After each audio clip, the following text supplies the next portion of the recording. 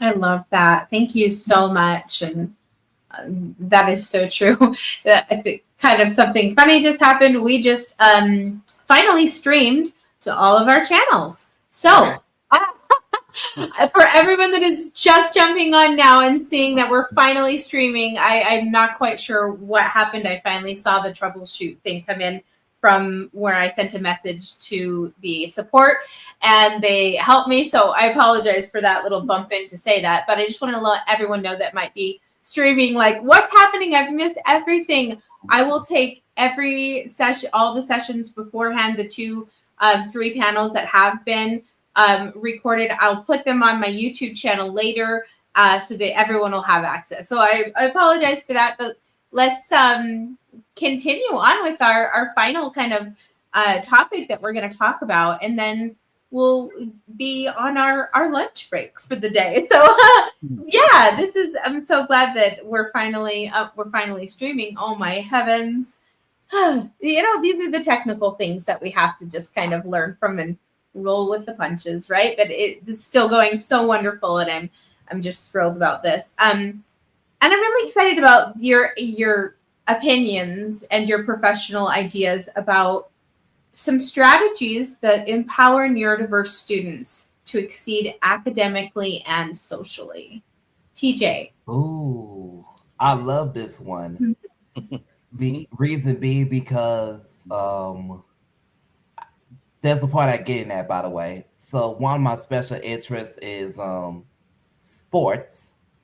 I love sports, and one of my favorite coaches of all time is Phil Jackson because I am amazed how he got the best of basically a group of Hall of Famers, whether it's Shaquille O'Neal, Kobe, Scottie Pippen, Dennis Rodman, Michael Jordan, and you're dealing with people who were great at their particular skill sets, but also were motivated in different ways and different characters. Now, how does it tie into what strategies actually empower neurodiverse students to succeed academically and socially? As a mentor, as an educator, and as a parent to a 6-year-old son and a 6-year-old goddaughter, interest-based experience is one of the best ways, in my opinion. I believe, let's say, if your children or your loved ones have a particular interest in things, it could be math, it could be Pokemon, it could be whatever. One of the things I found empowering is I can use their interest and challenge them to apply their interest into math, science, or other type of skills, even social skills as well. And I think the more they able to master different type of skills based on the interest, the more success they can have academically and socially. College is actually great, especially because you already could get to explore whatever interest you want, and then you can also use your interest to succeed socially also by being exposed to different clubs, organizations, teams, or even mentors who share the similar passions. Granted, I don't know if Pokemon will be a part of the college experience, or maybe it is. I don't know these days, but I think definitely the interest approach of building on what people love already and connecting it with important lessons can help a long way, along with, of course, teaching people the basics.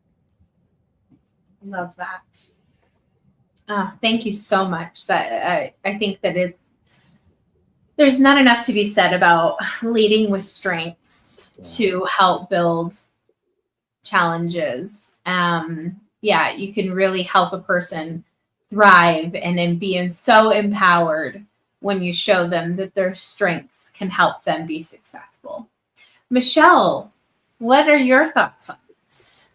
There's a lot I can go on to say about this. There's a lot, but I'll narrow down to some main things. One of them is actually what TJ said about with incorporating special interests into the classroom, had like not even just for access, but just inclusion in general of special interests in the classroom, because, you know, students they thrive based on what they are interested in, and at the same time it could be incorporated naturally into like the curriculum, whatever like a teacher is teaching, like let's say with math, like learning adding and subtracting, and they utilize like their favorite character, let's say it's Sonic, for example. So like, you know, whatever it's like adding or taking away, for example, things like that. Or also, as we've mentioned, empowering the students, like giving choices, is so crucial. The reason that we deal with things like where we're saying like non-compliance and stuff like that is because, you know, a lot of it is embedded to what society thinks.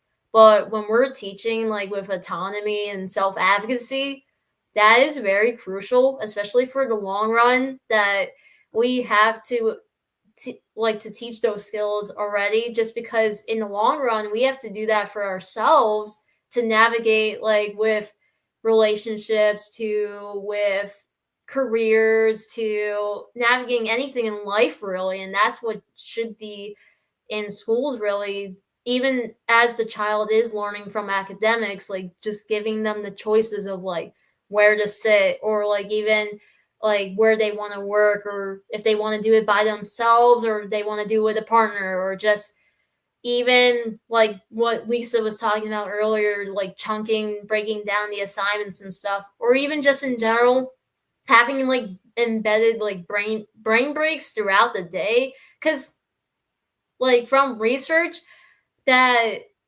in elementary schools, kids can focus for pretty much as long as 10 minutes. That's how long they could focus on.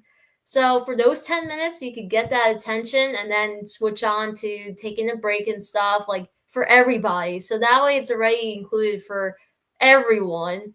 And also in the classrooms, just having that environment in general where it feels welcoming and friendly, just from our like our own tone of volume and like our just the way that we approach using our own like word of choice really makes a big difference. And because students observe adults' behaviors, parents, teachers, admin, they're observing that, and so it's being reflected on them. So there's strategies like these that can really help the long way of having success for that child. But you're muted, Sarah. I'm trying to get back there. It's like my fingers don't want to click fast enough back onto there. That's so interesting. No, I think it's, you all have such great points, and Jason, I'm excited to hear kind of your perspective with the, you know, the older adult population in that. What do you think about that? So I so we could, you know, of course, have a week-long conference on this. And so I'm just going to focus it on something that I'm personally kind of trying to do and push for. And we heard earlier at the beginning of the conference, you know, one of the things that many supposedly successful autistic people, you know, hide or don't disclose because there's a stigma associated with that, or they're late diagnosed. And this is, hopefully we can, as a society, move beyond that. I feel like one of the greatest resources that many of us who are neurodivergent can provide to students in education is to be their mentor. Because there are, although yes, you meet one autistic person, you meet one autistic person, but there are some things that many of us who are neurodivergent have an insight to that neurodivergent students may not find that other neurotypical faculty and staff have that same insight. And so this is a place where, as a community, I think if we're able to, if we feel like we can disclose, that we can really step up and mentor and provide even the strategies we learn to get to where we are now. We can be helpful, or just understanding when a student says something that maybe to the neurotypical mind doesn't necessarily make sense, but to me makes perfect sense, and I can help that student through. So I think that is extreme benefit, and what I've been currently trying to do with the autism support program is see we can maybe pilot a little thing where there are neurodivergent faculty that are willing to take on a mentoring role and meet with the students in this kind of relationship to be part of a stronger part of that learning community. I think I need to stop there, but that's kind of just I think one way that we can definitely help. I love that. Thank you so much, Jeffy. Yes, in many ways, this question takes us back to universal design for learning, because in essence, what would work for neurodiverse students kind of works for everyone. And TJ and Michelle and Dr. Jason have sort of touched on this, but the idea of using special interests, making this topic relevant, empowering them to realize that I can learn this, I can teach myself, I can be a lifelong learner. So that's important. But in terms of neurodiversity, I would say another aspect that's important is because when you're neurodivergent, it's too often that when you do have a failure, it's taken as, oh, you can't do this. Not as it should be. It's like, well, you can't do this now, but maybe you can learn.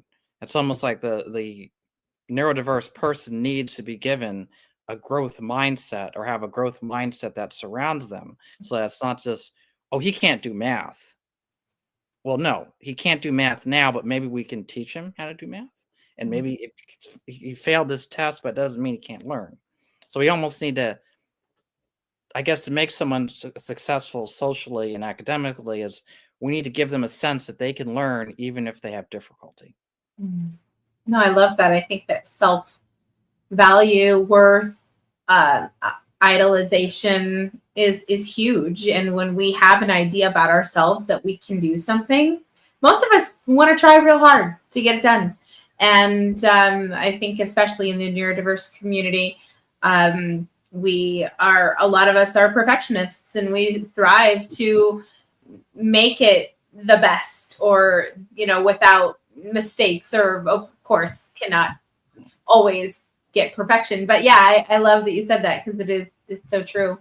And I love the comments going on over here. I'm sorry, they were just kind of between you guys all, so I wasn't putting them all back up. But I love what's going on and everything. So I like this, that we have different ways to solve the same problem. It's fantastic. So yes, benefits everyone, right? And that's what we're here for. That's what we're here to help provide, some resources, some information, so families that are watching and learning and listening, educators that are listening, can take these steps, these tools, and show their students how much more they can access. Lisa, let's finish up this panel with you, and then we will say goodbye and go to lunch. This time went by so fast. Okay. So I'm going to sum it up in, every child deserves to live their best life. And the role that we play is give the ability to give them the access to those tools to do so.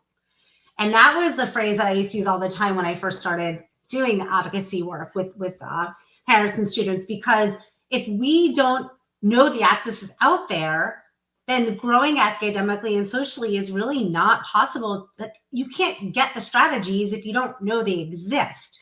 And so through that lived experience, I think Dr. Jason, you were talking about the mentoring and those pieces of it. Through that, as a neurodivergent individual that thinks differently, and for myself personally as an adult growing up my entire life, it's like, why are you thinking that way? That doesn't make any sense. Can't you do it this way? This isn't the right way. And so my voice got squashed. So as I've learned to move through those things, to me, the best way, and I think this sums up everything we're all saying, is you had asked about strategies to grow academically and socially. Us showing up, whether we're a mentor or we're a trailblazer, a thought leader, a thought partner, whatever you want to call us, showing up and showing that there can be a safe space, that modeling it the way that we wanted it done as we were growing up when we were not yet diagnosed, allows people to practice without judgment, which leads to them allowing themselves to give themselves permission to be their authentic self, to, realize that I don't know why my dog is barking. Sorry. He wants to say hello. Surrounding you with people that are good for you. I'm so sorry. He just left. Totally real life. Stoli. I'm sorry. I don't know what he's barking at.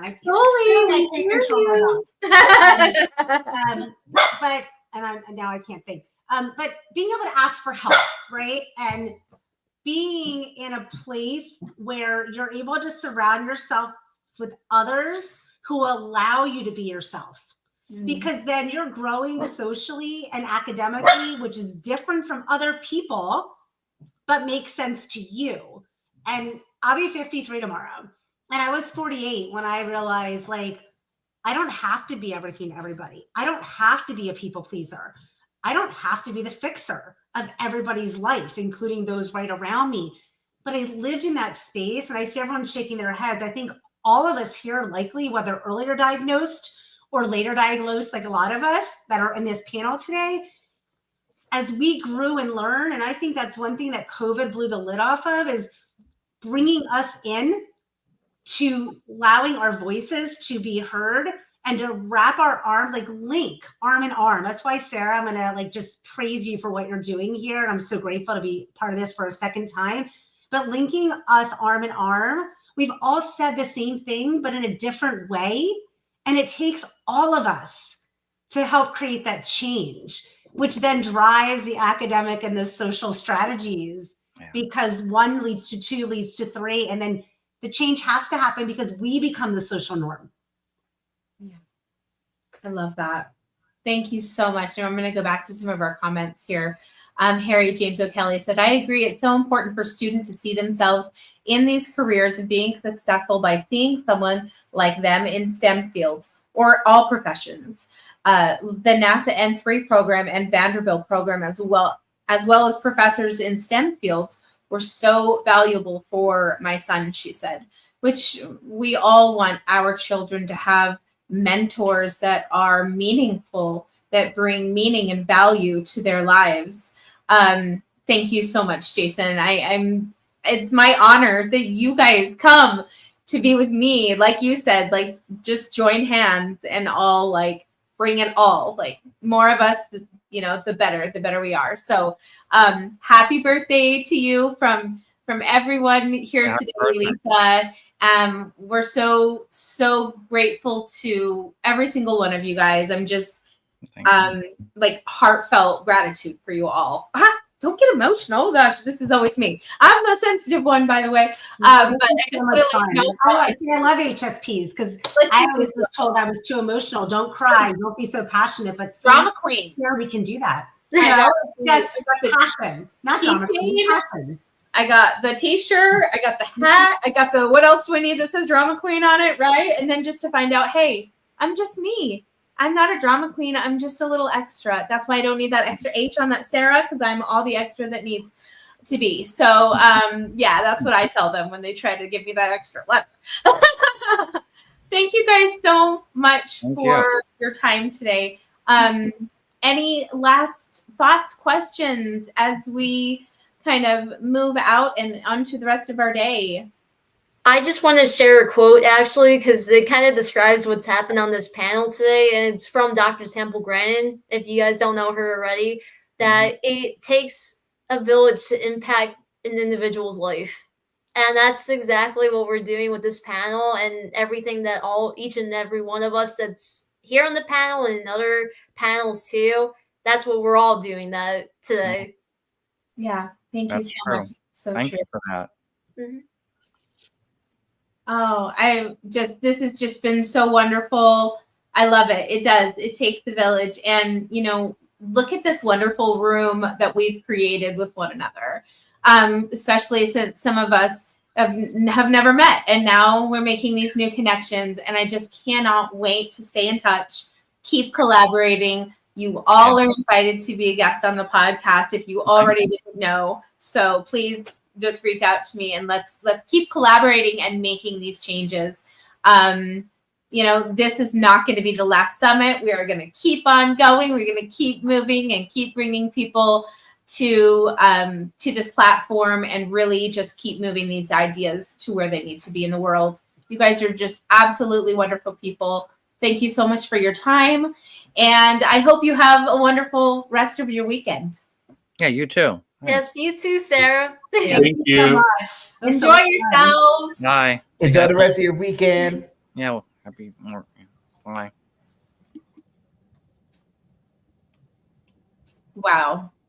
I'm just so happy that everybody can come together like this. It means so much to me, and for the families and audience members and people who have been strong in the comment sections all day. We're just so grateful for you.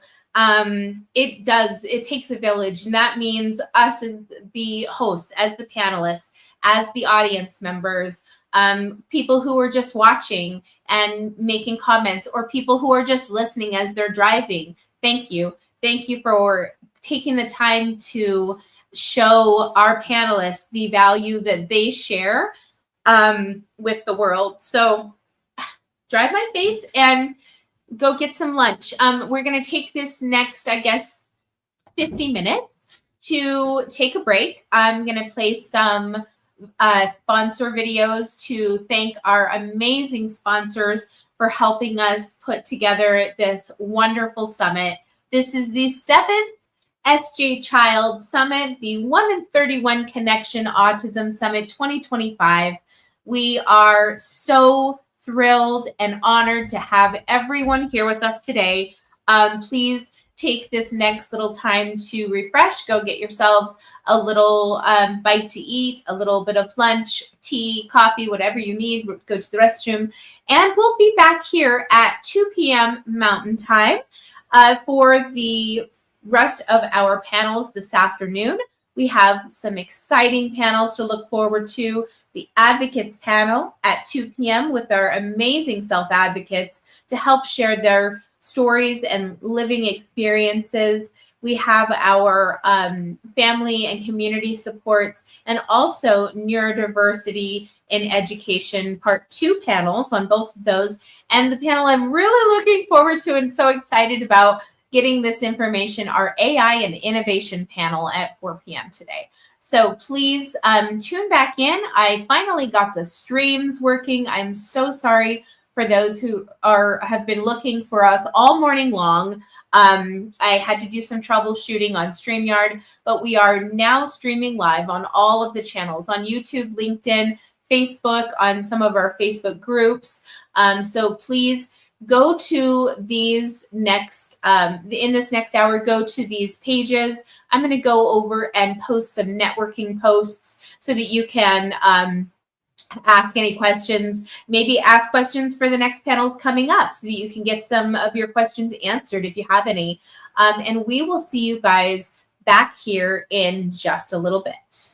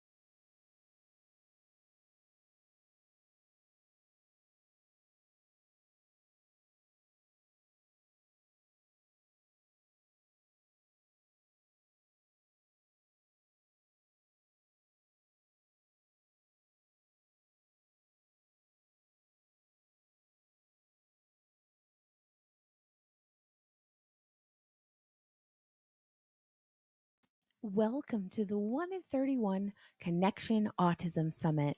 Today, Sunday, August 31st, a virtual summit connecting the world's top autistic minds, advocates, and professionals.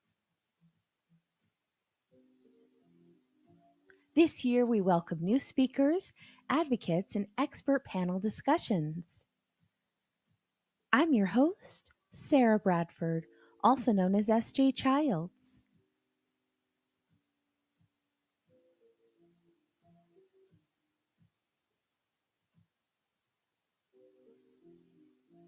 Sponsored by Streamable Live, Searchable.work, Understanding Zoe, The O'Kelly Lab, Iconic, Empower Mind Solutions.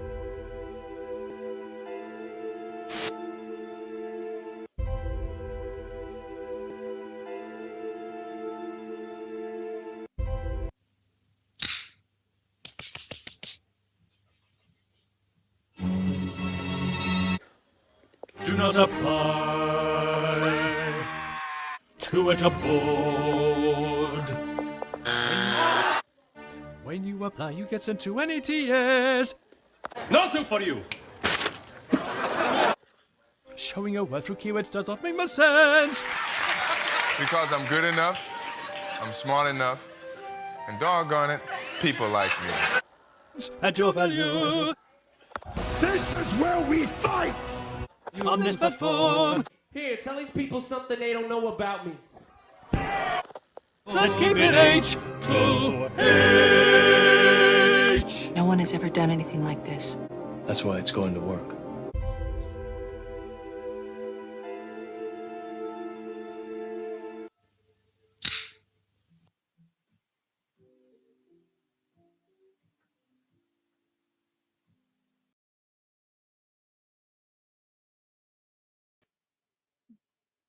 The 1 in 31 Connection Autism Summit is here, August 31st, 2025.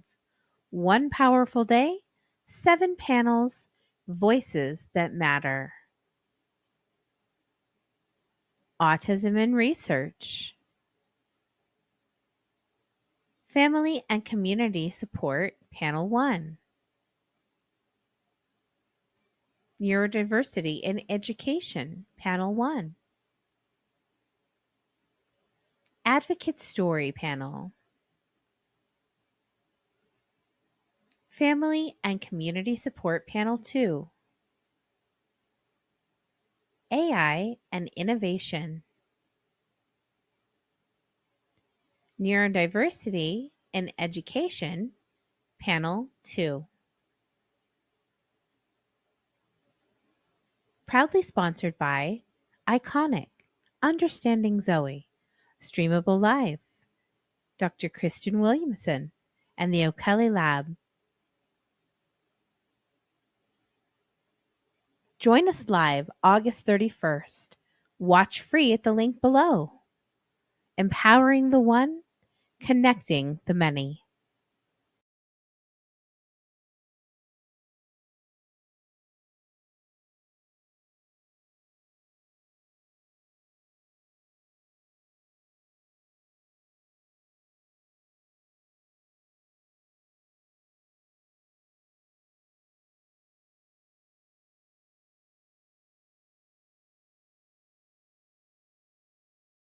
Mentors, and parents.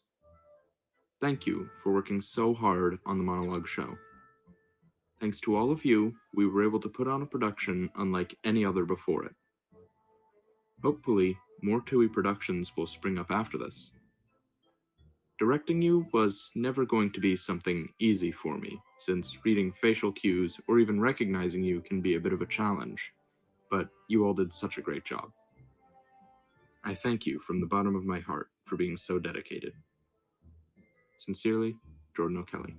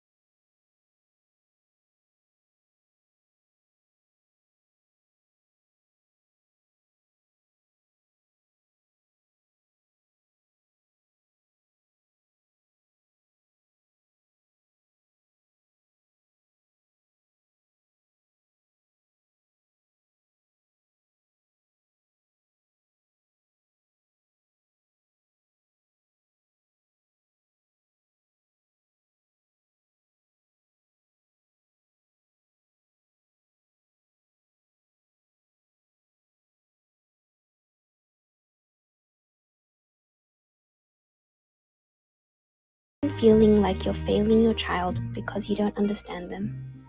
Parenting is overwhelming, but when your child is neurodivergent, it's on a whole different level. Endless appointments, care plans, and advocacy. It's exhausting. Understanding Zoe is here to change that. It's your coach in a pocket, built for parents, educators, and therapists, with personalized strategies and round-the-clock support. Confidentially upload therapist notes, care plans, and medical documents. Your personalized AI coach turns them into actionable advice whenever it's needed, calming a meltdown or helping a teacher in the classroom. It takes a village to raise a child. With Understanding Zoe, everyone stays on the same page. Already 30 families are seeing the difference, and a corporate client is trusting us with a paid pilot. It helps me to regulate. So sometimes when I'm overwhelmed, I will go on it and ask questions. It will give me new ideas, and that way I don't actually have to think of it when I'm feeling overwhelmed. I just love that it exists. And it's nice just to have something quick that I can just open up. I like the way that it's very easy for me to just upload the documents. I love the look and feel of it. Together, we're addressing a growing global need that impacts 20% of the global population. This isn't just about solving problems. It's about creating a world where neurodivergent children feel supported, confident, and included. Understanding Zoe is closing the gap, one child, one family, one moment at a time.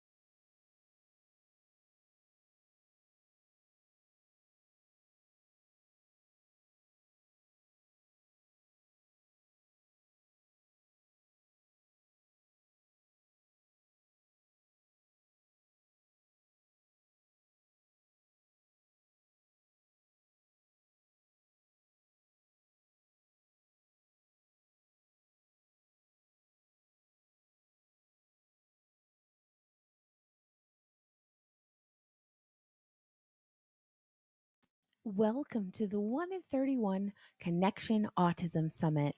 Today, Sunday, August 31st, a virtual summit connecting the world's top autistic minds, advocates, and professionals. This year, we welcome new speakers, advocates, and expert panel discussions. I'm your host, Sara Bradford, also known as SJ Childs.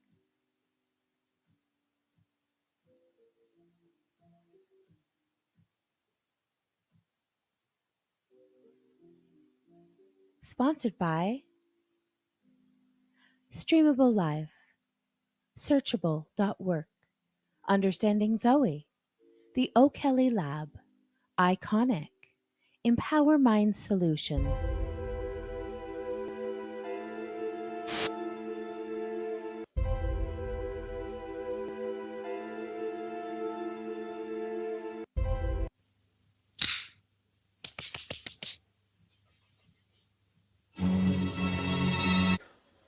Do not apply to it aboard. When you apply, you get sent to any TS. Nothing for you. Showing your worth through keywords does not make much sense. Because I'm good enough, I'm smart enough, and doggone it, people like me. And your value. This is where we fight! On this platform. Here, tell these people something they don't know about me. Let's keep it H to H. No one has ever done anything like this. That's why it's going to work.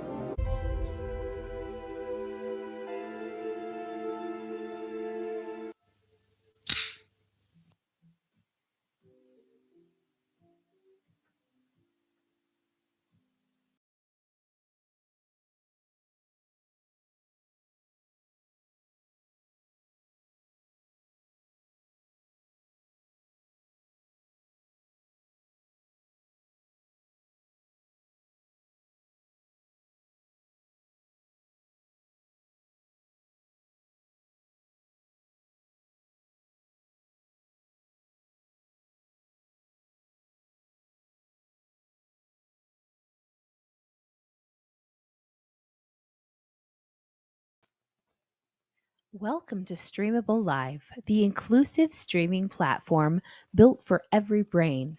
Here, every story matters. Whether you use captions, screen readers, ASL, or AAC, your access comes first. Streamable Live is built for connection, for celebration, and for you.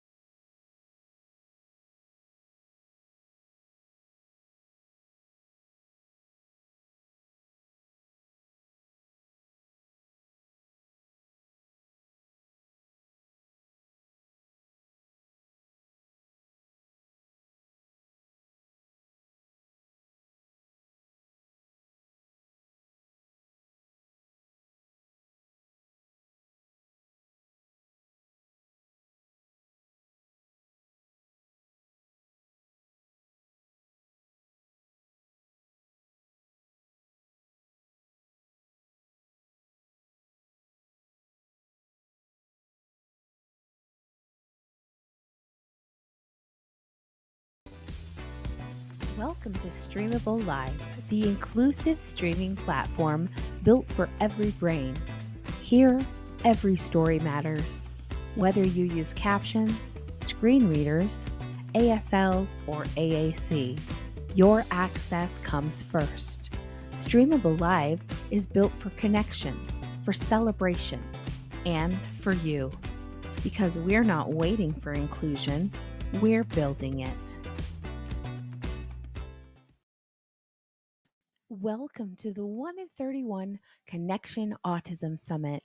Today, Sunday, August 31st, a virtual summit connecting the world's top autistic minds, advocates, and professionals. This year, we welcome new speakers, advocates, and expert panel discussions. I'm your host, Sara Bradford, also known as SJ Childs.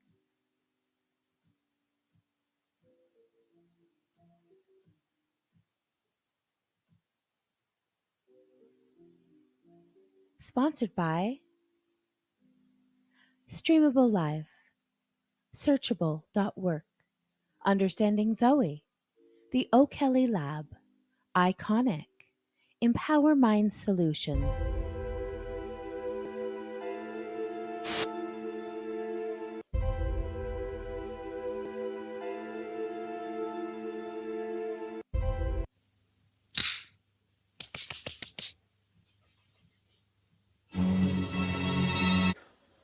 Do not apply to it aboard.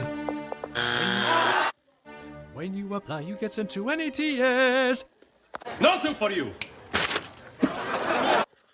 Showing your worth through keywords does not make much sense. Because I'm good enough, I'm smart enough, and doggone it, people like me. At your value. This is where we fight! On this platform. Here, tell these people something they don't know about me. Let's keep it H to H. No one has ever done anything like this. That's why it's going to work.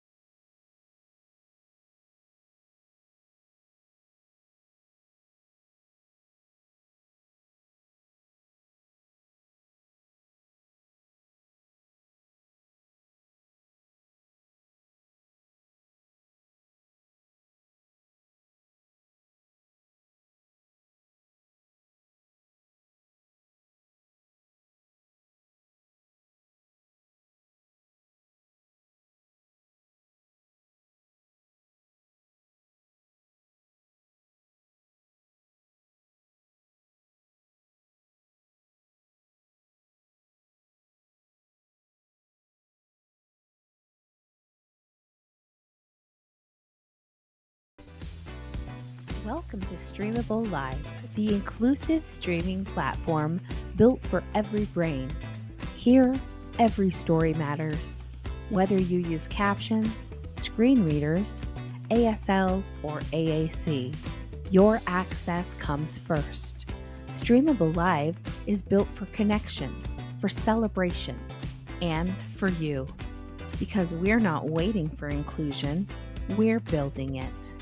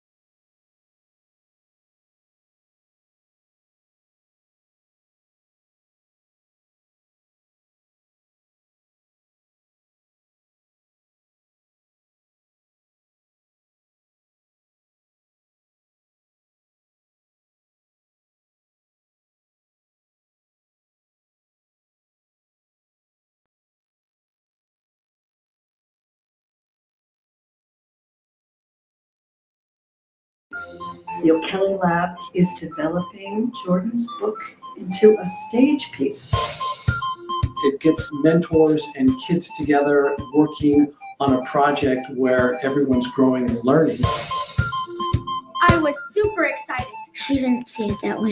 Then super sad face. This is the first time I even heard the phrase twice exceptional. I didn't even know what that meant. Moments from curtain. -3 and 25 seconds.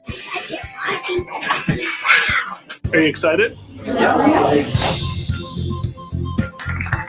Ooh, not what I expected. So it's your show, buddy. Very grateful. Bravo.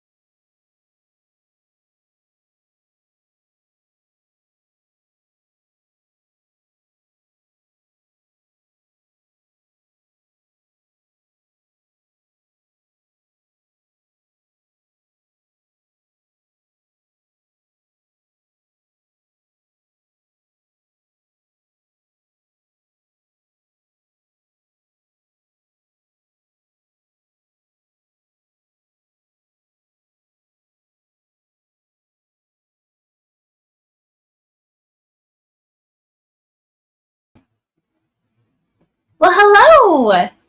Hello. We are back from our lunch break, and we'll be starting back our panels up in just a couple minutes. Just wanted to say thank you for everyone who's been joining us throughout the day. So I'm gonna like raise my seat up here so you guys can see me. Hey. Okay. I'm really, really excited for this afternoon. This morning has been amazing. And to continue with that, we will bring you more panels this afternoon. We have 4 more to go. So this afternoon, we were going to start with our amazing advocates panels. You know, I love bringing advocates together because not only are they so inspiring, but really showing living and lived experience. I kind of like what somebody had said earlier, bringing storytelling to the forefront is going to help humanity and society, cultures, diversity, everything. They can relate so much more than if, you know, this medical data says something or other. It's lived experiences. So I'm just so grateful for all of you who have brought that experience and that value with us today.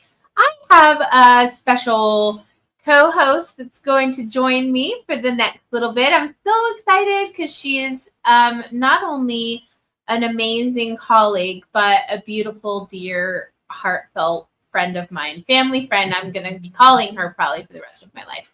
Harry James O'Kelly. Hi. How are you? Can you hear me? Yeah, I can hear you. Thank you so much. It's great. I mean, I just sent her a text and said, hey, jump on with me so we can chat for a couple minutes before our panel starts because I love you. You always bring the best out in everyone around you. So how are you? I'm good. I have my technical help right here. Rachel. Love that. I got to get one of those. Send them my way next time. We're here. I'm going to yank her and bring her in. We're at the O'Kelly Lab. Yay! We love you. Love it.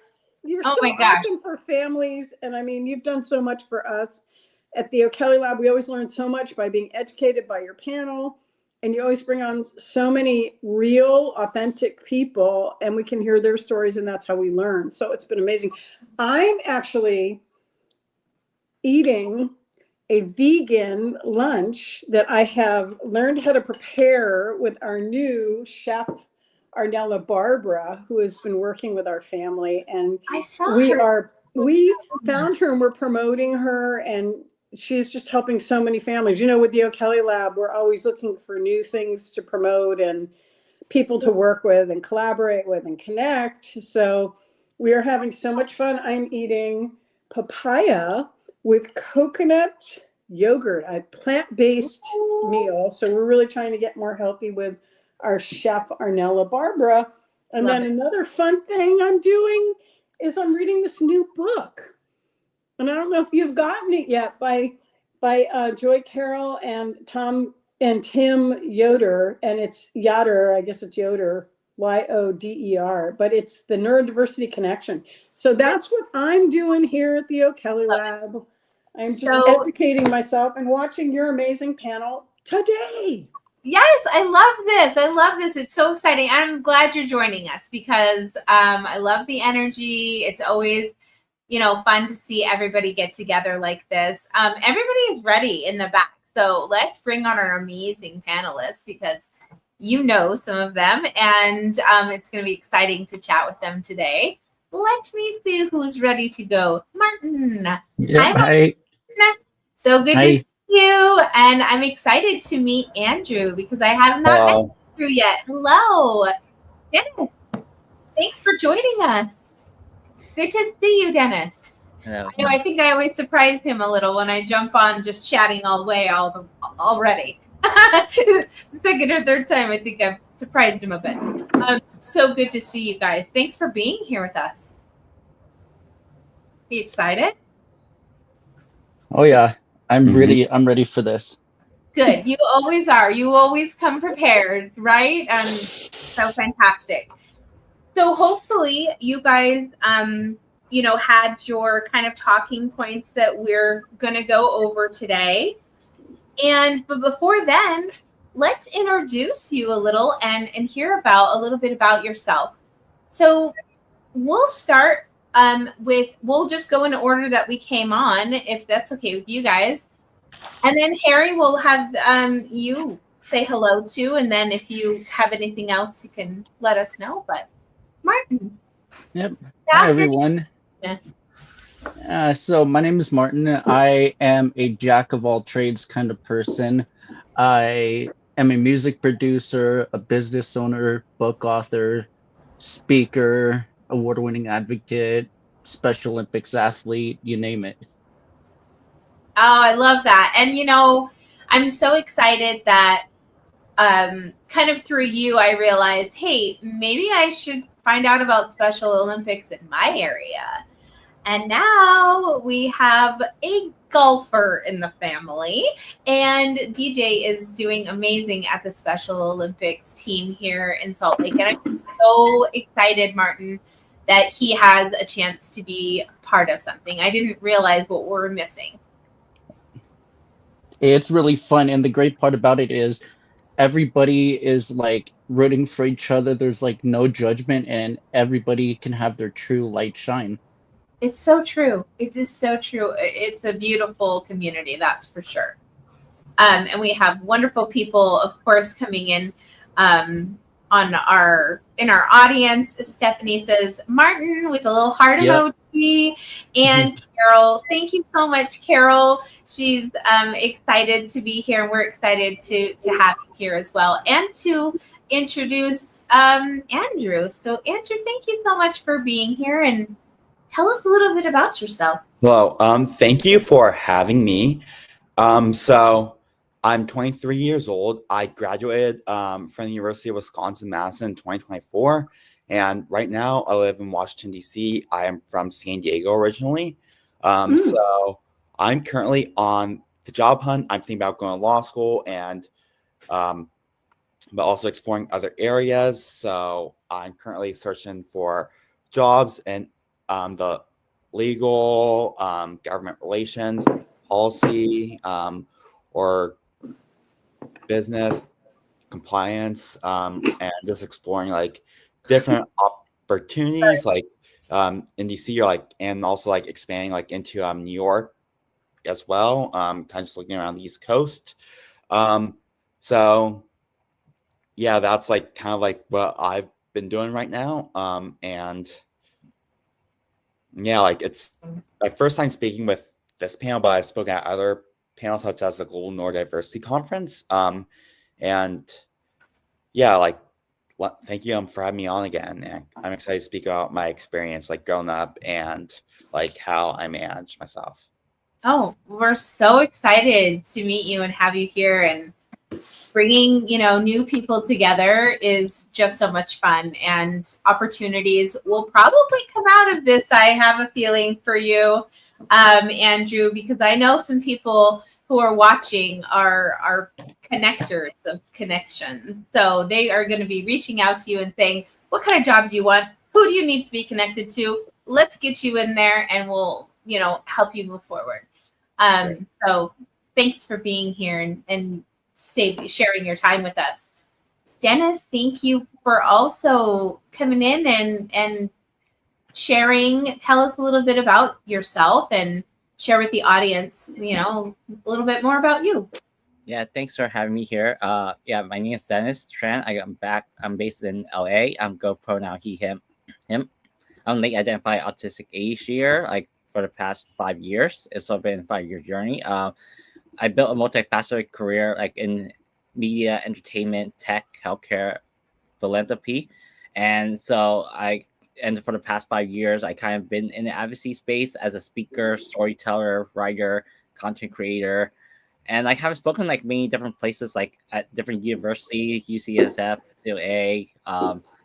And yeah, it's just like a variety of like working with companies as a DEIA advocate, consultant, like, and just like basically like leverage my story and its journey as a social impact storyteller and cultural consultant to kind of help like increase authentic representation in like different industries as well. So important. Absolutely. Harry, tell us a little bit about yourself. Introduce yourself since you are also here on the panel. I'm so excited to be co-hosting with you again. Like, I have so much fun. I tell people about your platform all the time because it's so amazing. I am Harry James O'Kelly.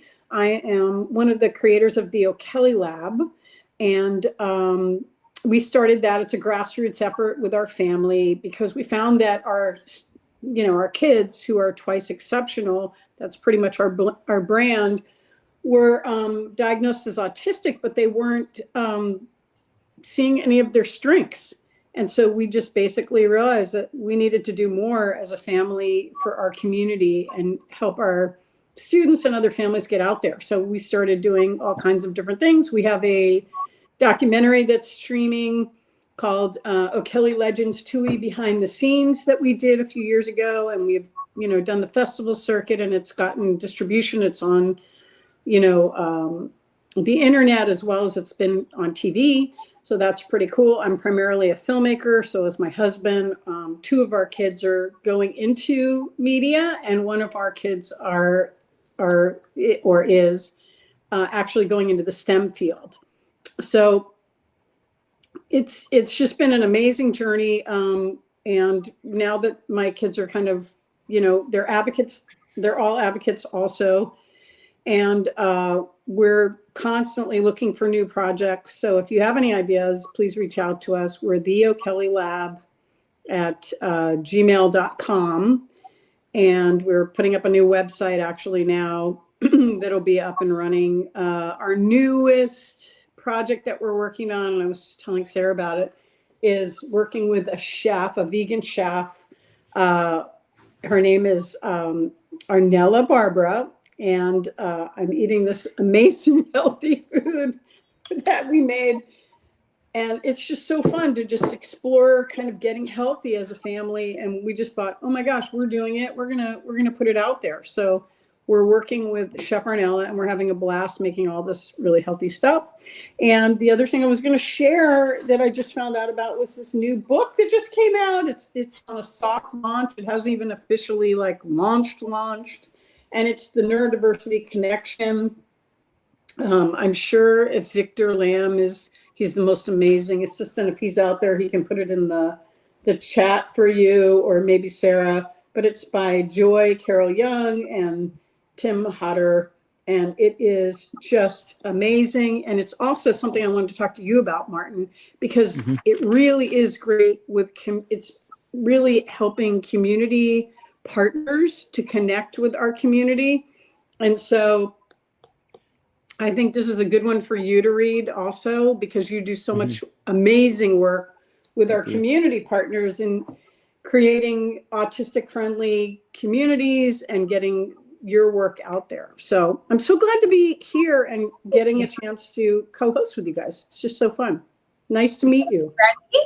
Let's jump into these topics so that we can cover everything. This is going to be so great because I'm really looking forward to learning from each of you how these ideas can help shape how we perceive and how the world perceives autistic individuals, and the amazing value that we can bring with these experiences. So with that, and I really, throughout my journey as a podcaster, had one time a woman who had come on who had lost her son, and she really said that she didn't like the term lived, and she likes the term living. If you're living and you have living experience, don't use the word lived experience, because for her, that referred to her, someone who she had lost. So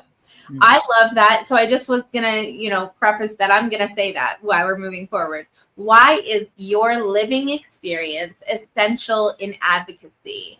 Andrew, what do you think about that? Why is your living experience essential in advocacy?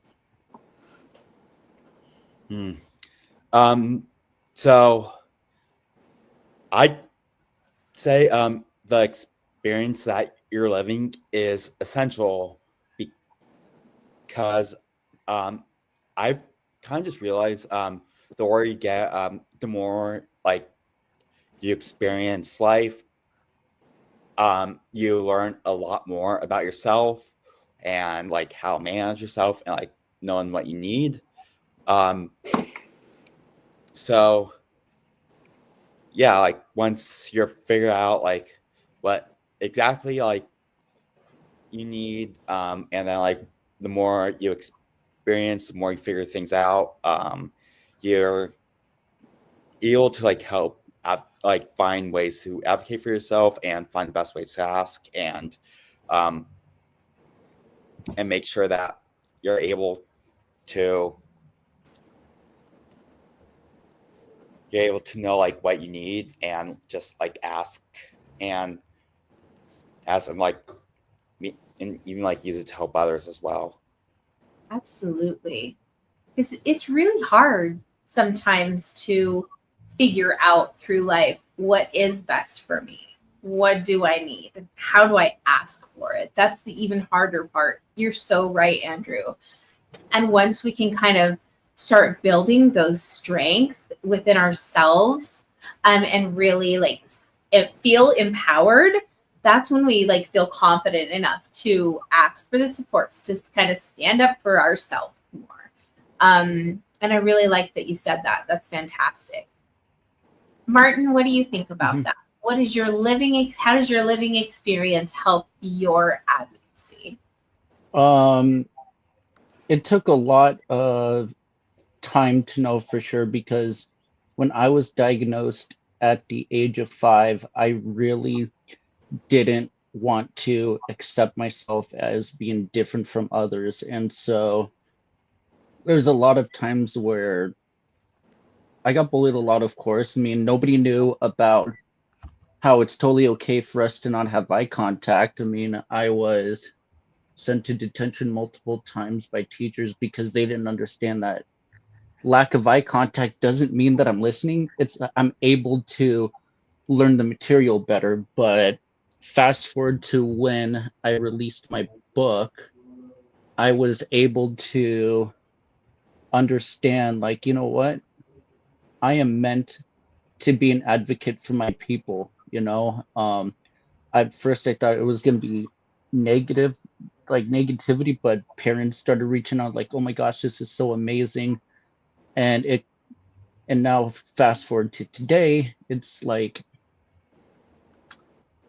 I am so glad I fought through all the negativity when I was younger, and now I'm able to help others share their stories because they deserve to have their voices heard as well. That's beautiful, Martin.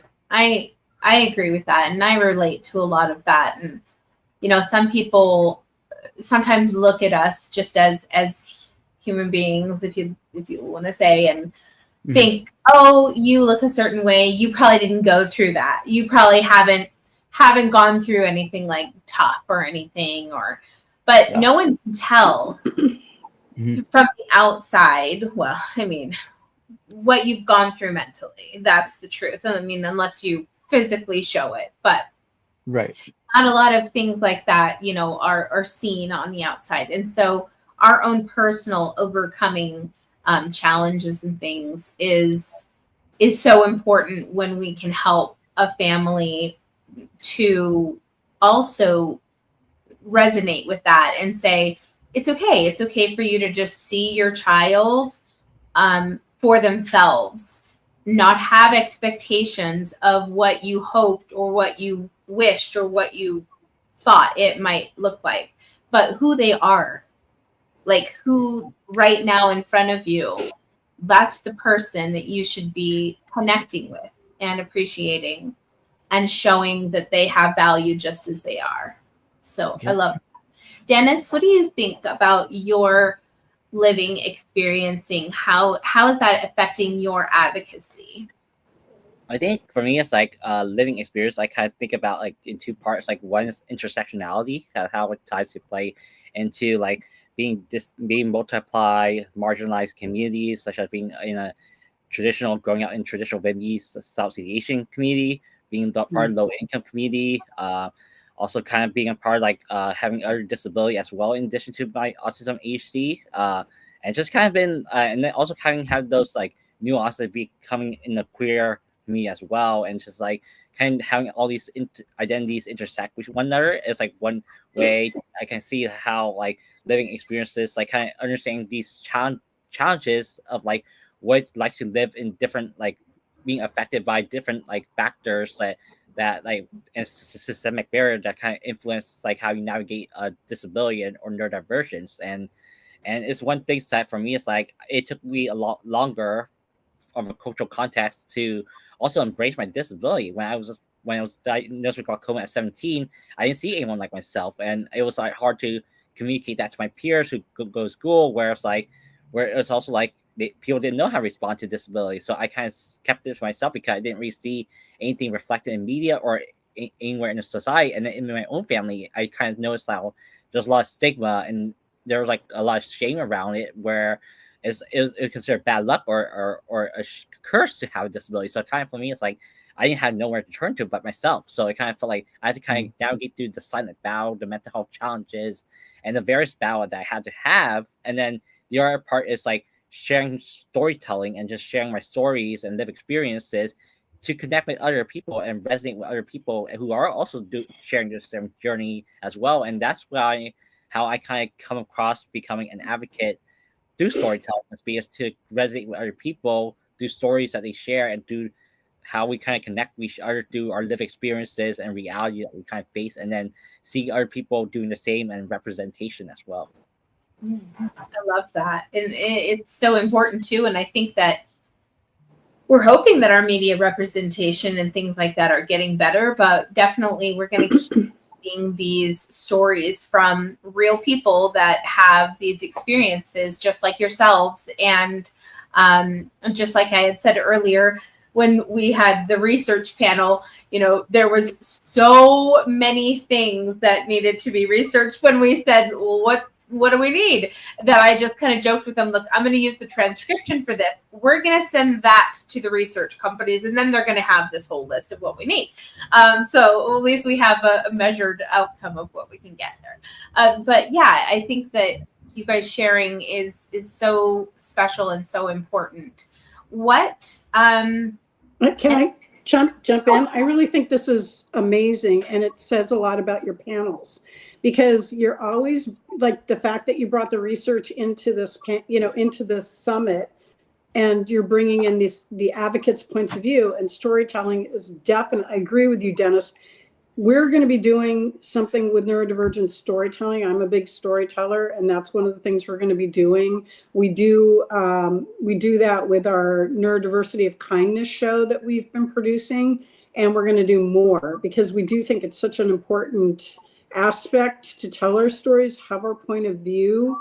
And if you're not out there in your culture like you're doing, it's so fantastic that you're an advocate, because now there are so many different cultures that are seeing themselves and they're realizing, oh my gosh, that's me. And if we don't do platforms and panels like this where we can show people, advocates like yourself, Dennis, like Martin, who's talking about trauma. In the first panel that we had today, it was phenomenal because we talked about trauma and how more of the autistic population has trauma. And there is one of the panelists talked about the fact that was, they're more susceptible. And I know because I've read research with attachment theory and trauma. So a lot of, like you were mentioning with the eye contact, a lot of our population doesn't have that, connection early on. And that could be why we are more susceptible to trauma. I mean, as a mom hearing that, I was like, oh my gosh, like, why didn't I think about that, combination? And then to bring it into what Andrew's been saying, Andrew, you're living in the moment so much and sharing so much about your journey. That integration of being in the moment and interpreting what's happening and sharing, that being so much in the moment, I think, is what really helps with your integration of who you are and where you're going. And that is so vital and important for all of our community to be integrating as they're developing with everything in their lives. So thank you so much for sharing that. That was really great. And I love that because that kind of leads into what we're going to talk about next, and that is the barriers that you all have faced and maybe how you have overcome some of them. So, just maybe focus on one or two things that you can think of, and then we'll go from there. But yeah, what do you think about that? Who would like to start? Martin, Andrew? I guess I could go first. Please, yeah. Definitely one of the biggest barriers that I'm starting to work around is the barrier of reaching out for help when we need it the most. Because it's like most of the times, like our anxieties and stress take a toll on us, and it's like we have this barrier of reaching out because we feel like maybe nobody would care, like maybe it's all in our head. And so what I've started doing is kind of like journaling down first and reminding myself like, hey, it's totally okay to reach out for help because there are people out there that will be there for you. And like, if you need to vent, I mean, like for me, if somebody needs to vent, I listen. And there needs to be more people willing to hear what we have to say so we can be the best version of ourselves. Absolutely. That was really beautiful. And I think that, we all face challenges as humans, but we as autistics know the barriers. And for those of us that, I guess just Harry and I that have kids that see what those barriers are too. Yeah, Andrew, what do you think about that? What are some a barrier that you're facing now or have faced and have overcome? Yeah. So one barrier that I've faced a lot, and I've been doing a good job at overcoming it, is like just confidence. Just like having confidence in yourself and like being brave and willing to like reach out to others for help, like Martin said. Because like that's huge. Like, for example, like I used to like never speak about my disability publicly, and now like I'm doing these conferences, like I've been on a podcast and even like posting on LinkedIn like about that like I have a disability. And yeah, I've also like helped reach out to like people like randomly to like help myself with my job search, and just like even like making new friends in a new city is like also like taking like leaps of faith and meeting new people. Like if you like, I love like social experiences, and so yeah, like that requires confidence and figuring out like how you can like confidently express yourself and be part of a group and like make friends. And so also another barrier that I face, and sometimes like I still like hope like that like, I can like work hard to overcome it. It's having people listen to me, because I like to like communicate a message a lot. Like I often have things to say or about a situation, but like a lot of times just like people just don't listen. Like they like just completely ignore me, or like just don't treat me as relevant, or like just like and like they just like don't think like that I'm really worthy of like being listened to. But yeah, I think like just people like should know like that, like making sure like you ask and like communicate in the right way, like communicate to the right people, and like know like how like to express yourself and like even like not being afraid to. And yeah, it can hopefully get people to listen instead of like yelling things into like a big void. Just like find like people who will listen to you and like who like will have something to say like about your opinions. And I think like having like those types of people, those types of support is really helpful. I love that. And I think that you have so much wonderful value, worth, and all of that to share. And I love that what you said. Thank you, Martin. And I don't know if you saw that when I brought it up or not, Andrew, but he said, "You're awesome, Andrew. Let no one dim your light." And, you know, it's the truth, because when we are all so much stronger when we're together. And right now we're creating a movement, energy that is going out into the community and into, you know, society, on social media, everywhere. And I'm proud of all of you. I'm so proud of you. I mean, you're here, you've shown up, you've been planning this, and, you know, you're sharing and being vulnerable about your own story. And to me, that is like the most authentic, the most courageous, like the best you can be for yourself. And if like, that is what people need to see. We are mentors for society.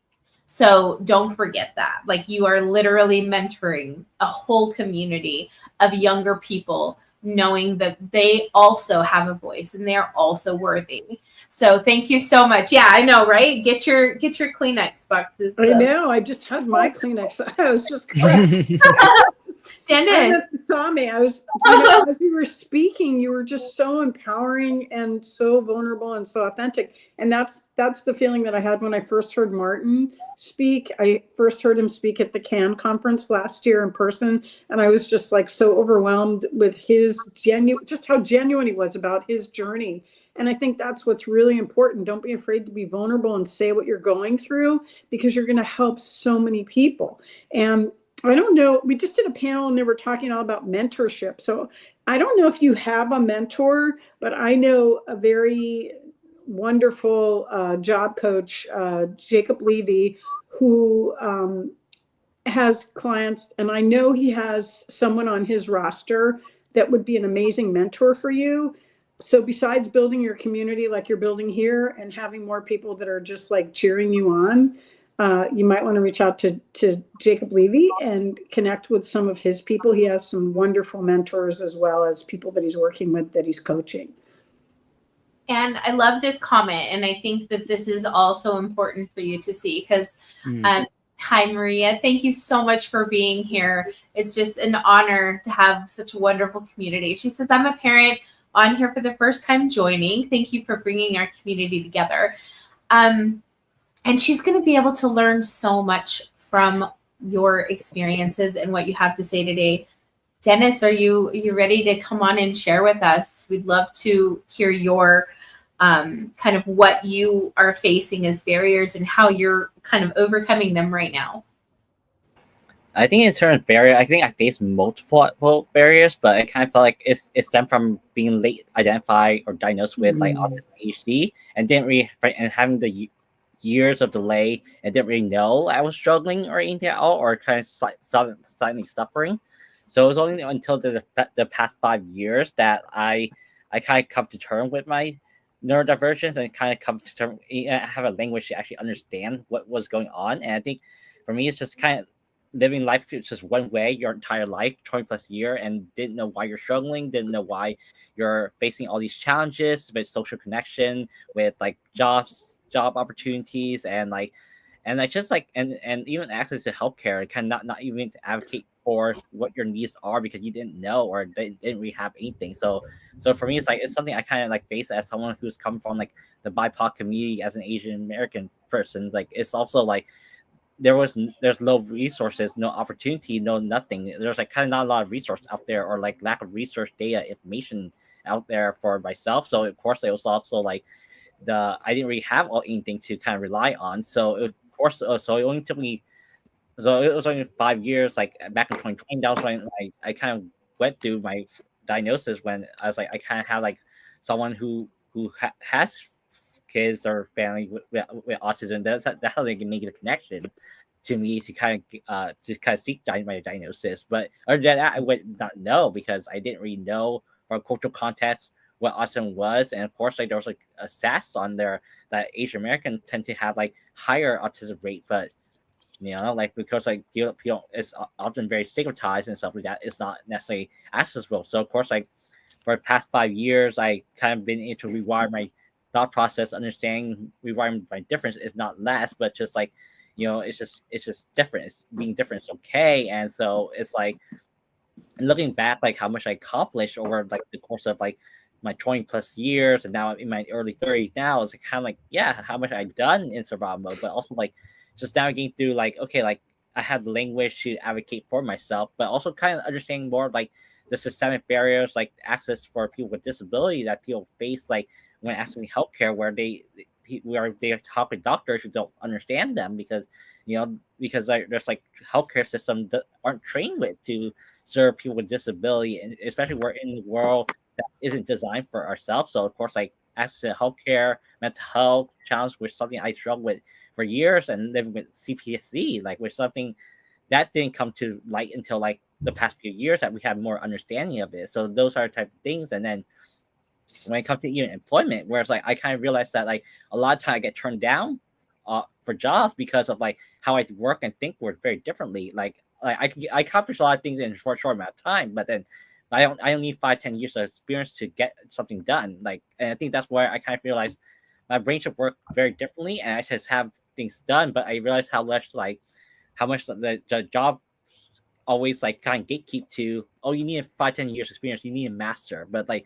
why need a master when I can get the job done? And I think that's always been like how my brain operate. And that's just speaking to my lived experience of what I kind of noticed in the job market, and also kind of how much like opportunities are sometimes like we think about like like it's tied to like where you go to college or not, and those type of things. And I realized that like, yes, I struggle in school too. Like I almost got kicked out to college because I didn't know I was autistic, and I struggled a lot with adjustment to school. And I started out college with 1.0 GPA, and I managed to graduate like with 3.0 GPA and make up for lost time. But at the same time, it was like they didn't have the language for all this stuff, and for me it's like, I was able to kind of find a way to advocate for myself to kind of keep going. But at the same time, it's like in those cases, the issue, I actually understand why like many folks like who get homeschool or who don't continue with college, because because I also face all these challenges and stuff like that. So of course, like the past 5 years now has been just like rewiring it out, like kind of giving me the language to advocate for myself, put my stuff story out there, and then just be able to advocate for myself, and then having the awareness now to heal from my trauma, heal from my mental health challenges, and kind of now create a safe space for other people, but also now knowing what my needs are, and to advocate for myself in various situations, like in the healthcare situation, to even workplaces, and how to leverage my skills better, articulate my skill set where I thought I was lacking, but it was just certain differences, and how I show up into my relationship with my peers, my colleagues, and stuff like that, and how I articulate my needs are too, and just like, and those are various barriers I kind of like have to kind of like navigate through as an advocate now. Absolutely. Oh my gosh. And it's so important that we're here to share these things. And I love that you said rewiring. Dennis, that was beautiful that you said rewiring, because you really have to be flexible with you're making all of these, realizations at this point in your life, and you're owning who you are. And I love that you said, I'm rewiring. You have to rewire. You have to rewire all the time as you are aware and learning of new things about yourself, right? So you need to reframe. You need to, create a new narrative sometimes to really, support yourself and where you're at. So I just love that. There's a Dr. Lynn Lim. I don't know if have you ever had her on your show, Dr. Lynn Lim? She is Yeah, and she has a book called C is for Curiosity, and she wrote this book because there is so little out there in the Asian community, and she has a son that is autistic and also gifted, so it's in the twice exceptional kind of world. But she wrote this book, and it's beautiful. It's called C is for Curiosity, and it's by Dr. Lin Lim. But you might want to think about writing a book, because this is something that we need more of. We need you to get out there and really share your story. Absolutely. That's such a good point. And that's actually the next topic we're moving into is storytelling, and how important is storytelling and being a voice for advocacy. So, Andrew, what do you think about that? How important is storytelling for you in your advocacy?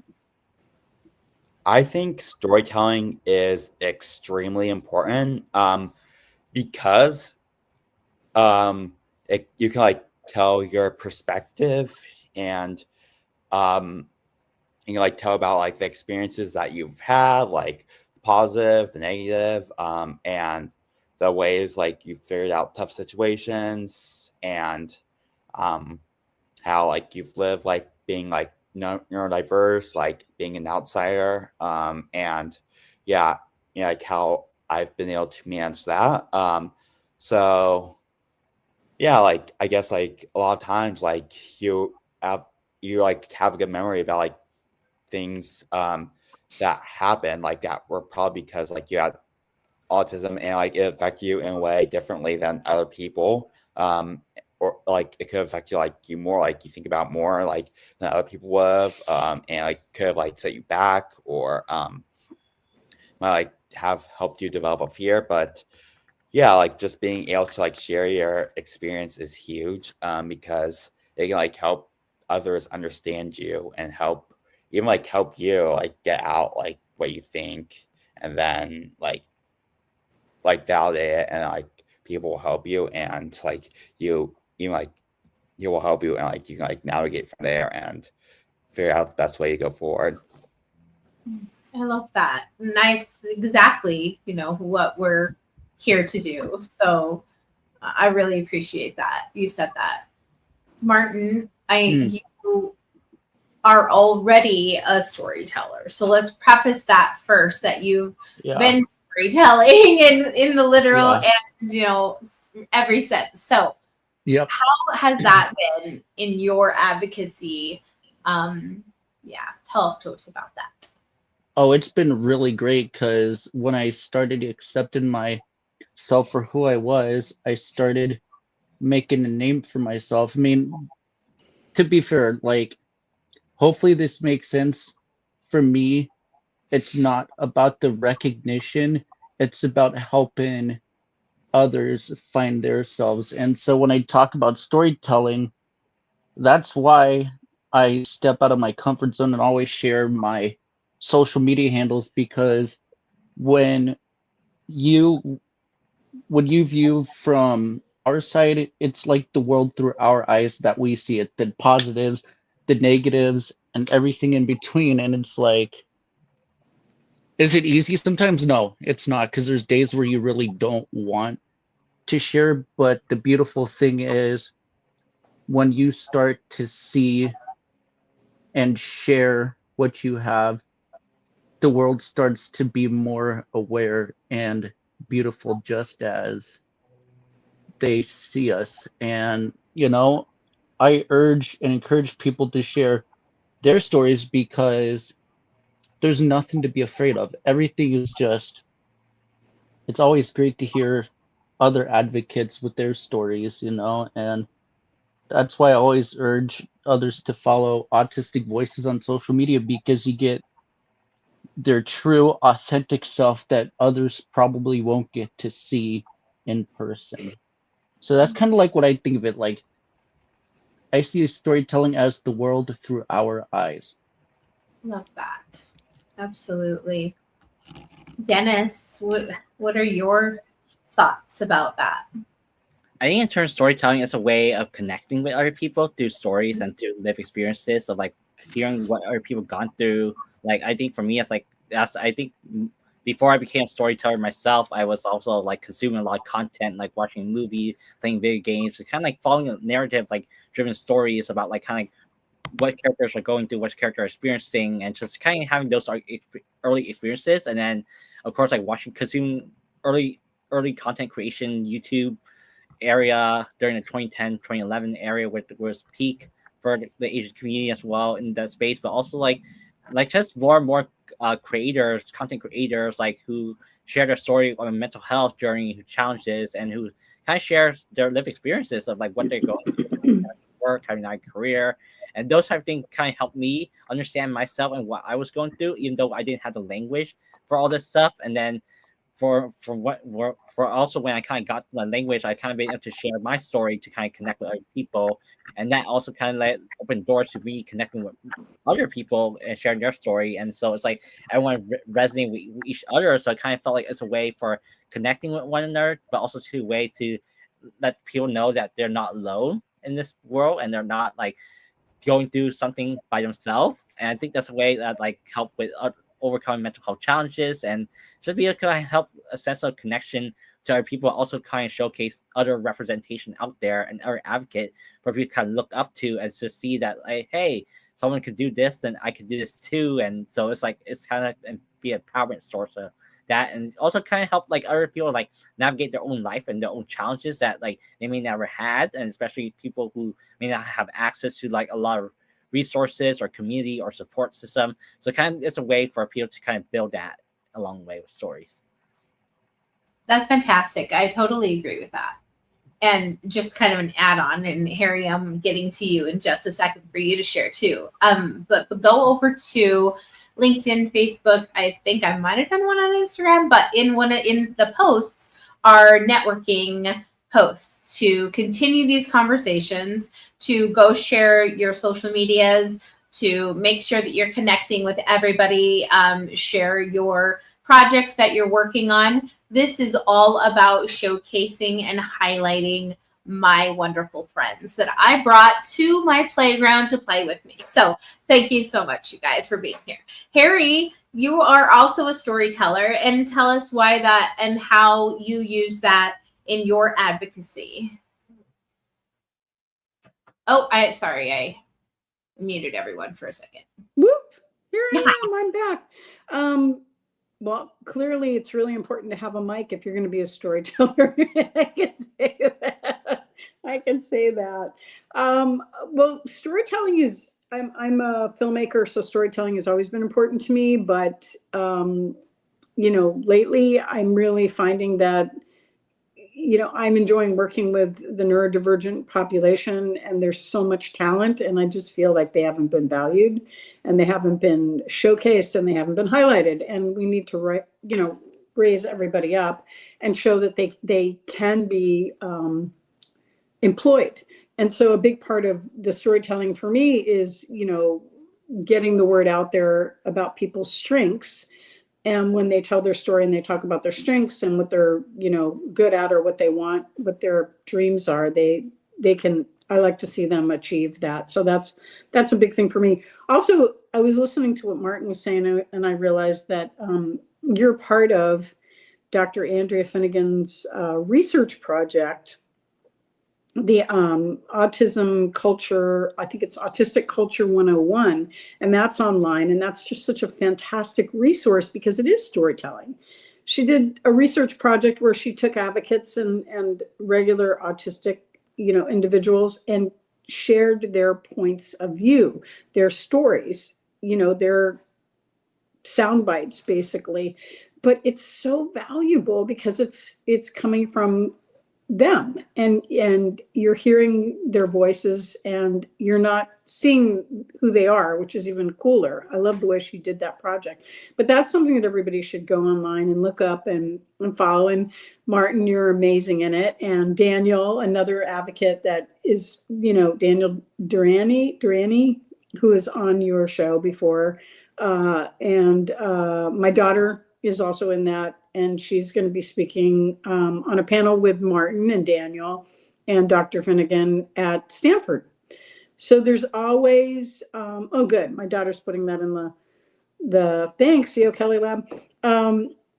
So, you know, just another part of this is just all of us, we're in the same community, and we should be supporting all these different platforms where we are out there, you know, sharing information and educating each other. So look for all these opportunities and keep educating yourself.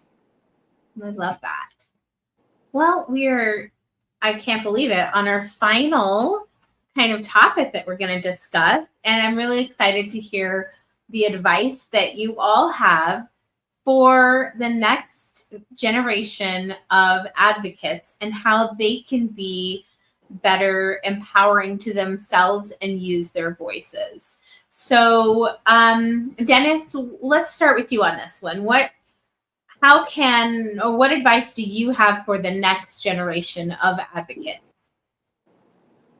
I would say kind of be like, I kind of felt like for those who are disabled, neurodivergent, I kind of feel like it's being different. It's like, it's not a bad thing, and being disabled is not a bad word. It's like, it's part of who you are, part of your experiences.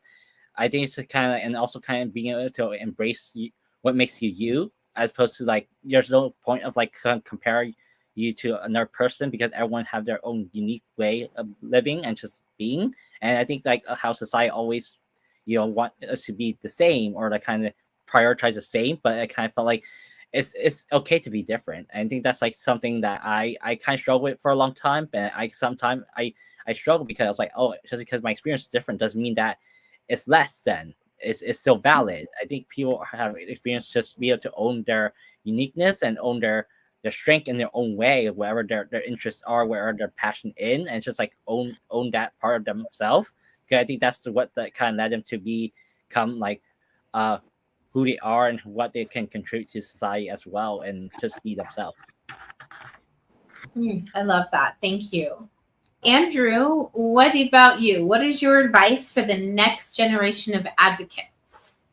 Yeah, so my advice would be just be yourself, just be you. And like, just because that you might be different, like you might think different, doesn't mean that you're like, you should have that there are people like stopping you, that you have barriers, and like that you should like not settle for less, and always like aim for like what you think you deserve, and just like work hard, figure out ways to improve yourself, seek help from others, and use resources that you have available, and just like be able to share your experience as well.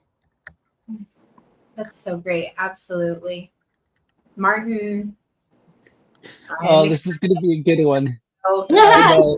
It's only, hey, I'm just going to go like a straight up mic drop moment and just say 3 words, because I feel like people can take away from this. Your voice matters. 100%. 100%. And that's what it's all about.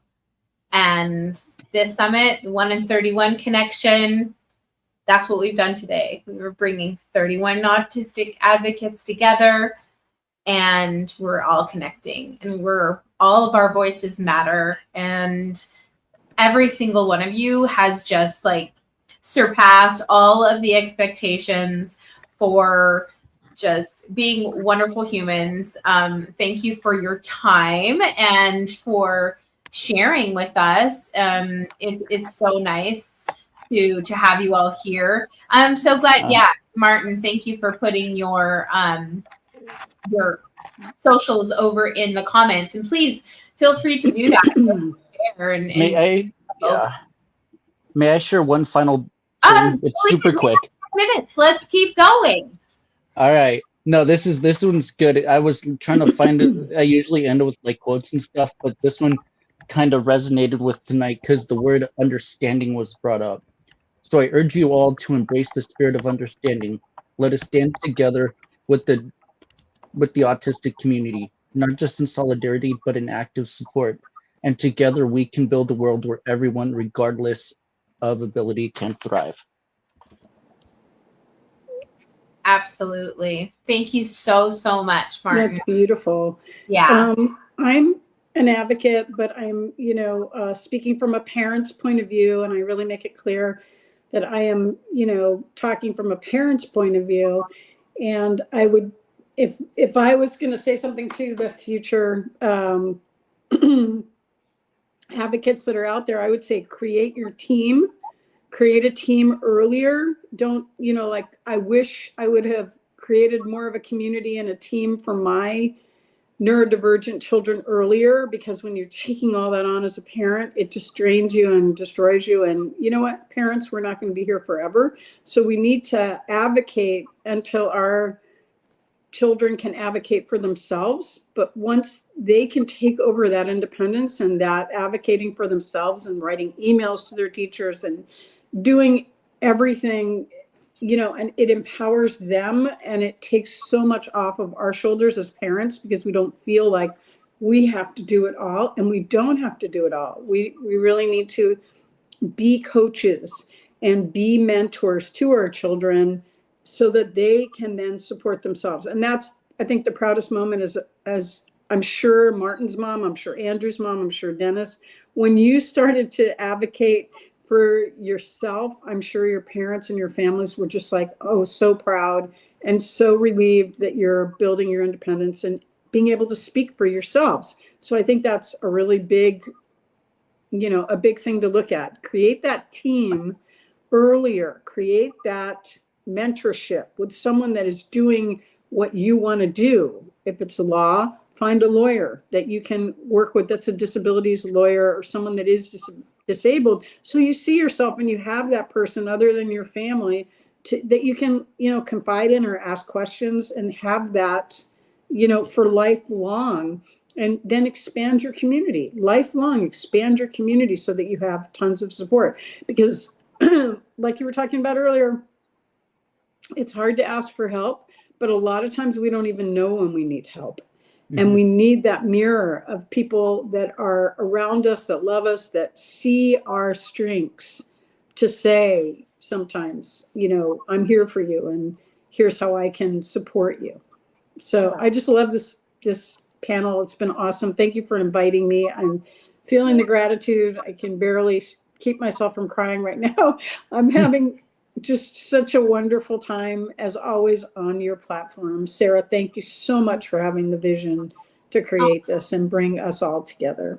It's so exciting. I just feel honored to be able to be the person to do it. And I'm really happy that you all see that I can do this and join me. So it's exciting. We get to all do this together. I wanted to put these comments off. Neuro Huntress on Instagram. So go follow them. And also I wanted to give a shout out to Carol. I hope you're feeling okay today. Everybody send warm wishes, love and light to Carol. She's overcoming something and she wasn't able to make it, but I'm so honored and happy she's in the comments, and so impressed with everyone on the panel. Thank you so much. And again, Maria, thank you for sharing your experience, ideas, and support.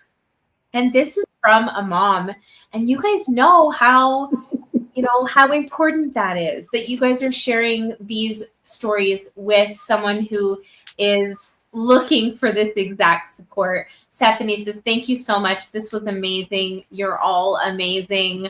Don't forget it. Please take those words into the rest of your day, the rest of your week, the rest of this month, the year, all the time on with you. Thank you so much, Rachel. It is. Thank you for sharing your great perspectives. Without each of your perspectives, we wouldn't have this summit. This summit is, here I go, based on your beautiful experiences, your vulnerability, your authenticity, and your willingness to be my friend and show up.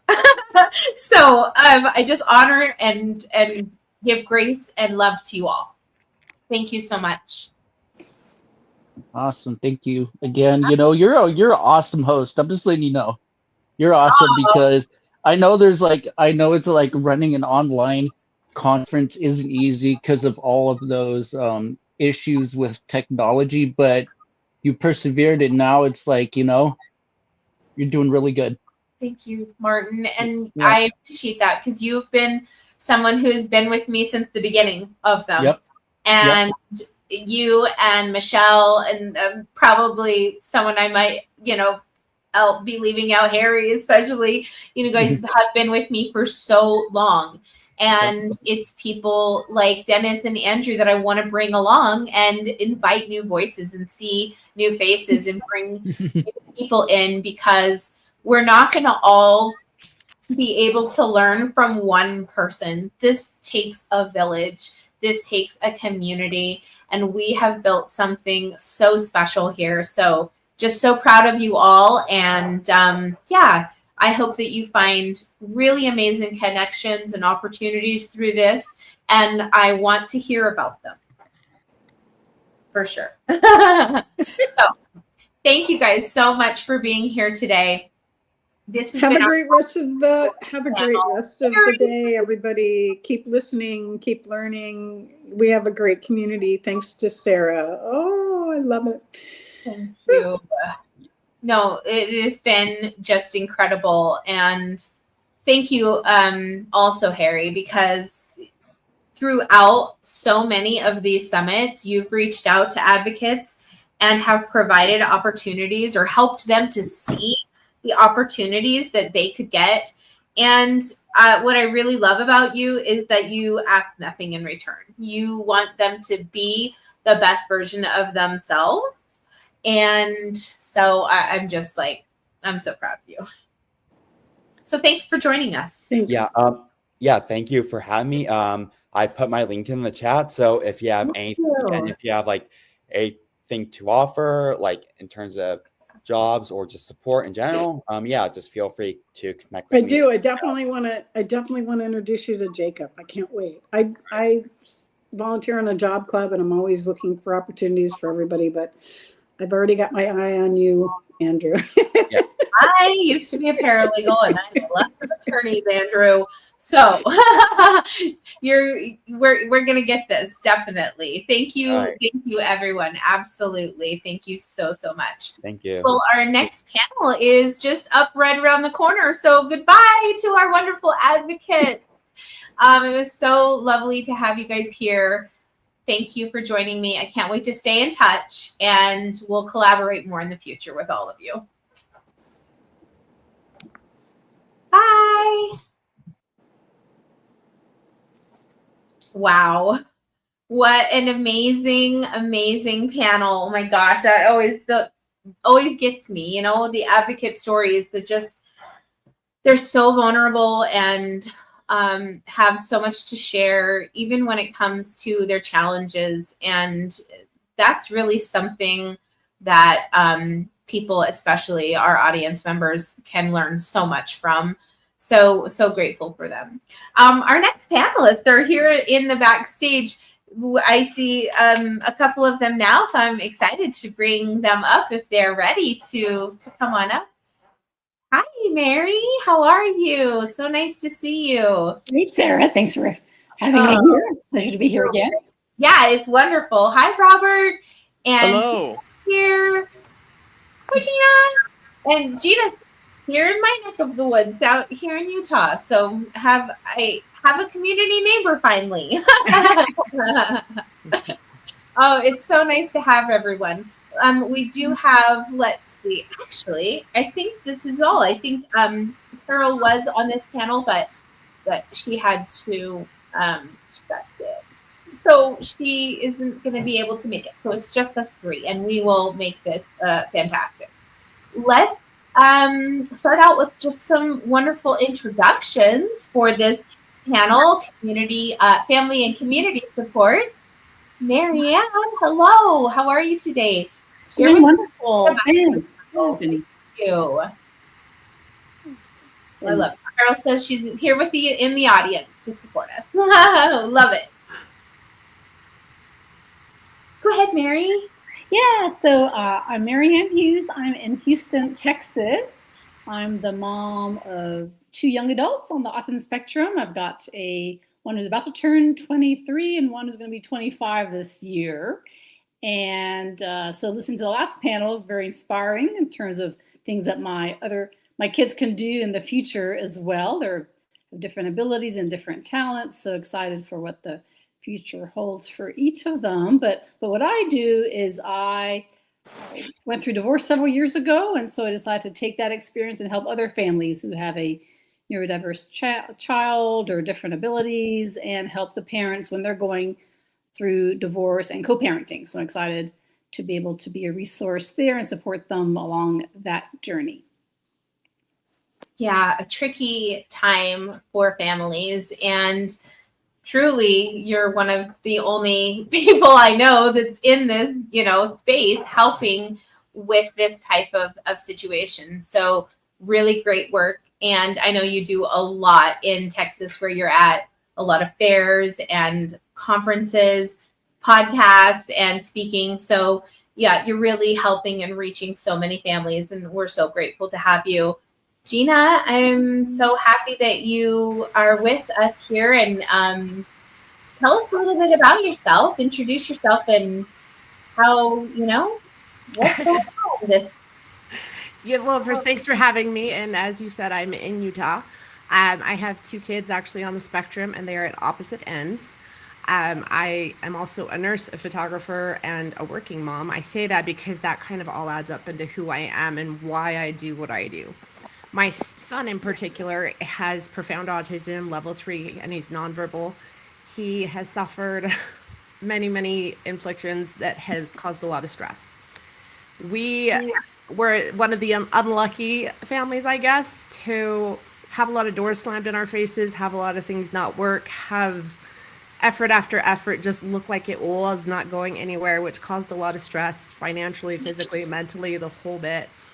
Until one day I almost wasn't there to do it at all anymore. And so my platform is to help moms and dads, if they want, to build resilience, to take care of yourself so you can show up even more for your child. Yourself, a lot similar to the advocates that you are telling your living experience. And there's so many people that can resonate with that and get so much value from that. Thank you so much. Robert, it's so nice to see you again, and I'm excited to introduce you today. So please, I'm excited for you to introduce yourself. Hi, my name is Robert Schmoose. I am a licensed mental health therapist, LCSW. I am also autistic myself. I was diagnosed when I was a teenager. A lot of the work I've done both as a therapist and as an advocate is within the neurodivergent community. I've worked in a therapist role with fellow autistics, and I also am an advocate in which I discuss certain topics regarding the neurodivergent community, such as mental health, burnout, relationships, gaining relationships, employment, transitioning into adulthood. I do that through writing, through conferences, through speaking engagements. I've done it all, and I just am happy to be here right now. We're so happy to have you. Thank you so much, all of you, for taking your time out on Sunday afternoon to come and join us on this Labor Day weekend. So we appreciate all of your efforts and time. We have talked a lot today about community, and I think it's really fascinating and that we have in our society so many different cultures that we can constantly be learning from. And one of the points we're going to talk about today is how do different cultures and communities approach autism support? And I know that that's a big, broad, kind of topic to discuss, but let's just kind of talk about it in your community. What are you seeing? Like, you can individualize it in, however that feels best to you. Mary, what do you think about that? What are you seeing? And it's kind of nice because I think that you probably see almost both sides, since you have to probably work with both sides of the families, and sometimes that might include different cultural aspects. And how can what did I say? How do most communities, or how do those cultures approach autism support? That's a great question. So Houston being an international city, I get to interact with people from all different kinds of backgrounds and cultures. And so from my experience, as well as relatives that I have all over the world, all different cultures, I can share that a lot of people maybe don't understand still and haven't had a lot of exposure like we have maybe in the US and some European countries to the acceptance of autism and things that we can do to support our neurodiverse family members.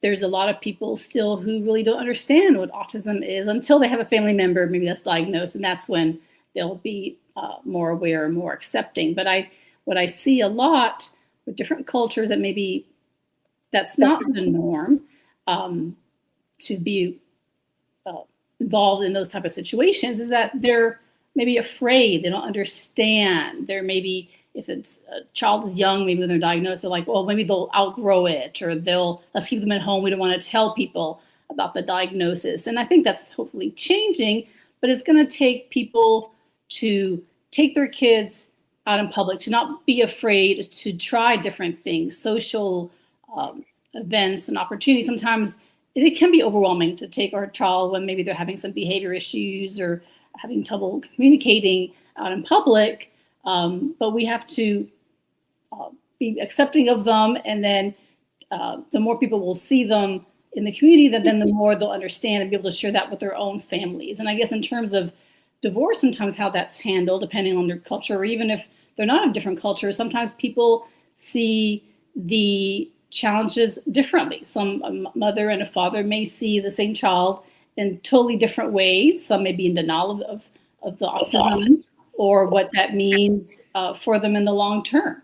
And so, yeah, I deal with a lot of that. But I think the point is we want to love our family members, and I think all our extended relatives do, no matter who they are and if they understand autism or not. But it's a matter of educating them and showing them that this is what the child needs in terms of love and support, as well as what they need to have in terms of interventions to gain the skills for the future. Absolutely. And it is so tricky because we had a gentleman from Africa that was in the audience and advocating earlier, and he spoke a little bit about how the stigma of witchcraft and curses is still going on in those countries that don't have access to the education, to the resources, to these conversations. And that is just, it's unfortunate, but we are just doing the best work we can in trying to help alleviate some of that and bring some, proper understanding and perspective to all of these different places. Gina, what do you think? What do you see in our culture here, and how that kind of exacerbates or helps in our advocacy for our families? I confessed to Sara during the tech check that I'm probably the wrong person to answer this, because we had so many doors slammed in our faces. We got kicked out of so many clinics that I just kind of went underground, if you will, for a while and looked for alternative treatments. My motto is very much do it different, because I'd look for what works for my child, because that's what works for us. We had a lot of frustrations. In particular, we decided to emphasize spelling to communicate, or rapid prompt method. A few years ago, put a lot of resources into that, because that's one thing that was working. Despite go to the speech therapy office, it's just a battle. I get more out of him with spelling to communicate. And with that, I want to mention, I do not remember the name of the movie, But there was a movie that was about individuals that might have autism or schizophrenia in other cultures. And one thing interesting, I have worked in Africa, so I do hear you about the witchcraft concerns. But some of these cultures respect these individuals as maybe a higher spirit, a higher intelligence, if you will. And whether you want to go that extreme or not, I think there can still be a lot of interpretations of autism that are correct and that are not correct. It is a spectrum. This is personal opinion, not founded on medical science anywhere. But I think there are several diagnoses under this umbrella, and I think it is very easy to lose that perspective. As mentioned, I have 2 kids on opposite ends of the spectrum. What works for one does not work for the other within my own household, and they both essentially have the same diagnosis. So for what works, I think that is a very healthy and mutual understanding of the professional and the parent to talk about and understand what specifically works for that child. Even with ABA, we usually do it this way. Great. Unless you're willing to do it this way, that's not going to work for my child. And it would just kind of had to be that upfront conversation with the therapist of like, we can work together to make this work, or we can go find someone else. Because after some time, I just learned to understand and respect what works for my child. And I do push him every now and then. Don't think like he gets away with everything. But it was much more productive to find how to work with him rather than have that battle of what should work. And so unfortunately, locally, to answer your question, we have a very traditional conservative medical system here that I think gets very stuck in what I call in-the-box care. And that might be fine for some kids. I had kids in our first neighborhood that did well with ABA. My son did not. And so my constant plea with providers is if it's not working, consider getting out of the box. Because that child still needs help. That parent desperately needs help and hope. And getting out of the box, I mean, if the parent doesn't want to get out of the box, then, we don't want to do it. Okay, that's fine. That's up to the parent. But I desperately needed help and something to progress. And unfortunately, a lot of that came with a lot of friction. I mean, I bet there are thousands, if not millions, of parents that have that exact situation. And I think that that's something that isn't talked about enough, is that you and I have similar resonance in that we are in the same place, kind of come up against the same exact things. No, our school is not for your child, but school should be free for my child. How can you not take my child? What? Sorry, we don't do algebra for first graders. Good luck. Well, it leads me to create an entire school system by myself. I'm not an educator. I'm not an administrator. I'm a mom. I'm a paralegal and a massage therapist. Like, I can teach him how to, fill out a good complaint, and I can teach him how to give a massage. But, how can I be expected now that my public education system isn't there because my child has too much needed? It was doors slammed in our face, one after the next, one after the next, one after the next. And it can be so isolating and so frustrating. Not to mention, I had a law background. I could have pursued it, but I didn't. I didn't want to go in that fight. I didn't want to fight. Why should I have to go fight a system that should just be providing for me, providing for my child? Isn't that what we came here, like what we brought these children here for? Why did you create these systems if you're not going to serve everyone? So, you're right. Harry says, I love the concept of doing it different. So I've tried so many different therapies, and if it didn't work, I just moved on to the next. You have to be resourceful, and as a parent, not just work with your resources. So true. Full permission to do it different. I think a lot of parents need to hear that. It's okay if you don't look like everybody else. Our vacations look different. Our outings look different. The way I run my house probably looks different. It's okay to do it different. I'm here for that. All here for that. So thank you so much, Nai. Like I said, that's such a great perspective that I think more than less people can resonate with.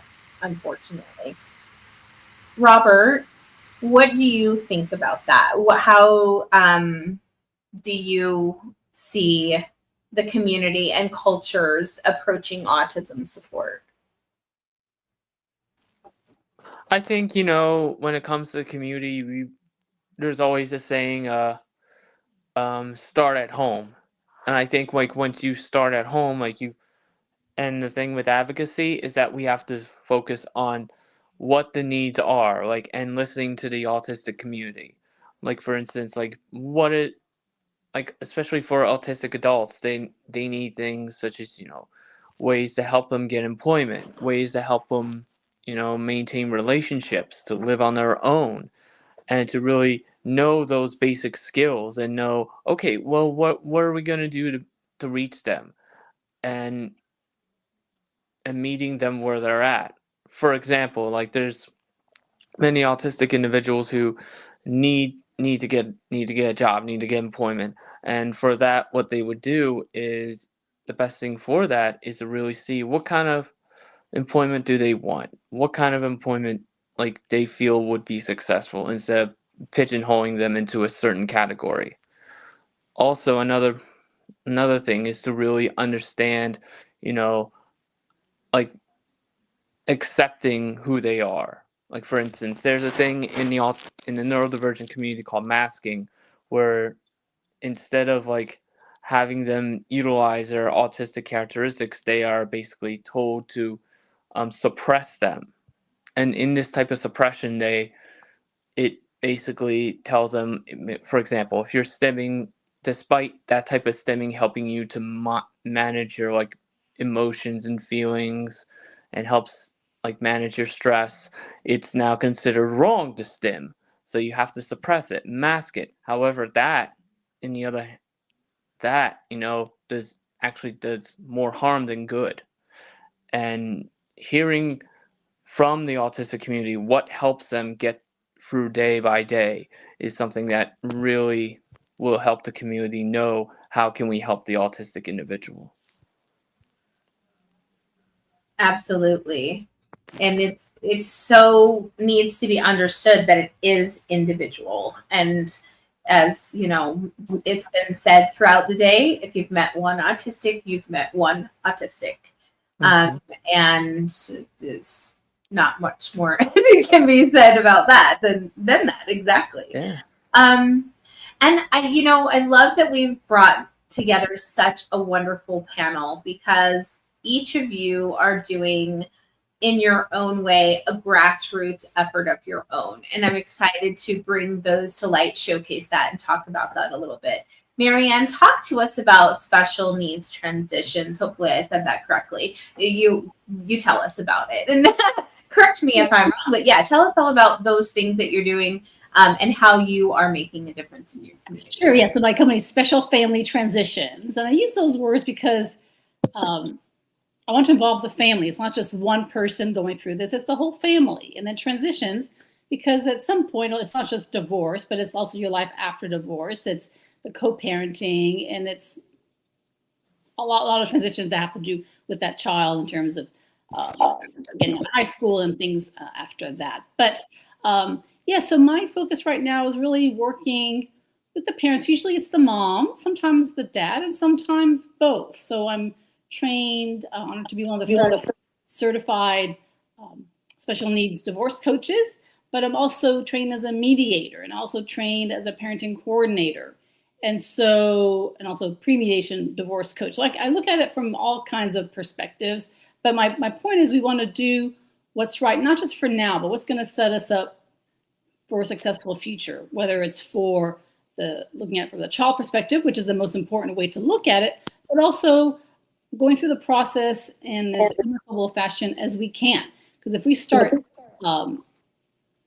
taking a short-term view about and the short-term gains, we're not really looking at the future and what it's going to mean for the whole family in the future. Because the reality is, even if you're getting divorced, you're still going to have to deal with the other parent and have the child hopefully have a good relationship with both. And so that's my approach, is trying to do things in a positive way, taking it from an emotional way of looking at things to a kind of business decision, a transaction, as to how are we going to divide things up, how are we going to plan for the child, what do they need, and how can we get there in the best fashion possible. So it is kind of a grassroots effort, like you're saying. There's not many people that do this type of work.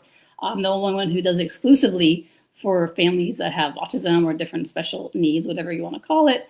And so I think because the rate of divorce is so high among these families, a lot of people don't talk about it. That's another cultural thing that we don't talk about. Another taboo thing is divorce. The reality, it happens a lot.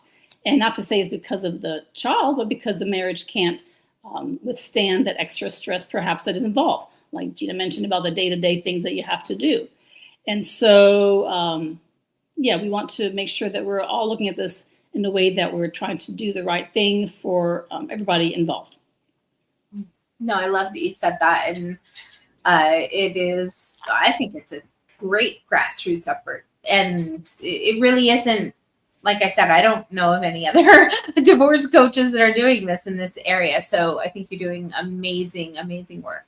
Harry said, kudos. I love giving ourselves as parents permission to try something outside the box or off the menus. This is why our family is having more success using the self-determination model with regional center services in California. And, it's so great. Every state, every place has, resources that they can reach out to, some better than others, as some of us know. So absolutely. Gina, what is your, talk to us about your program and kind of what you're working on, because I think that you're the same way, grassroots, you're building it from your situation out for the community. Sure. Well, first I'll start by saying I have a huge place in my heart for what Mary does, because my husband and I almost did get divorced. The stress was that huge. And I too want to say, I see these articles of, parents that something snaps and they do something unfortunate to themselves or their child. And I read the comments and everybody, how dare that parent? And I'm like, gosh, I could cry. I just think, I know I've been there. I know I've been so close to that line. And I'm just like, why can't someone support that parent? Like, where's the support for that parent? You go and there's therapy for the child and this for the child, and the child needs it. But even when I had a lot of aggression, who do I call for that? And I read all these posts of these parents saying, I'm drowning, I'm exhausted, I can't do this another day, I can't go on. How am I ever going to figure this out? And so my platform, I developed the RISE system, and it's part of my Breakthrough the Burnout course, to help parents to stop drowning, to figure out the RISE system, which is a very simple system that I have created, that I do myself, and that helps me to be able to keep afloat so I can do those tasks that my son needs. Because when I was super down and in the dumps, there wasn't a lot done. But then too, the important point, because I know a lot of parents I've talked to, that's why this grassroots thing has been very small and long in the making. I just want to fix my child.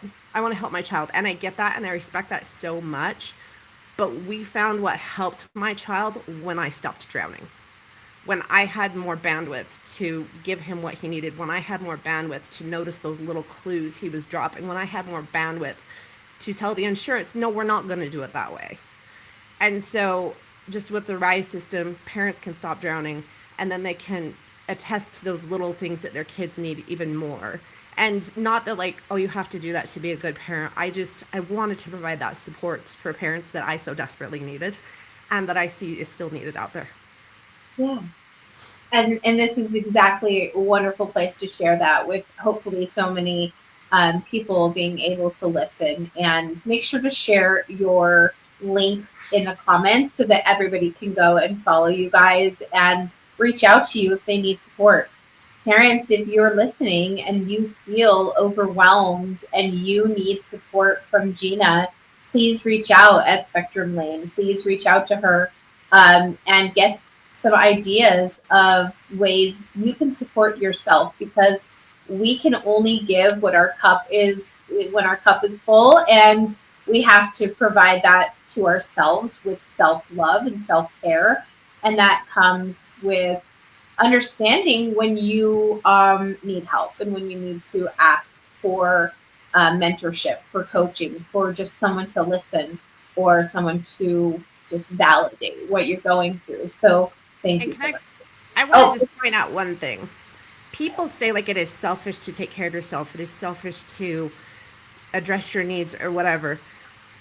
If it is taking away from your child, like if there was a point I literally could not because I was not taking care of myself.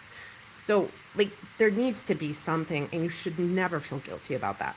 And two, it doesn't have to be complex. So anyway. I love that. No, and I agree. And that's exactly what the parents need to hear. And if it's gone past that point and you need to reach out to Marianne for those services, then you'll do that. So start with Gina, move to Marianne.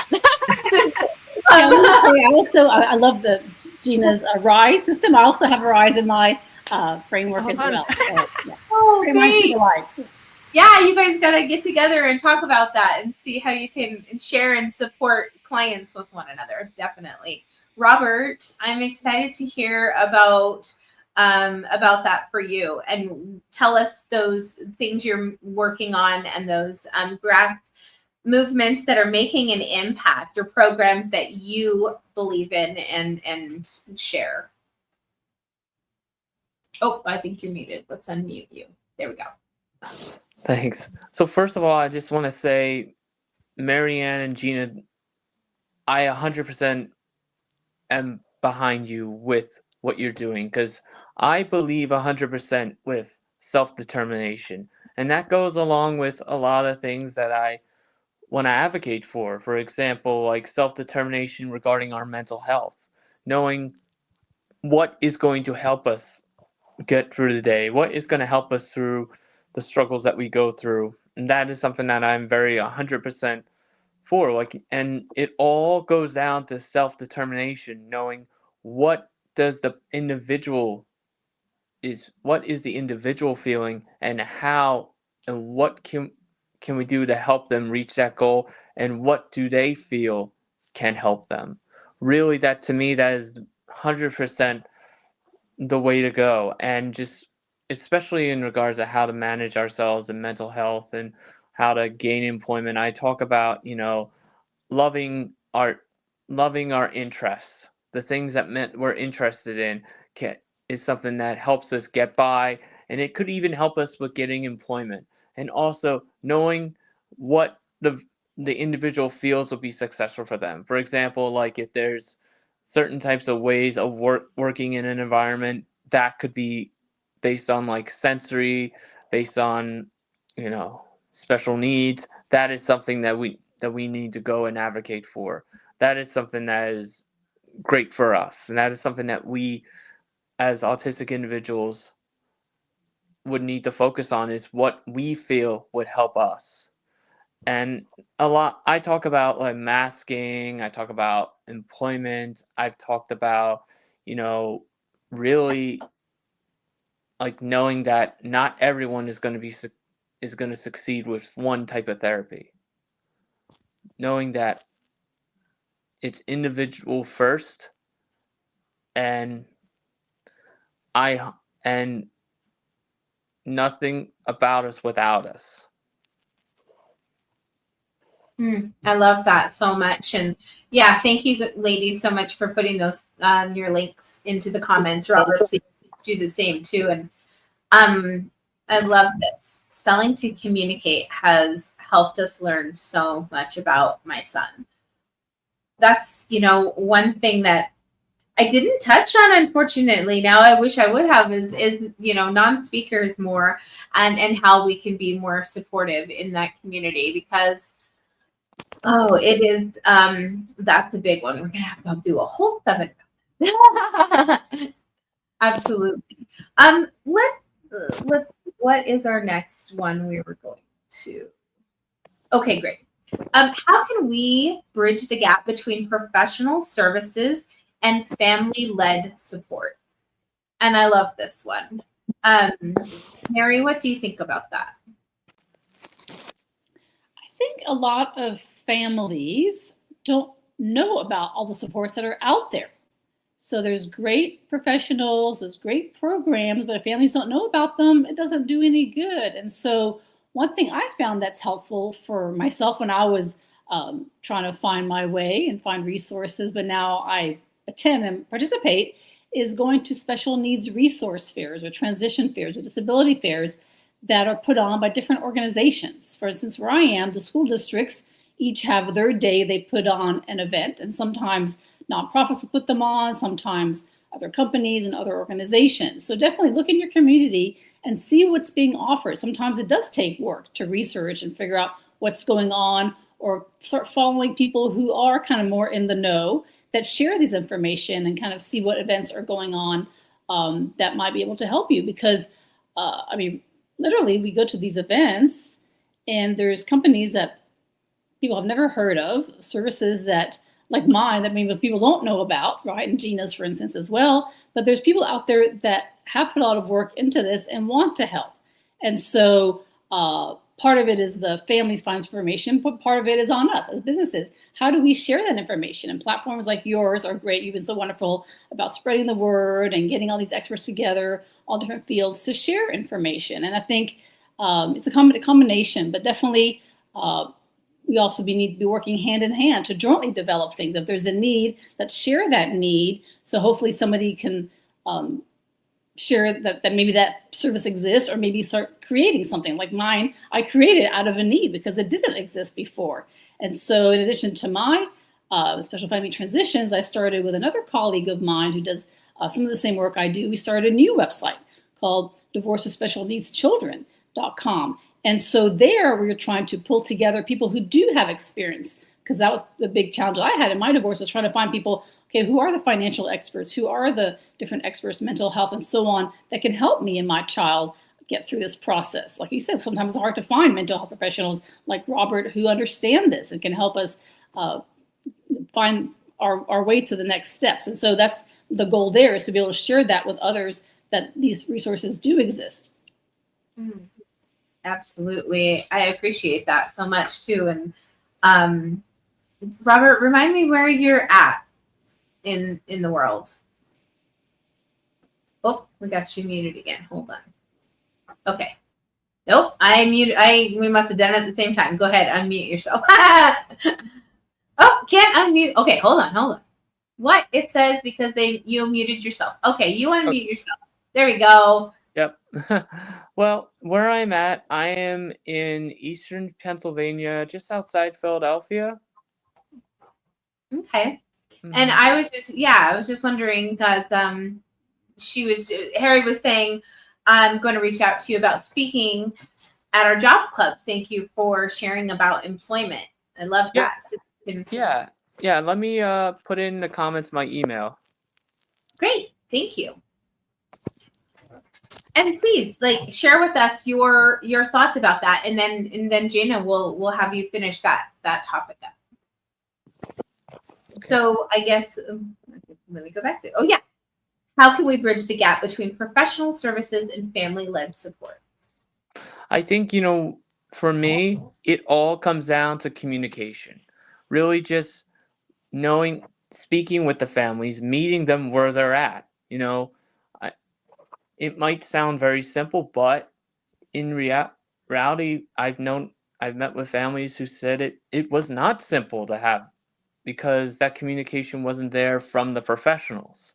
So what's needed is that you having the families meeting with the professionals, and the professionals hearing out the families and the autistic individuals, knowing here seems to be the issues, here's what we're struggling with, and what do you feel you can do to help us. Also identifying the strengths, having the professionals identify the strengths that the family and the autistic individual have. And because for me, in my treatment plans, I always identify the strengths and use that as well to reach their treatment goals. I love that. I think deficit speaking is just like it. I don't like that. I don't like it when we focus too much on deficit. I agree that strengths are a really great part to and just help an individual feel empowered. And so, yeah, I agree with that. And thank you. So valuable. I know constantly hearing about a child's faults is really hard from other parents. And it is good to highlight strengths. And that's not only does it help the parents have that kind of mindset that they can see their child through those eyes, but it also, like I said, it empowers that individual so much more. And that's where you're going to see success from that individuals when they feel empowered and seen. Yeah, I love that. Thank you, Robert. Gina, what do you think? How do you feel about that? What are your advice for me? I had some similar points. My first 3 points were listen to the family, listen to the family, listen to the family. And I say that too as a professional. I was a nurse at the bedside for 5 years, still work in technical field. It's very easy to just get in your job and do your thing and like, oh, you have this problem, do this, this, and this, and you're not hearing the family. And with that, and there's plenty of times I have gone to a doctor's office and I have not gone back because they have not acknowledged my son. That for me is a big test. But on the flip side, I would say, having worked in those professions, I think some people are afraid to paint that picture in detail. For instance, when my son was young, I listed off like, oh, he's regurgitating or whatever. Oh, that's normal. Oh, he's burping a lot. Oh, that's normal. Oh, he's doing this. Oh, that's normal. But when you put it all together, he had reflux. When you put it all together again, he had much more extensive GI issues that we are still dealing with today. And so really painting that picture for the professional and advocating, because again, it's really easy as a professional to just kind of like, oh, just do this and this, and I'm at my job and it's A, B, and C all day long. It's not with autism, sorry. So I just want to kind of add that to what's been said. And really to follow up with what Robert's just been saying this whole time, ask that autistic person with autism, however you want to say it, what they think. And we're so lucky to have spelling to communicate with my son because we can finally do that. And those from other individuals like Robert are some of my more treasured advice. But with that, I also caution, again, that autism is different. And so when you're speaking for autism, acknowledge this is my autism. It may not serve for everyone. Oh, another thing I think that's really, 2 things. It's really easy to get stuck in like, I know about autism. I know about ABA. I know about this. In fact, when my son was having such huge aggression, we had a long period of really bad aggression. And I'm still seeing gastrointestinal issues. And I'm like, I feel like I know the whole book about gastrointestinal issues, but he's still having problems. What am I going to do? What am I going to find? And I did. I went to the internet, I researched again, and I actually found the doctor that has made a world of difference for my son because I pretended like I didn't know everything. I think that goes well for parent and professional. While you might be the expert on your child, while you might be the expert in your field, you don't know everything. I think that's like just absolutely impossible. And then the other thing I would just say is, as far as these programs, kind of to take off of what Mary said, it's got to be easy for parents. So like, for instance, my course, I've tried to keep the lessons really short, have worksheets for everything, have lists of ideas so you don't get stuck, just anything to make it really easy. I kind of laughed because I have a lot of experience in the medical field and I have difficulty navigating the medical and insurance field. And I'm just like, what do other parents do that don't know about this? I just think that really highlights the difficulty of the systems out there and how hard they are for parents to navigate when that parent is already struggling. Amazing. No, thank you so much. So that was so important. And Jassy said there's also diagnostic overshadowing. And I'm sure that you've experienced plenty of that, Gina, as well as myself. So there's so much to learn and to be done and worked on in this field. And I couldn't agree with you more. Number one, your autism and my autism are totally different stories. So if you would like to learn about our stories individually, we welcome you to do so. But please don't listen to just one and expect that that is what is going on for all of our families here. You have to listen to them all. That's the point. So it's amazing that we have this opportunity to bring all of these voices to one place to share. So thank you guys so, so much. What advice will you, oh, that's not yours. That's the advocates. Sorry, I have my little notes in front of me. What role does collaboration play in sustaining long-term support systems? And I'm interested to hear all of your perspectives on this, because I think that you'll have obviously collaborated in different ways with different people. So Marianne, how does that look for you, collaboration? Yeah, so I think we have to work, as we've been talking about, work with our professionals, explain what it is that we need, what's our situation. So for instance, in my world, right, in divorce, something I share as an idea is to create a day in the life, either a narrative or video, or summarize some main points. So you can share that with the attorneys, with your whatever team members you're working with, so they can understand your child. Like we said, everyone's different. And so just because one lawyer has had a special needs divorce case doesn't mean they understand what yours may be about. And so whatever situation we're in, whether it's divorce or school or IEP meetings, we want to advocate for our child, explain about our child, and be involved as part of the process. I see so many posts and people talking about how they feel like they're not involved in the decision-making when it comes to educational decisions and goals for their child. I took a different approach. It took me a while to get there, but I became an integral member of that team. I was driving what that would look like. So I was like, okay, well, we got our meetings coming up, our goal-setting meetings. Here's what I'm thinking, or what are you thinking? Let's work together before the final meetings so that we can collaborate. And then by the time the actual meeting happens, it's not one where people are heated discussion. It's more of an agreeing, because we've already gone through that process of going back and forth. So I would say do your homework and involve the people up front, whoever they are, whether it's school, whether it's community members, whether it's medical professionals, to say, okay, here's my needs, my concerns. How can we work together to serve my child? So important. Absolutely. Gina, what is your voice on this? How can we collaboration play in sustaining long-term support? Well, I think this probably goes without saying, but it is absolutely necessary. Autism can be complex. It can involve many therapies, many providers, many different nuances. It can be all encompassing of a family and an individual's life.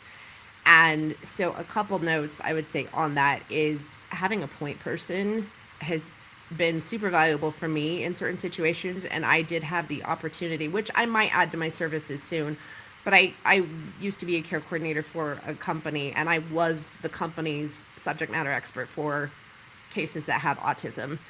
And so for them to just call me, and I knew them, and have that situation, and I could go take care of it because I knew them, and they're just explaining it to one person. They don't call the front line and have to re-explain 15 years of history every time. That's how my son is right now. It's so frustrating. So just with those long-term supports, if at all possible, like a point person, a care manager, can be super, super valuable. And then I kind of already mentioned this, but anything to distill the complexity of the system, because navigating and knowing this and knowing that. And I mean, how many parents out there don't know that there's probably a Medicaid waiver in their state that can help them, but that waiting list is probably 10 years long. And they could have been on it 5 years ago had they known about it. Every time I had an autism case, especially if it was even everyone, I was like, you're on the Medicaid list, right? Like that would be one of the first things I would check, just because I know the waiting lists are sometimes so long. And then just kind of back to me advocating for parental support, is that journey is so lonely. When I did care coordination, I had more than one parent just crying on the phone, just saying, I never thought I would have a person on the phone that gets it. So just to even feel like you have someone else there that really understands to help coordinate that, can help literally keep that parent going. And then too, I think it's just better care of the child, because if you have more coordination, you have extra eyes, you have an extra advocate, whatever this system looks like, right? It's going to be better for the child, because any extra help that child can get, or adults, is just going to be better for them. I think that's one reason why you see a lot of hospital and healthcare systems implementing more care coordinators, because stuff gets dropped, stuff gets missed, and too, that care coordinator can help advocate, maybe to another doctor because of whatever is happening. Absolutely. So important. I appreciate that. And I had thoughts, but then I was listening, so I forgot the thoughts, but that's okay. That's a good sign of a listener right there. But yeah, I think that all of those things are so important in collaborating. Oh, that's what I was going to say, is that one of our sponsors, great time to give her a shout out too, and she'll be on the next panel, in fact, is Letitia Andrak from Understanding Zoe. And she's created a data system that can track her child's day-to-day things that she also then can share with the doctor, with the therapist, with the, with whatever in those settings, so that everybody has an idea of what has been going on in this child's life. So it's something exciting to definitely look into if you have that need in your family. So Robert, let's finish up with you on that. And what do you think as far as collaborations? How does that play a role in sustaining long-term support systems? I think collaborations, at just what Gina and Marianne said, it's needed. It is a need for it to be continuous. Like when we want to work with the autistic individual, we have to collaborate not just with like the therapist and the individual, but also like with the family, also with, in the employment field, also with, other like occupational therapy if needed, dietitian if needed. Like it's a community, and in that community we need resources to help collaborate, to help this individual reach their goal. And also keeping in mind that the individual is the driver of their treatment, the driver of their success, the driver of their goals. Just really making sure that they are able to reach their goals. And just at collaboration, it goes back to what I said before, communication. That communication is the first step towards collaborating with all these different interdisciplinary groups, such as therapist, teacher, employer, doctors, having these individuals come together to help the person reach that goal. So important. Thank you so much for that. Do you all have any other last minute thoughts, words of advice for our family and community? Any resources that you'd like to add? Gina, do you want to start off? And then we'll go Gina, Mary, Robert, and then we'll finish it up. Sure. If you go to spectrumlane.com and you click on resources, I have 3 there that might be of interest. One is an activity list for my RISE system. It doesn't really, it kind of breezes over the RISE system, but just an activity list. Pick one, do it every day, see if that helps you. The other one is some ideas. I am actually building a course right there now, how I got my kid to eat Brussels sprouts. My kid used to be very restrictive, and now he eats pretty much anything I want to put in front of him. And then the other one that was really, I love checklists. I think they can help organize me in an environment of very high stress sometimes. I made myself a meltdown checklist, and you can customize it. But what you do is just, if they're having the meltdown, so this initiated when my son was very little. He would cry all the time, scream. And I was like, new parent, what do I do? I found a checklist, like things to check when your child is crying. I literally printed out and put it on the wall and would just go through the list every time. And that's how we found out some issues. But anyway, I made you a meltdown checklist that you can just print out, customize, have like your crisis line on there, have calming supports that work for your child, and just go through that checklist in a meltdown. When I have a checklist, it just helps keep me so much more calm in managing things, because otherwise your brain is spiraling. Otherwise, I have this list. Okay, I do step 1. Okay, I did step 1. Okay, now I do step 2. Those would just be some immediate resources I would mention, and they're completely free. Love that. Thank you so much. Absolutely. And all these links are in the comments. So please go back to the comments and look through them if you need their links or email addresses. Yeah, Mary. Yeah, so one thing I want to share that I'm excited about, I'm collaborating with an author who has written some books and workbooks for children whose families are going through divorce. And so we're going to collaborate on a special needs version of that, and that should be out in January. So excited for that. But I'm on tons of podcasts. I don't have my own, but I'm a guest on many podcasts, some divorce related and some just about being a mom, autistic children, some of the challenges we face, and some are regarding going on vacation with your child who may have difficulty with that. So all kinds of topics, and they're on my YouTube channel, Special Family Transitions. So you're welcome to subscribe there and have a whole playlist of the different podcasts. You don't have to look at the divorce ones. You can look at the ones that pertain to you. And one thing I want to share, one video I have on there is about how to create a social story for your child, how to help your child. If this is something that you're facing and going through, there are ways to help kind of break the news, kind of help the child transition to what's going to be happening next. And that's near and dear to my heart.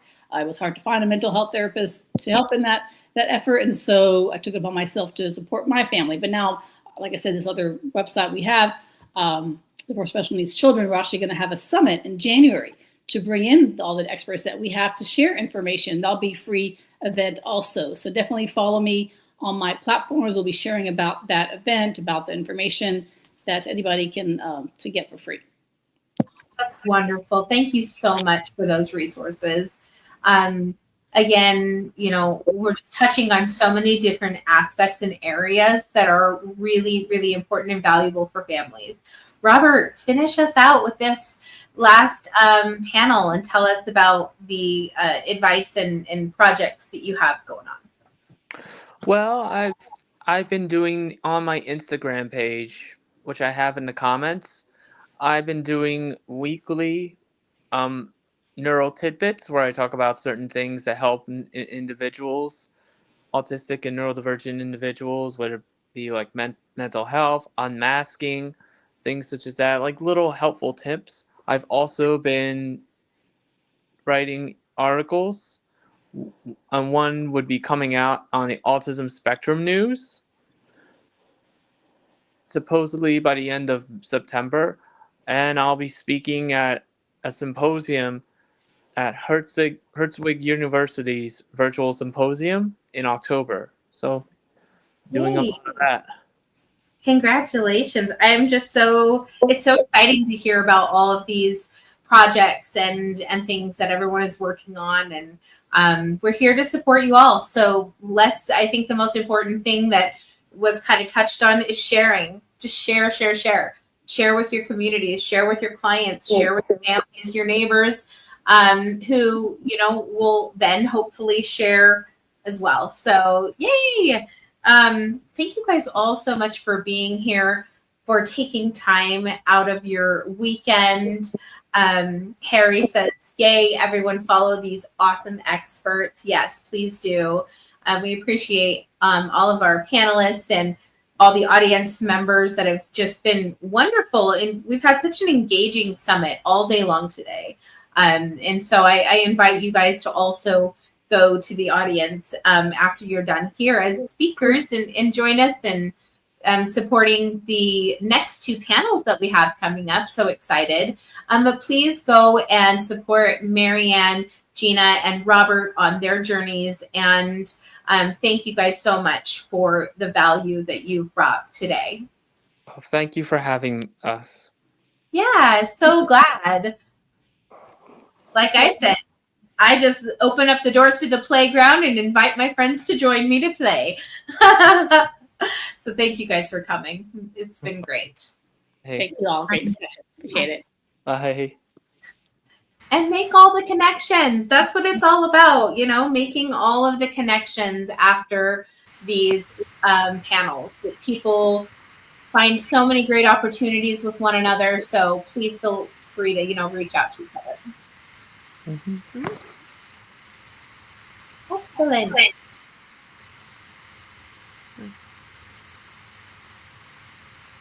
Well, our next panelists are in the backstage. So I'm going to say goodbye to you guys all, and so happy to have you here today. And we'll definitely be in touch and collaborating in the future. Thank you, Sarah. That was great. Thank you so much. My pleasure. Thank you, guys. Oh my goodness, the day has just been so fantastic. We're just moving right along. I can't believe it's almost the end of our afternoon too. First thing in the morning for one of our panelists that will be coming up next. So we'll be seeing her. She's coming on Monday morning when we're still here on Sunday afternoon. So I just love that. The future teller friends, from around the world. Such great value that has been brought on all of these panels today. Just want to give a great shout out to all of the panelists who have given their weekend time to come and share this amazing information with such a special, important community that is so dear to my heart. And I'm just so happy to be able to build these communities and hope that everyone feels like they belong and they are a part of it, just as we're trying to do here. It's our biggest mission. So we're so happy to have everyone here. Before the next 2 minutes, while we get our panelists ready to go, I think we are almost ready here. We're so excited. Let me just give a shout out to our sponsors and thanks so much to searchable.work. He is our VIP sponsor. Jacob is over on LinkedIn and you can reach out to him. He is helping autistics find gainful employment and he has amazing search engine things that help people. So please reach out to searchable.work if you are looking for employment, looking for opportunities. Thank you also to Beyond Care Therapy, Empowered Mind Solutions, the O'Kelly Lab, Understanding Zoe, who we're going to be able to hear more about here in just a second. I'm so excited. And Iconic Marketing.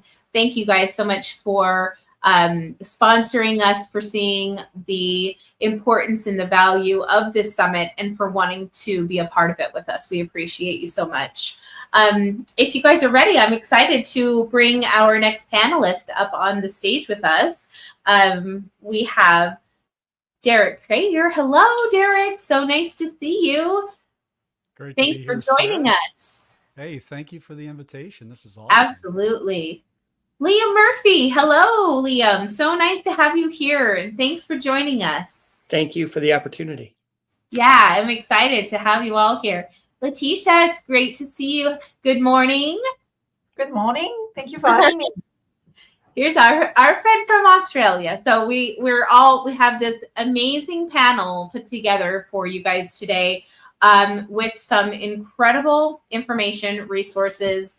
And so get your notebooks out, get your recording devices. This is going to be recorded, so you'll be able to replay it because this one's going to be full of amazing information. And let's get started with introducing our panelists. We'll just kind of go in order that we came. Derek, if you would please introduce yourself and tell us a little bit about yourself today.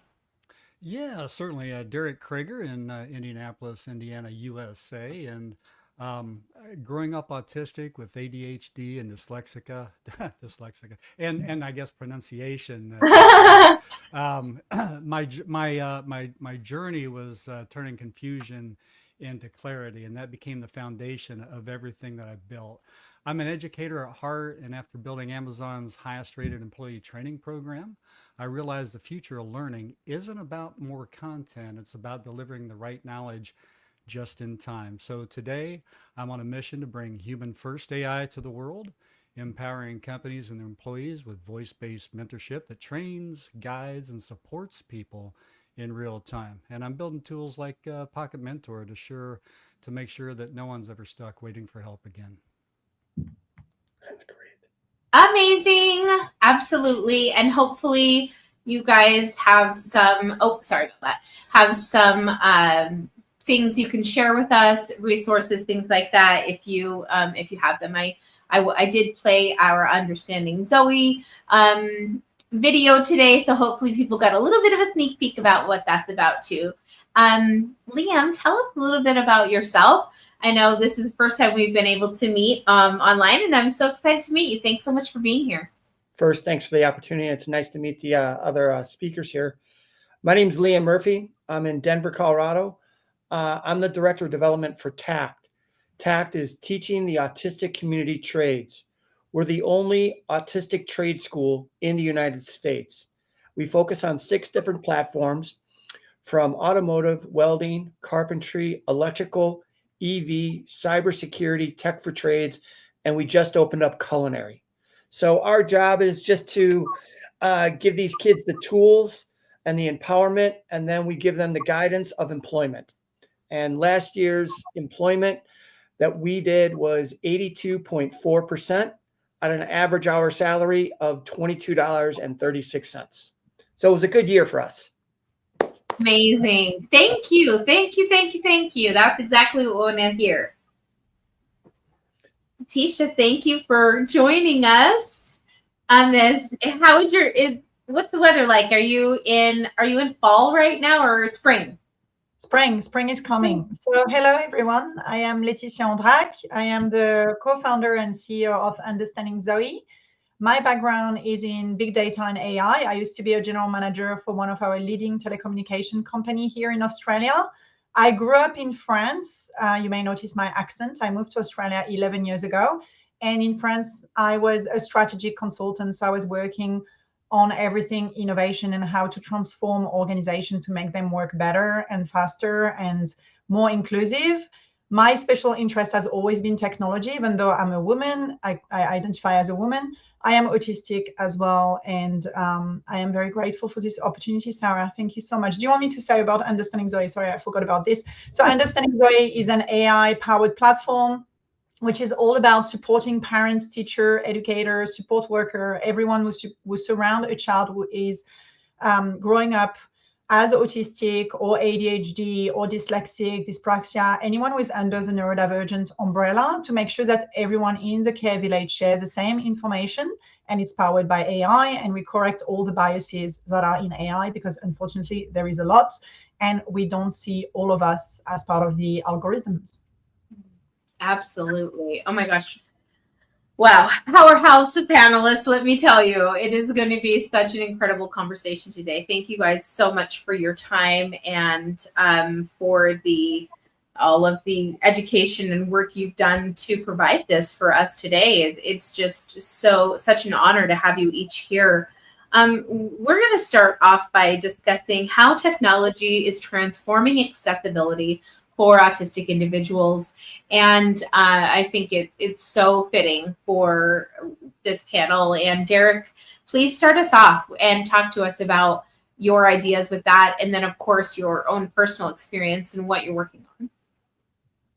Certainly. Well, first of all, you matched this trio up just perfect as far as I'm concerned. Right? Liam talked about trade support. I came from the trades. I went through apprenticeship, and my first actual AI model is built to support the trades, because at least in North America, we have a trade shortage, a skilled person shortage. And so there's a lot of manufacturers that are out there that are hiring people that aren't 100% qualified. A lot of them are only like 20% qualified.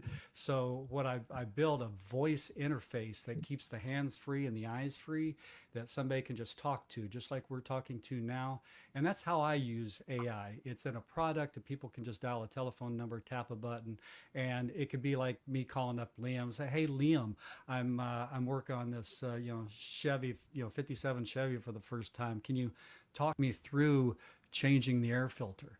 And that's how we're using AI. And then Letitia talking about, understanding Zoe, that's just fantastic. We're working with individual therapists and coaches to do the same thing, to use AI to help support their client base, to give 24/7 scalability to existing small offices, and that's something that we're giving away. So it's a great time to be in technology, and we're really looking at our angle on AI is that it's that voice interface that leaves the hands free and the eyes free to just talk, and it's a reassuring voice, and that's how we're viewing it right now. That's how we're supporting. I love that. Absolutely. Liam, talk to us about what you kind of see as technology in the trades transforming for autistic individuals.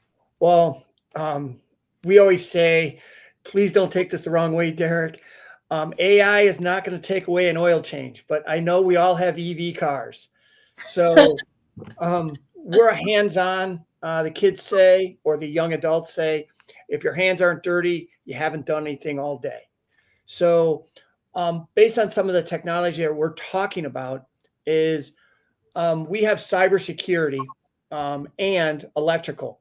One of the things that we're potentially talking about is how to collaborate both them and have these kids create a curriculum to learn how to do smart homes, because these kids are data driven. They know more about computers than we do. And it's incredible of their hyper focus. So how our next step is that kind of collaboration. And one of the collaborations we're working right now with is we work with Subaru USA, and they have an online classroom that we use in a 15-minute increment. And then they go into the auto shop. And if the topic is of the week, changing the tires, they would learn how to do it online in Subaru USA, but then they would have to do it hands-on. And we have no deadlines at TACT. We just have an understanding of, what they need to do each step. But there are certifications that we try and do in every platform. So some of these things, and I'm very fortunate to be a part of both these speakers, because I really think I'm going to reach out to both them after this seminar. So those are some of the things that we're working on with technology right now. Thank you.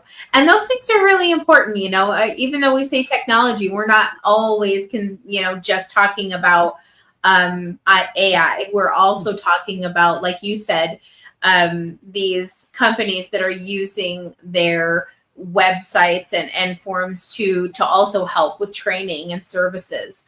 Electrical, that's a big one. Everybody needs that. We wouldn't be here today together if it wasn't for that. So yeah, definitely some big things. Letitia, what do you think about that? I think that disability tech is always driving massive change. The electric toothbrush was created initially for disabled. So it's just how we see when we innovate for disability with the community, and when we have people with special interest in technology like us, and we create those things, it is then benefiting everyone in the population. So that's really something that I see with Understanding Zoe. Lots of parents of neurotypical kids are like, can I use it? Because it would be very helpful for me as well to understand my child. I'm like, sure, go ahead and use it. It's just the level of pain may not be as high as the level of pain we have in supporting our children, always advocating for them to have the right accommodation, always having to repeat ourselves around What are their needs? Why are they acting in this way? How can you support them better? But if parents of neurotypical kids want to use Understanding Zoe, be my guest, just use it. And that's why we kept the name, because Zoe means life in Greek, and it's the name of my daughter as well, who is autistic with high support needs. So it means we created it just to help Zoe's teacher, Zoe's member of the family, everyone to understand her better. But then as soon as we had people asking us to build it for them, we kept the name of Understanding Zoe, because Zoe means life. And I think with technology, we can create a world where there is more inclusion, but also we can improve the life of everyone. And, you know, I love to say that right now here on this summit, we're talking about autism, which is something that you're born with and you have with you and you grow up with it. It's not like you're born with autism and then autism go away. It is something that is within us. It's within our being, and it is beautiful when you create the right accommodation for us to strive with it and build those unique innovation, like the one that I'm building with Understanding Zoe, but lots of autistic people around the world are building groundbreaking innovation. But I'm also wanting to say to everyone that maybe today you're not disabled, but there is some acquired disability that you may have as you go through life. So thinking about disability tech and how you may benefit from it in the future is really something that I want everyone to walk away. If you're watching this webinar and like, I'm not autistic, but know that there are some innovations that are created for autistic people that will benefit you when you're older, when you lose sight, when you lose hearing, when, you know, just thinking about those things is really important. Such a great point to make. And I saw somebody, it might have been you, that posted that said, you might not be disabled today, but can you say that for the rest of your life? Are you exactly? I shared that a few months ago. Yeah. Disability. I mean, that stuck with me, literally stuck with me, and helped me remind myself and those around me this is something we need to have on our minds all the time. Because when we build with access in mind, we build with inclusion for everyone. Exactly. And that's where, you know, universal design come into play. And I think too many people are just building for someone rather than building for and with everyone. And I think technology can really help us do that. Absolutely. Oh my goodness. Okay, let's get to some of these comments that I've seen coming in here. Harry James O'Kelly says, "Yay, Tact is in the house." I know she's a huge supporter, and she said that Derek's Practical AI is collaborating with different companies to fill the gaps and create more opportunities for our community with AI, and it's just so exciting, so exciting. And that moves us to our next question, or I guess topic that we're gonna touch on. Is what innovations in AI are currently opportunities, or I'm sorry, are creating opportunities for inclusion. So talk to us a little bit about Practical AI, about how it's bringing opportunities for autistics. Mr. Derek. Yeah, certainly. Yeah, thank you, Sarah. Well, there's something we're working on right now. One of our employees, Bettina Thompson Green, she worked with me at Amazon while I was there. She was part of the HR team, but specifically she created the Neurodiversity group that, you know, is the extracurricular and she led that for Global Amazon. So what we're doing for the neurodiverse crowd is we use our voice AI and to give two things: new neurodiverse that are coming to a job, a friend, kind of like an onboarding buddy, you know, we talk about in human life, but there's really not enough people to go around for that 24-hour human onboarding buddy. So we give them this voice that they can call up and say, hey, I'm new to this job. How do I fit in? How do I socialize? What are those words? Because, you know, us people, right? We grew up being sensitive about what we say because we're going to be judged, and we always feel like we're living outside the box. So it's a way to give information right when they need it, like last minute, last second tips before they go in.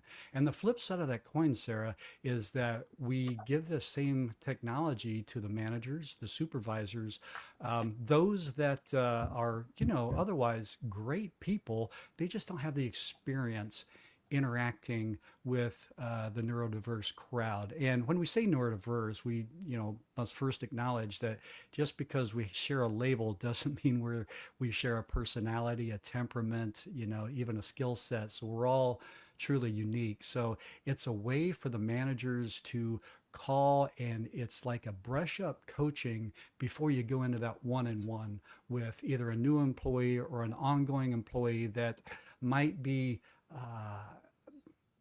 appears like they're falling into the cracks, they're not really connecting, so the manager wants to help them.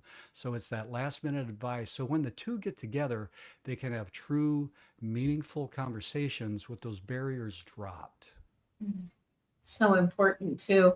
And oftentimes advocates aren't sure how to advocate for themselves. They're not sure what they need help with, how to ask for that, or if they are, maybe they're too afraid that they might be looked at in a way that, maybe the boss would look down at them or their colleague or anything. So that's such a wonderful, wonderful gift to bring to people. Liam, what do you think about that? Like the innovations and let's talk about innovation rather than AI for you, since that's, more of what the trades are doing. Talk to us about the trades that you guys work on there and how, that's benefiting inclusion for the community. Well, it's pretty much educating the community, and that means companies. So the biggest thing that has happened with us in the past 4 or 5 months is future collaborations. And this goes right into Derek, what he was talking about. We have companies that are taking the foresight of leadership and direction of integrating with neurodiverse and the trades. So we've had 2 very large companies come to us, say, can you build an autistic or neurodiverse training curriculum for these 5 positions that we want to hire? And we wrote it, we created it, we implemented it. They paid for 30 prospective employees to come and to obtain these 5 jobs. So we're really kind of excited that companies are finally taking off those rose-colored glasses to say, we need help. And our community is incredibly gifted on how they see things, how they're hyper-focused, how their proficiency of the job that they obtain is almost 91%. And the companies that I speak about right now are Empower Finance and Patriot Consulting, both big computer companies that are needing data or firewall development. And both these companies, one is Satellite, that's in California from Colorado, and the other one is here. And at the end of the day, each of these companies have hired 4 of our kiddos. And that's a huge step. But the funny thing is how we see it is on the day that at Empower is when they said, oh, you got the job, you're going to work 3 days in the office and 2 days at home. He leans into me going, I get 2 days off? No. You got to work on your computer at home. So it's the way they look at things that really put a smile on our faces at the end of the day, because we're so driven about hours and time off and P&L. They just want to be employed, and they do such a good job at the job that we find them. And, I would love to speak more about how we position that, but I'll wait for that next question. So that's great. Letitia, let's talk about that. What type of opportunities, are you seeing also in collaborations as well for inclusion in AI? Yes. So some things that I have seen. So before building Understanding Zoe, as I said, I was a general manager in a big corporation here in Australia, and I was building new business opportunity using AI. Before AI was cool, I love to say that. So it was back in 2014 that I started really deepening my toes into AI and leading teams of data engineer, data analyst, deep learning, machine learning, all of this kind of jazz. AI didn't appear with ChatGPT in 2022. It appears in 1956. So I was still quite late in the journey of AI. I just always want to say that because lots of people think that AI started with generative AI being in the hand of everyone through OpenAI in 2022. And I remember this moment. I signed up as the first million who signed up for OpenAI. And I was really excited. I knew it would change the world. And the application that I think could benefit everyone, which is where Understanding Zoe plays in that field as well, it's removing some of the executive functioning that is overloaded for those of us who are neurodivergent, or for those of us.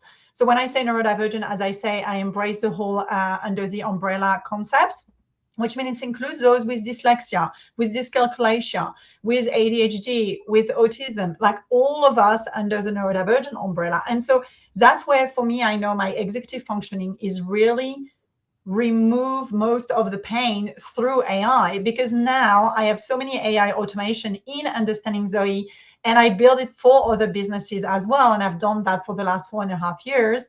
It's really about making sure that you can delegate to AI some of the low-hanging fruits that will take so much of your brain power, which otherwise is not used in the spaces where you should use it. So I see for myself a big benefit. So with Understanding Zoe, lots of parents report, or lots of teachers report, that now they don't have to think and remember about every single child specific outfit. For instance, what is their safe food? They don't need to remember that. They can ask Understanding Zoe, what is the safe food of Lily? And then what is the safe food of Zoe? And what is the safe food of Max? And the AI will know about each child. So you feel more empowered as an adult without having to remember everything. And the child feel more understood. And same thing with a different accommodation, what Lily needs and what Max needs. And imagine in a classroom, a teacher having 30 different kids, 5 of them having, different needs. How do you cater for each and every one of them? How do you remember about everything? How do you help a kid with a meltdown because you haven't been able to provide the right accommodation? So for me, the executive functioning is actually one of the main benefits that I see using AI nowadays, because you can literally delegate some of the thing to a robot who will know about it. And lots of people are like, but how do you feel about this? I'm like, so do you want to wash your clothes by hand, or do you use a washing machine? Do you want to use a dishwasher or wash your dishes by hand? If you embrace AI, it's the same thing as I have a robot cleaning my floor now, and it has a name because I love to name all of my robots. We never know what will happen in the future. But it's really about being mindful about those who are today saying, I don't want to use AI. I am telling them, if you don't use AI today, you're really going to struggle tomorrow, because everyone is going to start using AI, and then you're going to be left behind without really knowing how. So as anyone who's listening to this as autistic, please embrace technology, embrace AI, but also do it ethically. So that's something that we embed at the core of Understanding Zoe, and that I help a lot of organizations while, rolling out Understanding Zoe as an employee benefit, or understanding the power of AI, is put some guardrail around AI. Do it ethically, do it well, doing it in a way that is secure and safe, so that you can prove the future. You can future-proof your solution. And that's something that a lot of people today are bypassing. They're just going all in with AI without the right guardrail around it. I went on an autistic dump passion about AI. I don't know if I answered the question, but this is me in a nutshell. No, it's wonderful. And it's led right into the next topic that we're going to talk about, which are what are the ethical risks that we need to consider in neurodiversity focused tech. And so I love that you already said that. And you had mentioned when you were building Understanding Zoe, those biases that you had to deal with as well. So I'm kind of excited to get back to that and talk more about that. And I read this, or I'm sorry if I'm again repeating that one of you said or something, but it just shows that I am fond of everything that's being said, right? But I heard something like, if you come on now, I'm not going to say it right. If you are you more Oh, come on. Don't be afraid of the people or AI taking over your work. Be afraid of the people who understand AI. I just love that. I think that's fantastic. So what kind of, I mean, I guess since you just kind of were leading into that, let's just go back, Leticia, if that's okay with you guys, to what kind of ethical risks did you see and need to consider, and how did you take that into building? Yes. So there is a research that was, so I will focus on Understanding Zoe and its focus, which is delivering guidance and advice across the whole care village when a child is coming at school, to give them accessibility to school, but also when a child is at home or in the community. So when you go and use AI, there was a research done in 2024 where they put in 148 prompts to ask for an image to be generated of an autistic child, and 148 prompts, consequent prompts, it was generating a white boy with likely glasses and highly likelihood of red hair. That's the kind of biases that AI has today around the visual representation of an autistic kiddo. And that's only after the 149 prompt that it started generating an image of a girl, but again, a white girl. So how do we see diversity in the AI? By putting the right guardrail in place. And this is where, with Understanding Zoe, we're not connected to the internet. We build an AI framework which correct all of those biases, so that if you sign up onto the platform and you have a kid who identify as non-binary, or you have a kid who is from another background, not a white cisgender boy, you will have the information that you need for your child. So I think with AI, as I always say, crap in, crap out. Depending on what you put in, you don't get the right thing out. And that's coming from, as I said, starting working in AI in 2014, I was developing modeling with my team around people movement and population movement and so on. And if you don't keep the human in the loop, it would say that people were traveling by train within the ocean in front of Sydney. I'm like, no, that's not possible. There is no train line on the ocean in Sydney. So that's where you need to keep human in the loop, and you need to always look at the output with a critical eye. So this is where you really need to look at putting those guardrails. Is your AI trained on data that is online? Do you train it on your proprietary data, which is what we do with Understanding Zoe? How do you communicate about it? What are the limitations? Where is the human in the loop? So for us, we have a whole process around how many times do we review the output of the AI? How do we correct that? Because again, AI is not perfect. So it's about training and improving and so on. So that's where around ethics, I think it's important for anyone listening to this to be mindful about how IP is also used in AI. There is lots of scrapping and lots of conversation right now around IP and AI. So what I want to say to everyone is, within Understanding Zoe, it's not connected to the internet. We have an ethical framework. We review the output. There is human in the loop, and it is really trained on data that are diverse and inclusive and representative of the current neurodivergent community, rather than the community that, you know, we knew about 20 years ago, 10 years ago, 15 years ago, which is what the internet will have access to. Fascinating. Thank you so much for sharing that. I think that is wonderful to understand, and I think it's a big question that's out there. And yeah, Harry said yes, the ethical guardrails. Like, how do you deal with personal information, Derek? Yes, and that's really important as well. It's like, how do you host those information and how do you protect them? Which again, within Understanding Zoe is very clear. We have definitely access to very sensitive information, and from the get-go, everyone knows we're not communicating their private information. We're not going to sell them to anyone. Even if an insurance wants to pay me a lot of money, I am not doing that. So this is where you need to make sure that with people working in AI, you align with their value set, you align with their belief and their vision. And with Understanding Zoe from the get-go, it's a social enterprise, and it's all about impact over profit and positive impact. Yeah, absolutely. Derek, let's bring you into this conversation and kind of talk about your ideas on this, the ethics risks that we need to consider? Well, I don't know if they're my ideas anymore because Letitia is here talking about how she silos the information, and that's exactly what we do. So my tip of the hat to Sarah once again for putting the three of us together, the four of us together, and that is something that a lot of questions that we get on interviews, and that is, how do you keep those hallucinations from popping up? And Letitia spelled it out.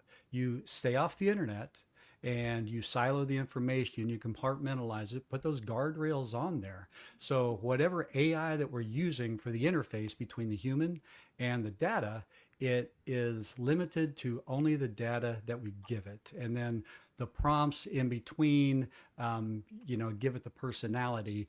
But if that's the main difference between the public LLMs that are out there, that when we ask a question, we get an answer that we might want, but sometimes it's like, nah, that ain't what I asked. That's because for every question on the internet, there's 100 different answers.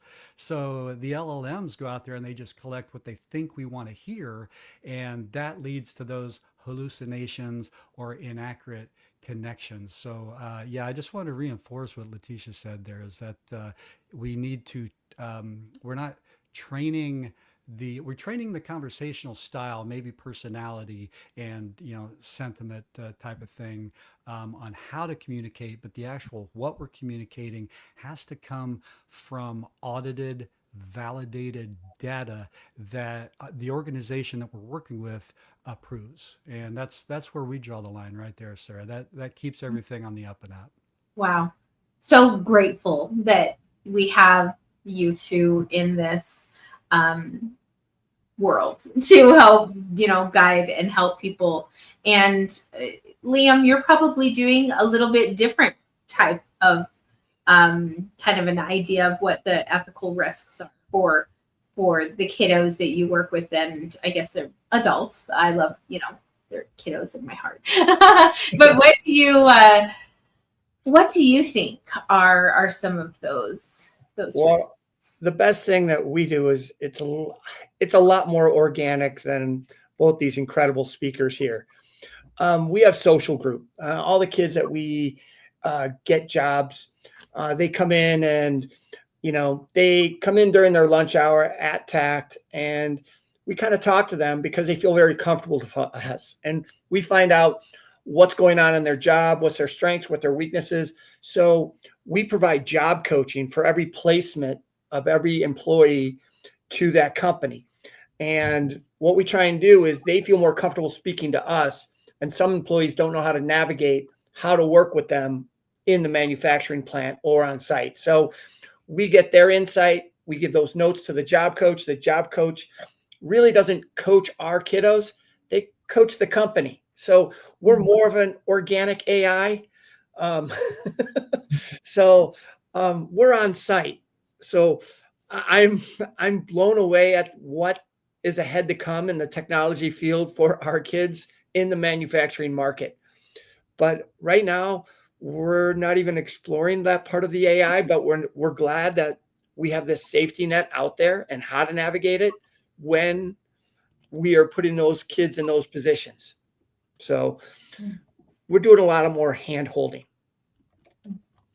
And that's important because that's what they're there for. Like those are the needs, and you're providing those needs to support exactly how they do need that. How do we ensure autistic voices are centered in design and implementation of new tools? And I think that we're all doing that, all of us. So who would like to start? Derek, let's have you start on that. Could you clarify that question? I'm here listening in echoes of everything that Liam and Letitia are saying. 100%. No, I get that. How do we ensure that autistic voices are centered in design and the implementation of new tools? And I mean, let's talk neurodivergence. We want to, like Letitia said, it's an umbrella. This is the Autism Summit, but most of us are co-diagnosed, what do you want to call that? Anyways, yeah, have more than one thing going on. So let's talk about how we support all of that role in the representation of design. Well, I think Liam mentioned it. You do it organically. You start, grassroots. You get the people involved that you're looking to include. And I know that I really, and Sarah, you and I have talked about this in weeks past, in conversation we've had. I really give my success at Amazon on building this, their top-rated training program because of the empathy that I learned because I was different my entire life. Or at least I was told I was different. And whether it was accepted or not accepted, every program that I taught in person, it would start off the first day would not be anything about the company. It wouldn't be anything about Amazon. It would be, let's get to know thyself. Let's get to know each other. Let's find out what overlaps we have. Let's find out what things complement each other. And we can only have success with tools if we include the users of those tools. And I know we've all seen, and if you've been in corporate America very long, you've seen those, oh, hey, wait a minute, we have to accommodate fill in the blank. And so they nominate somebody to do it, and they just are checking off boxes. And I know the puzzle piece is like a kind of a cue or a trigger, for some of our group. And I saw that at Amazon is that somebody had a great idea. Let's support this group. But in the first iteration, they included nobody of that group. And these are things that we've learned over time. I mean, if we go back, if I can think of about, the first enablement or handicap initiative, I think about wheelchairs, right? Wheelchairs and accommodations for, ramps versus stairs. That really took, 20, 30, 40 years to actually get processed and connected. And there were a lot of solutions that were just, hey, it'll work, don't worry about it, or there was no thinking of it. And it just took some time. So there's good people out there that want to do good. We just have to make sure through programs like yours here, Sarah, that they're educated. And education is really, I think, the solution to everything out there. I couldn't agree more. And I have a wonderful quote that I love to use, and that is, a little bit of knowledge will turn fear into understanding. And that can go for parenting, educating, employment, anything you want to use. All we need is some information. More information out there, the easier it is to make the connections, to get the support, to give the support. So we're so grateful. And, while you're kind of still the panel speaker, Harry wanted to ask, so your closed AI, not open AI system. So you might have to reach out to her separately and explain to her about that, or please feel free to take a moment to do that, because we do have a little bit of time to kind of delve into that a little bit more. Well, I received Harry, that maybe that was meant as a little bit tongue in cheek, but either way, just for clarification, and I want Letitia to follow up if I missed something here. I like to play on words, closed AI versus open AI, which open AI is the organization, the company that's out there. But the AI itself, there's actually, when we talk about AI, we're talking about LLMs, which are large language models. And there's more than just Claude and Anthropic and ChatGPT. There's actually in existence over 1 million of these different LLMs. So when we build with AI, we're choosing one or two of these to work together, and it all depends on where it is trained. So it's trained generally on the World Wide Web, and they actually have small language models that are trained on smaller subsets that are, have pros and cons. But set that aside, we are limiting whatever LLM we're connecting with it. And Letitia, I want you to follow up on this.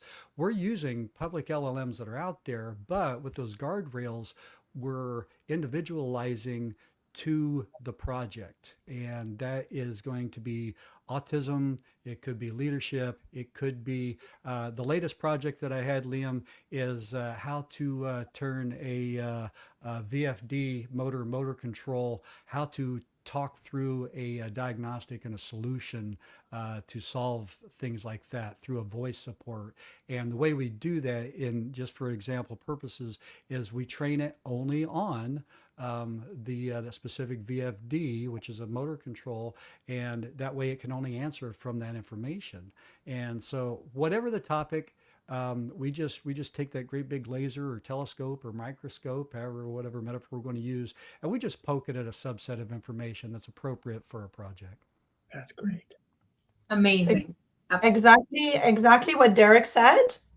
Exactly that. And having your own kind of models that you fuse with the open model, but then it's really about not letting the model search through the internet and answer whatever it wants to answer. It's when you set it up, you make sure that it's following certain approaches. And this is where some of you may be familiar with agentic AI, which is the next AI. Lots of people are still stuck in prompt engineering and AI, basic use of generative AI and moving from one model to another, when now you can really build different agents working together as a workforce and doing the right things that you needed to do. Amazing. Yeah, AI is actually now what you need to focus on in 2025, rather than 2024, 2023 was all about, just prompting and prompt engineering and doing one agent build.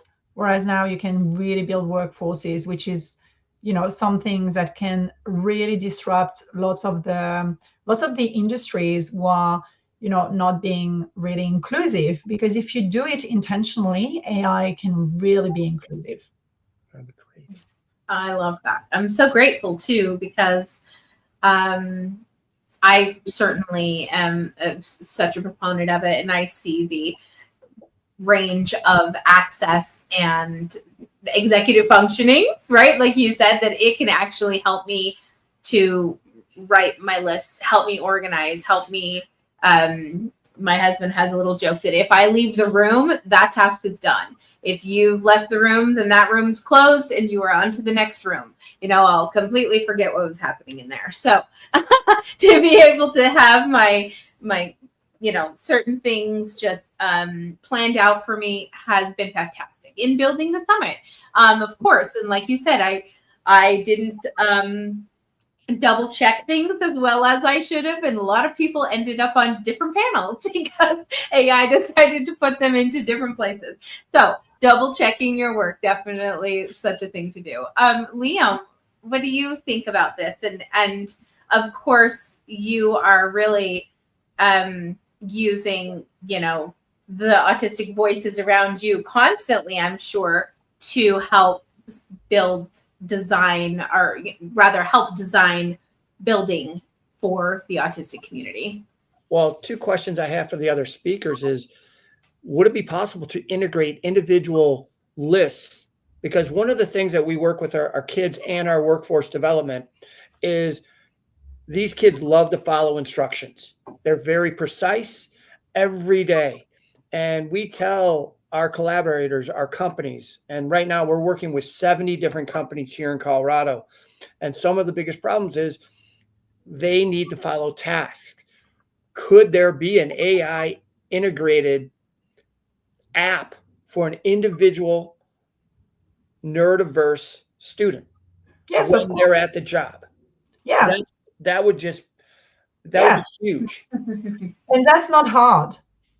Okay, we'll talk a lot.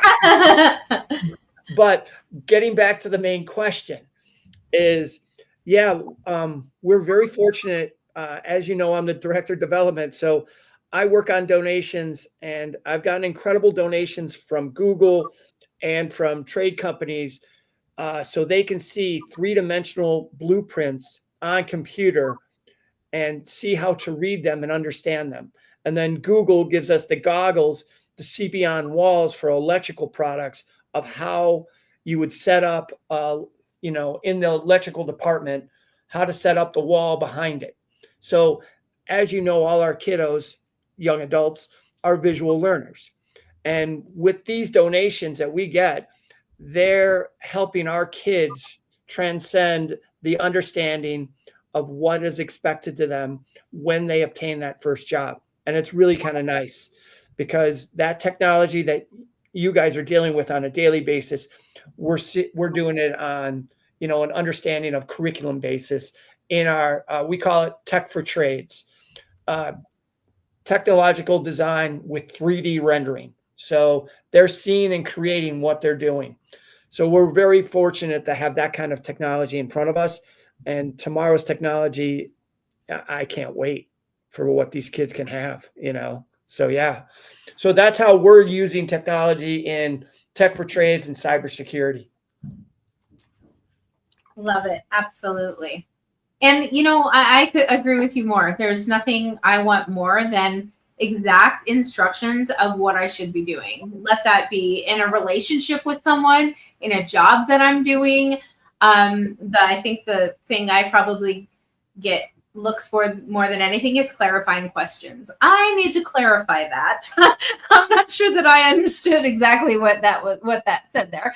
So I think that's fantastic. And the human element of it is always going to be the driving force and the individuality behind what we need as humans for support systems.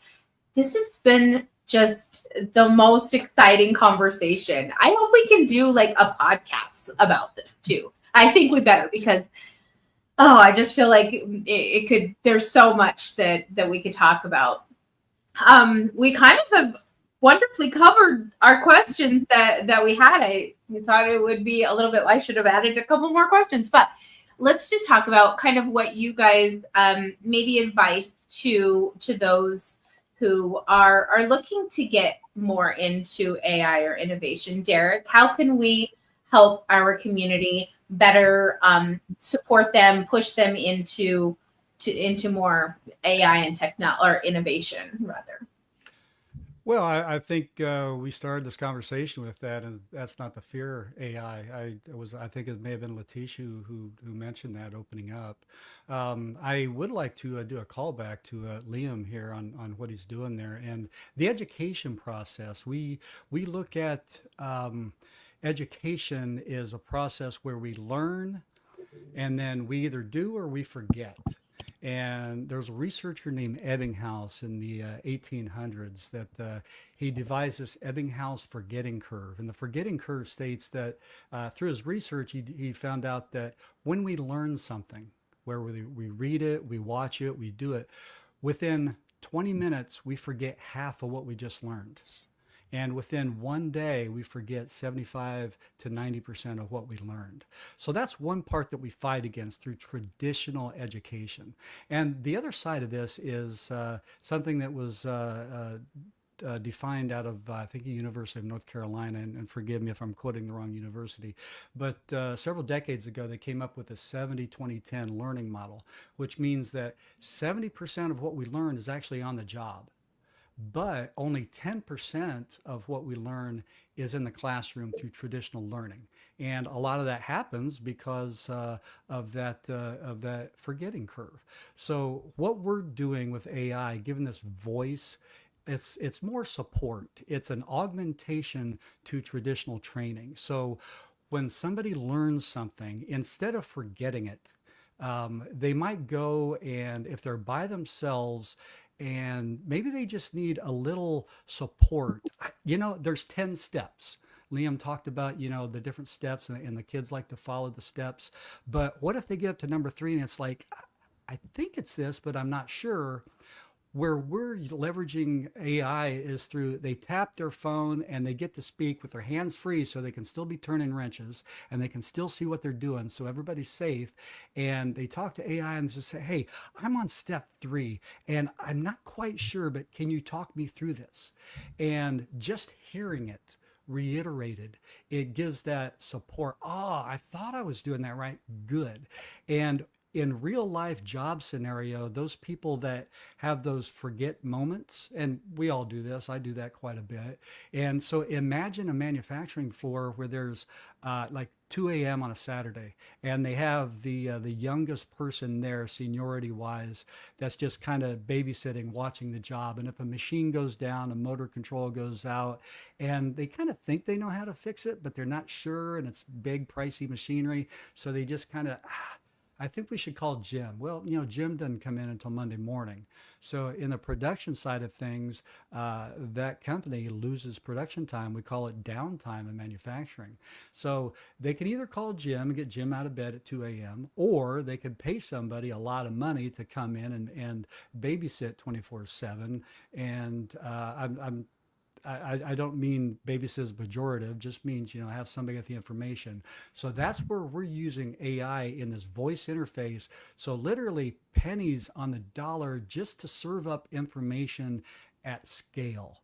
So we take that information. If Jim is the journeyman with all the knowledge, we document everything Jim knows in addition to everything that's been written down in the manuals. So when we have, Peggy or Paul at a Saturday morning over the weekend that just needs a little reassurance, and they can call somebody and they can get that answer, and they can get the machine up and running. And the best thing about this is that the employee is now made not replaceable, but irreplaceable. And because they solve the problem with just another tool, whether it is a washing machine or a telephone call to AI support, it's just another tool that empowers that individual to do what they want to do to begin with, and that is to be productive. Oh, absolutely wonderful. Thank you so, so much. Letitia? Yes? Give us your kind of final words and things for today and closing out.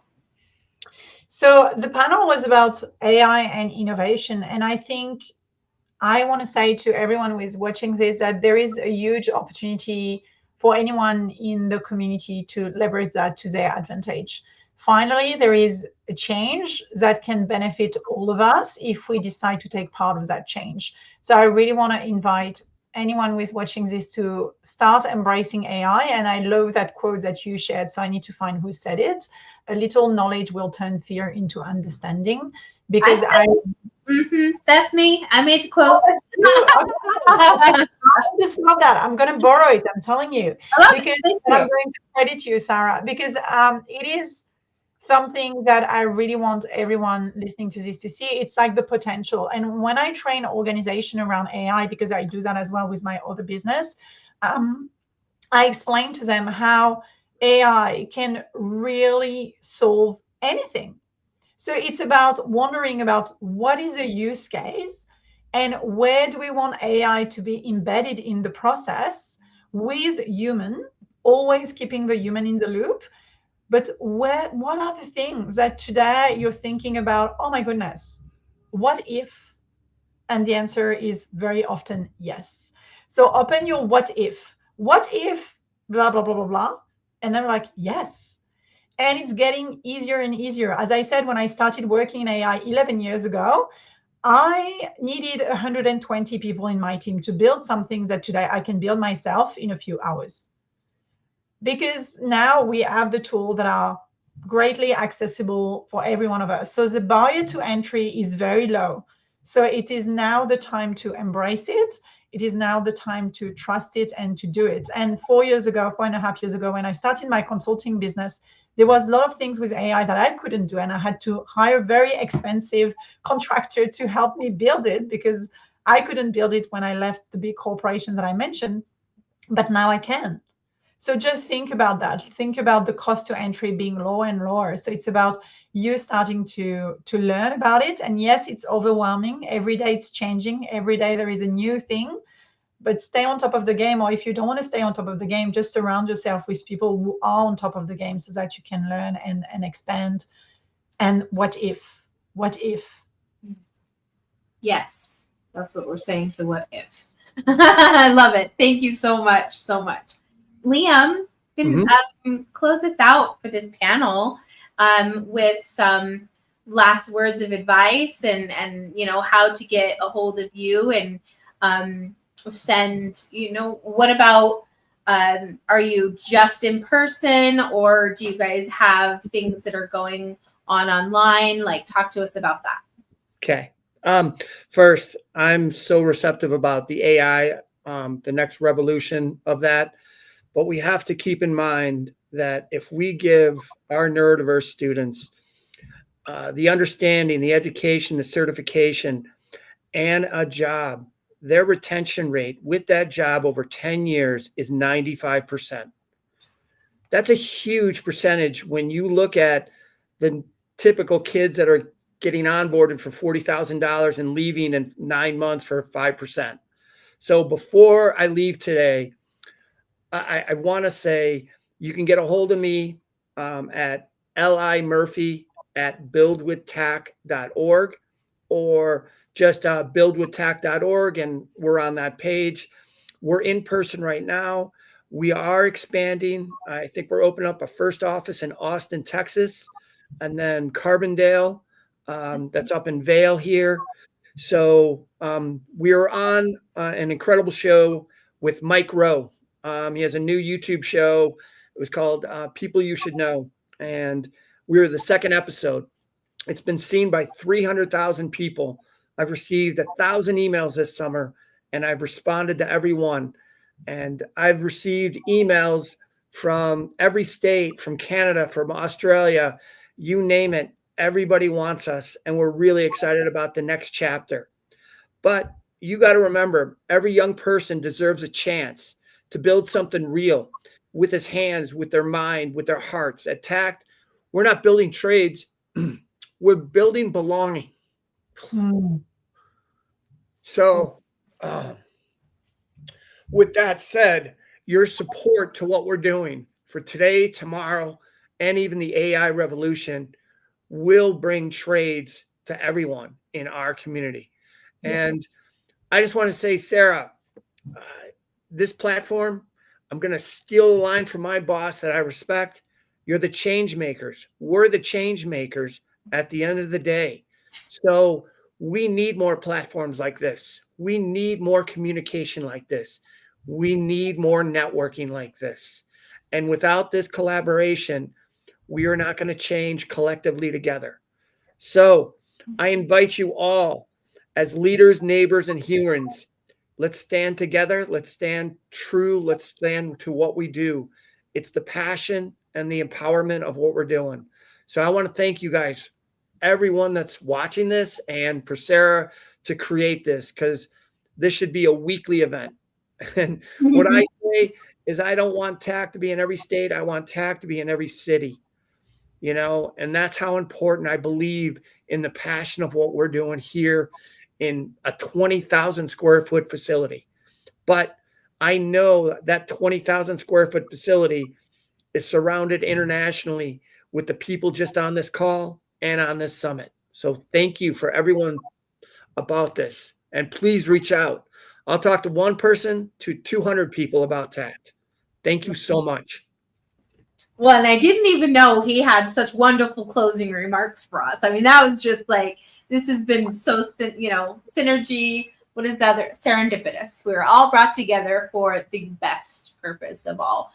I'm so grateful for the time that you guys took out of your days today, for taking the time to help volunteer to bring education to these communities that so deserve it, and giving access where access has been gatekept and gatekept, and if you will, and just really providing opportunities. So thank you all so much for the work you're doing.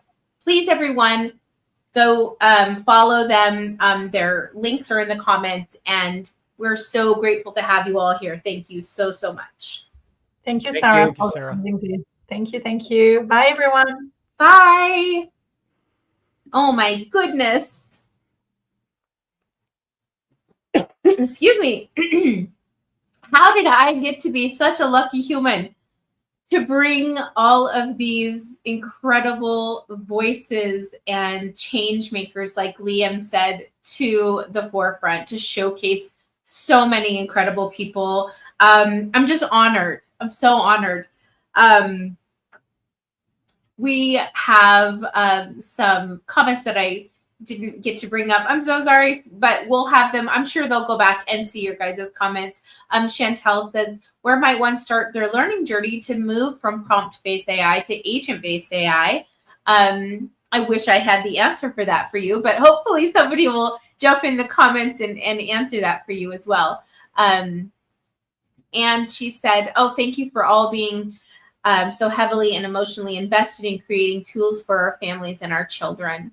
That is what we're here for. And I'm so happy that we could bring such amazing panels and people together with us all today. So thank you so much. Our next panelists are here, and I'm so excited to bring them up for our final panel of the day.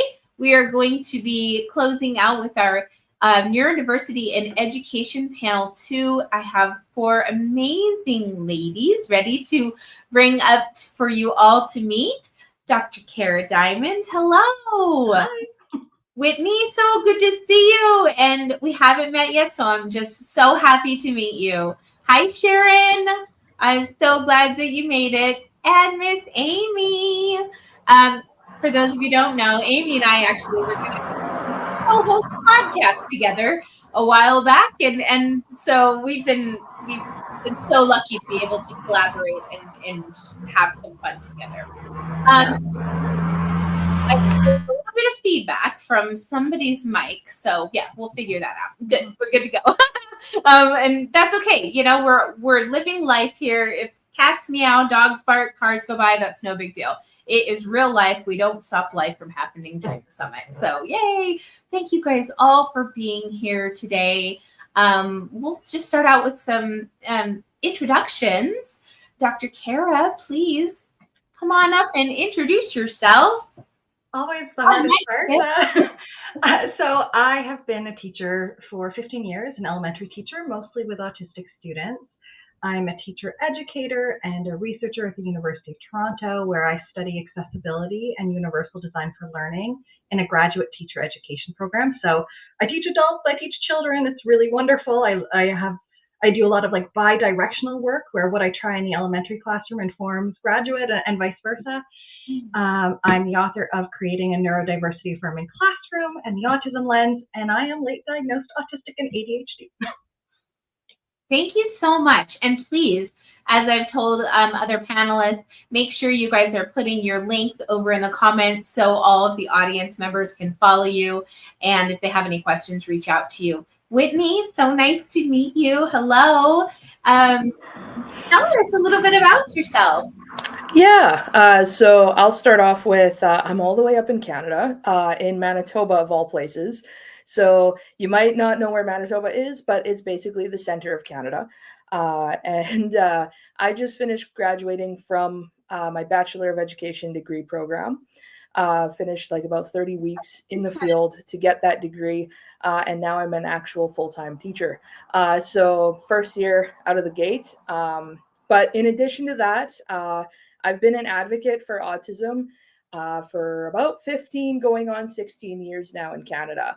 And so I sit on national bodies. I sit, sometimes in legislature buildings, fighting bills that might potentially harm people in our disability community. But more importantly, I'm a national award-winning advocate for this work. And most recently, I was given the King Charles III Coronation Medal for bringing credit to Canada for our region for autism acceptance and inclusion. So that's a little bit about me, and I'll share the stage with everyone else for the time being. Well, congratulations. That is just amazing. Wow. Whew, we got some heavy players today, ladies. Sharon, come on up and tell us a little bit about yourself. Oh, let me see. You might be muted. Did I just mute you? Am I muted? There we go. Try it again. Can you guys hear her? Is it just me? Let's see. Let's try your audio. There you go. Oh, I heard you for a second. Now I can hear you. Maybe. Audio, right? Technology. So fun. Let me see if I can see anything there. Nothing yet.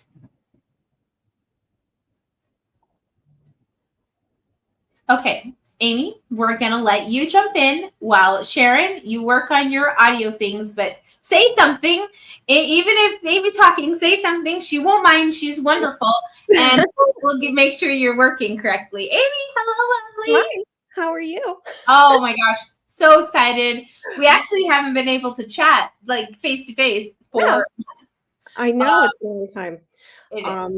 Yeah, so I'm Amy Krewald. I do not have impressive credentials like everyone else here. I am a former concert pianist and I'm a mother of 3 neurodivergent children. And I've basically had to start my own school because the public school system was not working for them. So we are currently a homeschool co-op with the intention of eventually becoming an accredited education center. So we're just starting out small. So that's me. That's what I do. Thank you. Any luck, Sharon? How's it going? Darn it. And you're welcome to, if you need to back out and come back in to see if that fixes it, please don't worry about it. We'll wait for you and it's not a problem. Plus, we're on our last panel. Darn it. Let me chat with you in the chat. Maybe you can tell us what you're seeing. So make sure when you go into your audio, oh, let's see if she's still here. Nope, I think she actually logged out. So I won't give her directions. Oh my gosh. Thank you guys so much for being here. And yeah, let's just kind of start out and then we'll just let Sharon catch up. Oh, hopefully this time we'll work around. Here she is. Let's see. Okay, Sharon, let's try this again. Okay, can you hear me? We can hear you. Yay! So excited. Well, hello, my name is Sharon Zivkovic. As you can tell, I have a bit of a tech issue this morning. I'm coming to you from Ghana Land in Adelaide, South Australia. My passion for education, as you can tell, I'm senior, so 65 this year. But when as an autistic ADHD person going through schooling, I actually stopped attending school by the end of primary school, officially signed out when legally able to at 14. But I went back and I now have 7 university qualifications, including a PhD. So I had to go back and do it on my terms. So yes, very passionate about education. It's lovely to be here. Oh, that's amazing. And you know what? That's a really great thing to share because I'm sure that there are a lot of individuals who do go down that same exact road and maybe don't go back because they don't get the support they need or, you know, are unable to complete that. So thank you so much for sharing that with us. Yeah, it's wonderful to have you all here today. I'm so excited to learn more about what you guys are doing and how you're providing different kind of access for the students that you're working with and the homeschool students, because I am as well homeschooling my 2 children who were told with our son at least that in 1st grade, we don't do algebra for 1st graders. So good luck. There's the door.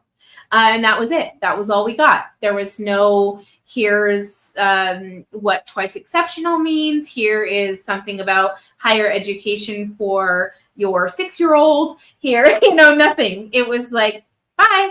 And of course, this was about a decade ago, and we've made such huge leaps and bounds since then. But it's hard to trust and want to put all of your eggs into the school system basket when they have, you know, failed so many families across the board. Our first kind of topic that we're going to touch on is what systematic changes are needed in education for real equity. I know it's huge. So, what are you seeing in your neighborhood or with your policies or in your area? You don't have to answer for the whole world. Kara, let's start with you. So this is something I've been grappling with for a long time now, and I think part of it comes down to the culture that is quite prevalent in certainly in Western schools, and the idea of there being an idealized norm, which is linked to ableism and disableism. It's very damaging to everyone. Students are increasingly competitive with one another, comparative, and this, the idea of what is acceptable is so narrow. Everyone has ideas about what things should look like or how things should be done, or there being a right way. And there just is not enough nuance. There are not enough openings and accessibility. And everyone, whether you're neurodivergent or not, internalizes negative messaging about themselves, about others, and like what is correct or ideal. Like writing is the superior form of output, for instance. And then that leads to adults sort of reinforcing these really narrow expectations, like, a student who has dysgraphia or fine motor challenges just needs to try harder. They need to be a bit more resilient. And then they're denied assistive technology and things that actually would open up communication for them. So for me, one of the things I'm very passionate about is getting rid of these really neuronormative expectations that are damaging to all of us. Isn't that the truth? Thank you for that as well. I think that, that's a challenge that we are definitely all facing. Whitney, what do you think about that? How do you feel about the changes that are needed for equity? Yeah, so I guess in my province, comparatively to other provinces in Canada, we're a lot more poorer than other provinces in Canada. So this means a reduction in resources across the board.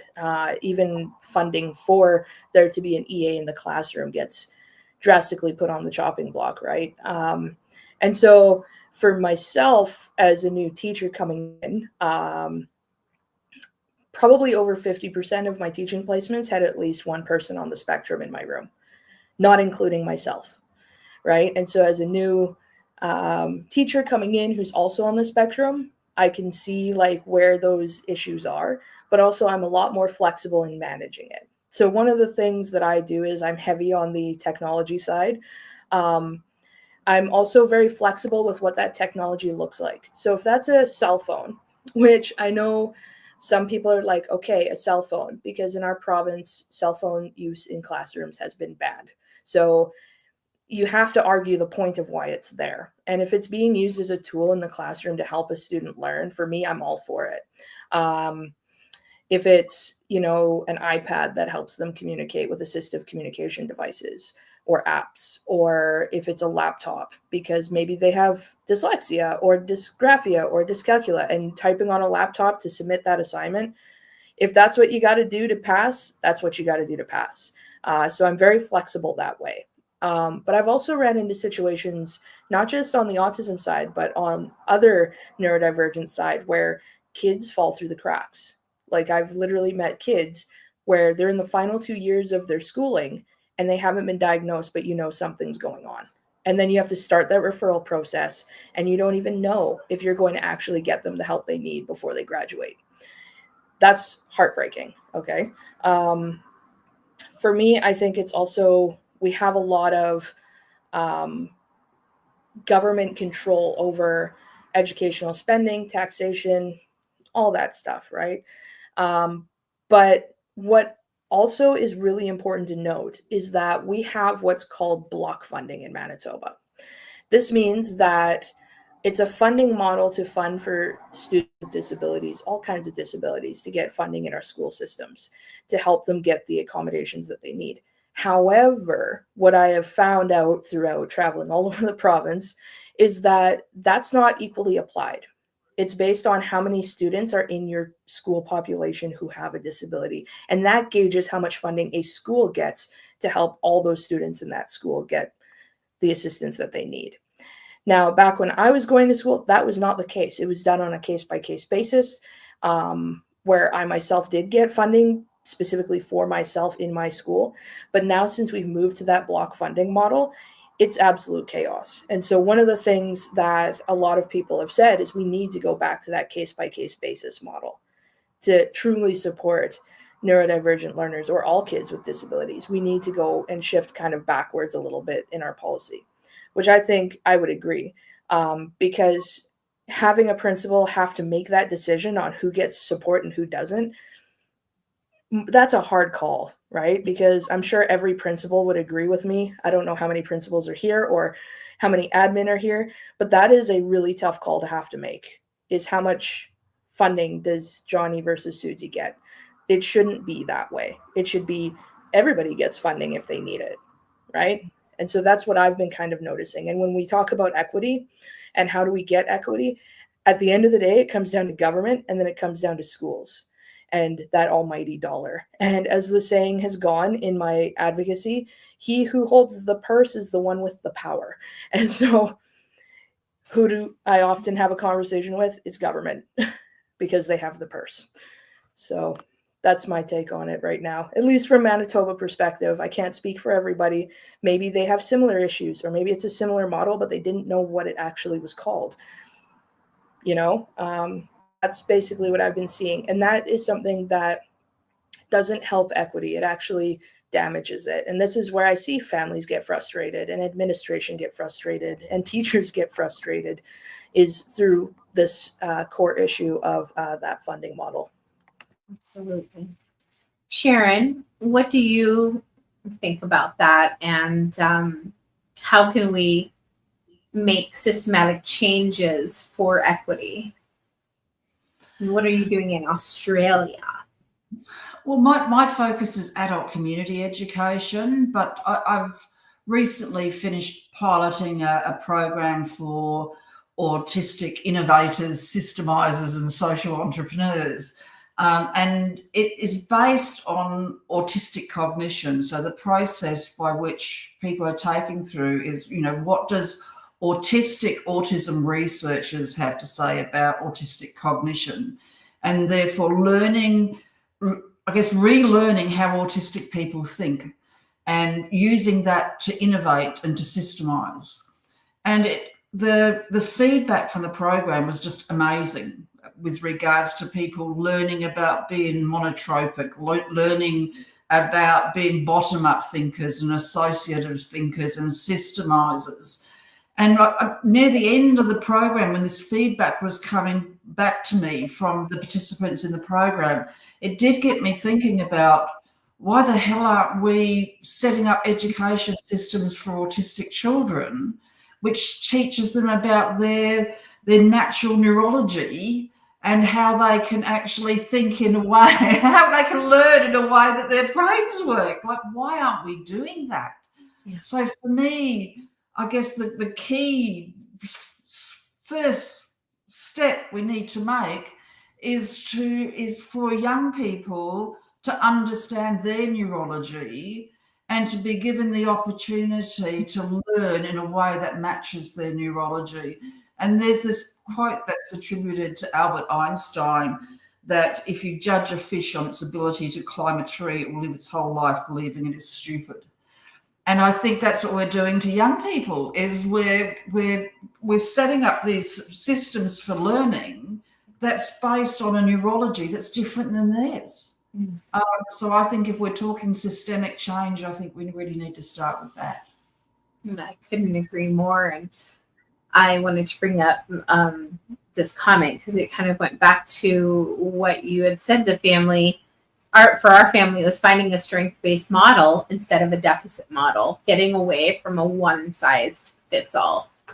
And isn't that the case? And I love that idea, Sharon, though, that if we are more, proactive to teach our kiddos about their own neurotypes, how much easier would that be in self-acceptance social acceptance, getting their peers to understand better. I mean, I suppose that leans into a little bit why I wrote children's books, because I wanted those children in my children's classrooms to understand them, to support them, to say, oh, this is why DJ spins circles around and throws things down. He's not mad. He just has a sensory thing going on. I can support him by moving out of the way, or, you know, asking him maybe if he needs some help. So I think that it's all about finding those needs for information, to give the information to the right communities that really need it. Amy, I think this is interesting, because we really, what do you see as far as how do we work with these types of things in a homeschool setting with our kiddos at home? Well, I think that the number one thing that we have to shift in education is the compliance model, the compliance-based, model of, okay, everybody has to sit still, everybody's got to sit the same way, and we've all got to sit at a desk for 8 hours. With, okay, maybe if once we see that things aren't working, then we can go in with an IEP or a 504, and after the damage is done, then we can come in and try to fix it with sensory breaks that are used as an accommodation, which really a lot of classrooms end up using as a reward for compliance instead of this, we just need to have, this is how we regulate. This is how children regulate. I mean, no one wants to sit for that long listening to somebody talk, like nobody wants to do that. And much less a child, they've got to be moving around. My children do not process information if they are not moving around. That's how their neurology works. That's neuroscience, they've got to be doing stuff in order to process what they're learning. So what are we doing? Why are we so focused on making them obedient little robots instead of actually fueling their intrinsic motivation? So that's what I do at home, and with the students that I've been working with also, because it's what we're doing in school is just making everyone into an assembly line, factory model still. The current education model was built off the industrial revolution basically. So we're still doing that instead of keeping up with the science and the research of where we are today. And when you have so many different neurotypes out there, diagnosed, undiagnosed, but you've just got so many different types of learners, having a one size fits all education doesn't work. It's not effective. And so that's why so many students are not getting their needs met. I mean, I think I saw only 74% of autistic students are actually graduating high school. And only 40% of less than 40% of autistic students are graduating college, because we do not have accommodations in place, which would be easily remedied if we could just go off the universal learning design, because that's, we're going off of assuming that everybody is different. We're planning for everyone to be different and learn different. And that just naturally creates more opportunities for difference and for variety and what's going to motivate those learners. Isn't that the truth? And I agree. And kind of back to what you ladies were saying about funding, so tricky, isn't it? Because all of us are in different positions when it comes to that, and what opportunities can be found within those type of funding models, if you will. And Harry says, Sharon and Amy, I agree, looking at how to educate students from a development point of view would be better. And that's the truth about it. And I think it kind of comes, this is a great way to go into our next topic that we're going to talk about, because how can we shift away from deficit-based models to strength-based approaches? Let's talk about what you do specifically, so you can give some real tips to our listeners to start moving in a better direction Kara, what do you have to add to that? Sure. So one of the things that I think is really important is shifting away from it's only the learners who go to special education settings who learn differently and everybody else just learns the same. You know, everyone has unique learning needs, and I both with my elementary students and my graduate students, I do mini lessons on differences related to processing, related to communication. I try to really normalize the idea that there is no normal, and I introduce learning tools every day and encourage them to try them out. And so things like bionic reading, which is a font that some neurodivergent people, and probably not neurodivergent people, find easier to process. Pomodoro Kitty is one that is sort of universally adored by all ages. And I want them to test it out and see what impact it has on them. With my graduate students, I think one of the first tools that I do is a text-to-speech reader. And I challenge them, do your next reading with this and let me know what happens. And without fail, every year there are a handful of graduate students who say, I've always struggled with reading, and oh my goodness, that worked so well. I didn't have to reread the same thing 5 times. So, which tells me we have lots of learners who fall through the cracks, who never get the label that is the access point, that gatekeeps access. And it's why I really think we have to move away from just talking about labels and talking more about different ways our brains work and what works best for your brain, and really inviting insights from students, stopping assuming we as the adults or the teachers know what their barriers are, and asking them what's going on for them. Really getting curious and, you know, using sort of a strengths, what is feeling comfortable, what is easy for you right now, what might be feeling hard, what is difficult about that, and what do you think would help. And you can do this in conferences, also one-on-one. I also do it on a class-wide basis. So let's say we're working on a project before a work period. I will say, you know, work periods can be really difficult sometimes. What are some of the challenges that might come up during a work period? And I'll write down everything my students say. And then I will say, what do you think would help? And again, I write down the strategies that they come up with, and it acts as a little bit of a primer as we go into the work period. Okay, what are you going to focus on? All right, let's see how that goes.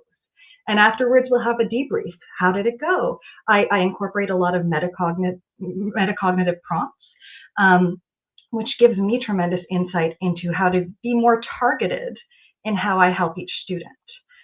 Because again, if I just go off my own assumptions, oh, little Johnny is not working in the work period, there's a high probability I'm going to be wrong about what the barrier is. Whereas if I actually invite those insights and then am truly responsive, it's really remarkable what happens. And I have learned so much. And, you know, I've thrown out reward systems. I have moved to a student goal setting. They set their own goals. They self-assess. They tell me how it's going. And I get to be a coach. And it's the most beautiful thing, because instead of being sort of this arbiter of who gets what and compliance-based, as Amy was talking about, I get to cheer them on. And I get to say oh, wow, last week that was really hard for you. It looks like you've put some things in place. How does that feel? And, you know, the focus is now on their agency and what they want to learn. And so that's another thing that I think is really important, is the goals shouldn't be so much about adult comfort or adult social expectations. It really needs to be about, are we creating opportunities for learners to express themselves, identify preferences, and really, you know, have that self-determination. Can you imagine if all of these things were done up front and at the beginning of a child's learning experience? I mean, here, you go through all of these learning things that show us what what works best for you, and then we'll set you up and we base schools on learning types, right? Ooh, that'd be exciting. Collaborating. Okay. I love it. Sherry says this is similar to what Gina with Spectrum Lane talked about as well. trying different ways of learning and thinking outside the box, moving from teacher to coach or mentor. Bravo. And how exciting for you, like you said, to cheer them on and to watch them not be disappointed in their deficit that you've brought to the table to show them, you know, oh, Johnny, you've gotten a D today. Let's go over those problems, you know, but oh my gosh, you did really, really great on this part. Let's see how this part can maybe help this other part that you seem to struggle with. How can we help you with that? And really individualize support. I think that's so fantastic. And lucky students for all of those. And lucky me.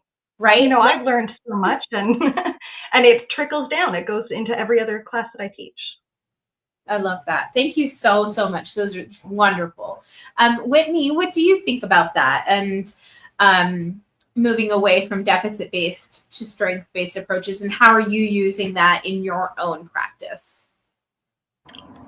So when it comes to deficit-based models, I was completely put into those deficit-based models growing up. And it's not a great feeling when you're growing up in those, because you constantly get told, no matter what you do right, there's always something wrong with you. Whatever milestone you reach, there's always that storm cloud raining on above you. And so for me, I tend not to focus so much on a child's label. Sure, I'll have the IEP in front of me, but at the end of the day, it's not so much the label as I want to know what interests that person. What struggles do they have? If they say they're not a good writer, tell me more about that. What makes you think that you're not a good writer? Let's have a conversation about it. I also do social contracts in my schools at the beginning of the year. And this is, the students get to make their own rules on the classroom within reason. They kind of have to make sure, like, you know, the place isn't complete chaos. But then in addition to that social contract, I also make them fill out a survey. And this survey is going to tell me a little bit more about that student. I also have what's called a DJ box. So if for any reason a kid wants to study with music on, instead of me having to find like, oh, what's school appropriate, Hans Zimmer maybe from like Disney, instead of me focusing on that, I'm going to bring in choice. The students are going to give me their music suggestions. I'm going to be the DJ. If it's school appropriate, I'll play it. Because at the end of the day, it helps me to know them as much as it is them getting to know me, because I can also throw my own favorite tunes that I find along the way. And so my classroom is not just complacency. It is, we are a classroom community. And so we're all moving, not as one unit, but we're all moving in our own unique ways, because as a community, I'm not sure what it is like around the world, but as a community, it's quite diverse. No matter what community I go to, whether it's 500 people, 50,000 people, each community is diverse. It has its own needs. It has its own people in it, and it strives for its own outcomes. So, for example, I just finished a summer job where I was in a community of 650 people. Their needs are completely different from the city I used to live in, which has 50,000 people. One focuses on crime, the other one wants more municipal funding, right? And so as a community, they're all fighting for the same things collectively, but also they have their own different needs. And so when I look at my classroom, I look at it as a community, and every single child is part of that community. And that brings strength into that student, because the moment they realize, hey, I'm part of the whole thing, I'm included as part of the community, there's nothing wrong with me saying, hey, I noticed you're struggling with this math problem. You know, can I help you with that? If they say no, then I'll go, okay, cool. If not, and they say, yeah, you know, Miss H, I really, really need help with this math problem, then I'll sit down and I'll help them with it. Or I'll pair people up where if I know they work really well together, sometimes peer support gets kids to really sit down and focus on it too. And so having that one student in the classroom where they have that really one close relationship, because I know for students on the spectrum, friends are not always the easiest to come by. I know for me personally, that was never the case growing up. But if I know there's one student on the spectrum and they are really gravitating to this one student and they have a really good relationship, pair them off together, foster that relationship rather than, oh, okay, guys, 1 through 4, let's do this. Yeah, 1 through 4 is nice and all, but do we really want to be numbered 1 through 4? Probably not. And so this is where I find, strength-based modeling. Sure, I don't view it as strength-based. I view it as community-based. When you think of your classroom as a community and you shape it to be like a community, including the metacognition and everything that Dr. Kara Diamond was saying, I love all of it because I've been looking at it for my entire Bachelor of Education degree. When you can put those building blocks in place in a community-focused sense, you'll be surprised what kids, regardless of their neurodiversity, their label, are able to accomplish. They will accomplish things that would blow your mind. And for me, just like Dr. Diamond here, you move away from being like a teacher dictating all the time to one of facilitator or mentor. And that's the place you want to be, because then you're no longer the rule enforcer. You're the team and you're the coach. And that's what you want to be in your classroom community. Isn't that true? Thank you so much. I love that. And I love hearing all these different approaches and ideas. And I think that this is how we are going to change the systems that are currently in place and put some better ones in for our students and individuals. Sharon, what do you think about that? Shifting away from the deficit-based models to strength-based approaches. Yeah, it's interesting because, when you go for an autism diagnosis, one of the things they're looking for with a deficit hat on is restricted and fixated interests. And all of the teaching that I've done has started with that as a strength. So it started with the fact that we're monotropic thinkers. Autistic people are monotropic. We have areas of passion. And that's and the data sets that we have that come from our areas of passion is what makes us unique and what makes us innovators. And to actually be able to have learners focusing on their areas of passion, that is the number one starting point for any learning. Because the fact is it's not difficult to engage if you're actually working. And I think a lot of the alternate school models, like the entrepreneurial education or the rest of it, work on that, take that kind of approach really well. So with the work that I do, we're looking at our interest areas, we're looking at our data sets, we're looking at gaps in our data sets, opportunities to innovate from the knowledge that we have. They talk about autistic people. Another deficit is that they say that autistic people can't see the forest for the trees. And the thing is, we do see a lot of trees because we have a lot of data in our data sets, but that doesn't mean we can't see the forest. It's just that we don't start with the framing of the forest. Our forest emerges from all of our data, so we're bottom-up thinkers.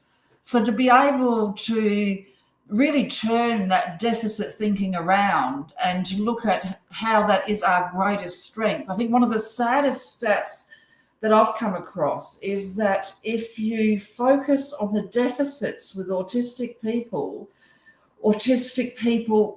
lose their strengths. So by focusing on the deficits, they lose their innate abilities. And so we've got to focus more on the innate abilities and go with the flow of how autistic people can work in the world. And I think we can turn all those deficits into strengths if we look at them closely. Isn't that the truth? And we really should, I prefer, even in my close relationships, with my parents, with my husband, I want it to be about strength-based things, right? And we use them in our real lives, not just in education. So these are so important. Harry said creating cohorts within classes as well as building a community mindset is what our kids try and create all the new settings they're put in to find supports. And yeah, we need to make sure that we're offering these types of supports. And I love what you'd mentioned about Whitney. I think you had mentioned about pairing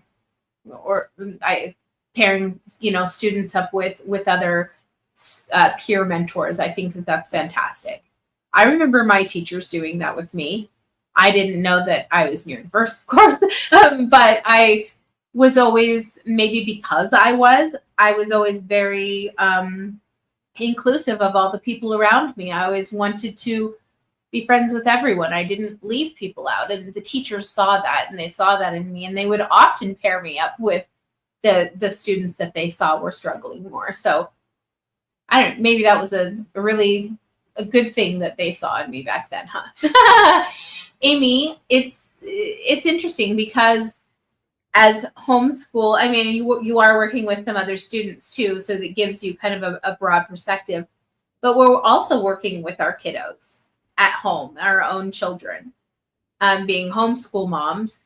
And how do we move our mindsets away from what our kiddos aren't doing, possibly in not looking maybe at their deficits, but what they're not doing, to things we think they should be doing at home? Because I think it's a little bit different environment. We have kind of a more personal expectations approach. So what does that look like for you and what you're building? Well,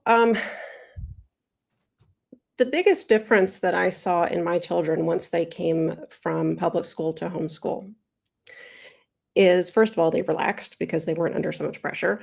But I focus on their autonomy, and I also focus on presuming competence, which we don't do enough of in education. And I think in order for that to become a systemic-wide change, it's got to start with moving away from the medical model of disability to the social model of disability, because that medical model really does focus entirely on deficits. And that's what a lot of our education is based on. So when we have a learner who learns differently, processes information differently, at home, it's very easy to accommodate them because, what do I have to do? I'm just listening. I'm mom. I'm their teacher. I can just do whatever is needed in order to, my daughter Alice, she she is never not moving. She wakes up, her mouth wakes up before she does. She's just constantly going and going. Little legs just stim constantly. So for her, like a nightmare is a worksheet, because she's got to sit at a desk and fill out all these things. And that doesn't mean she's not able to do it or doesn't understand the material. It's just that the way it's presented to her, and she's being forced into providing that information, does not work with how her body works, much less her brain. So I have my favorite thing about a little story about Alice is that, like, the first week that we started homeschooling, I saw I didn't know what I was doing. So I was trying to get her to do a work page. And the only way that she could do it, like, I basically just kind of had to leave her to do her thing. This is, PDA, pathological demand avoidance. She's just like, she's got to figure it out herself and tell you how to do it, or else it's not going to happen. So she, finally, she turned the sheet upside down. And then she was lying kind of across the table, so her feet were stemming like on one of the chairs. So the chair was rocking back and forth, whatever. So she was moving, she was vocal stemming while she was working on the worksheet upside down. And within about, like, I don't know, a minute and a half, it was completed, and every answer was correct upside down. So it's almost like, I think what we don't understand enough in education is how much sensory input, multisensory input, really plays a role in how that information is processed. And we're basically taking all of that input away from them, replacing it with input that is not ideal for the autistic person. You know, the fluorescent lights, the clingy bells, the echoey sounds, and the smells. You know, like who can focus on anything when that's happening? But take all that away, turn it upside down, give her whatever she needs to move, and she's fine. She's got it. She's, you know, she does whatever she needs to do. So that's how I accommodate them at home, is basically like, okay, if you need, and my youngest, like when he does math problems, he has to get up between every single problem on a sheet. He can have a sheet that's got, you know, 50 problems on it. He's got to get up and move. He starts beatboxing. So he's like repeating it, vocal stimming the problem, repeating it to himself, but then he's processing it. And then he can come back, sit down, answer it, go to the next one. And I understand this is completely unrealistic for the average classroom, because we don't have things set up to accommodate kids who really, that's what they need in order to thrive. So yeah, I give them what they need because I know they can do it. And, but I know that they're not gonna be able to do it if I expect them to do it in a neurotypical way. Who can? You know, that's not realistic.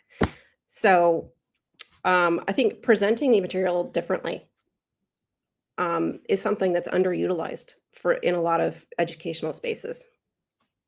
And we're spoiled in a way to be able to do that at home, right? Exactly.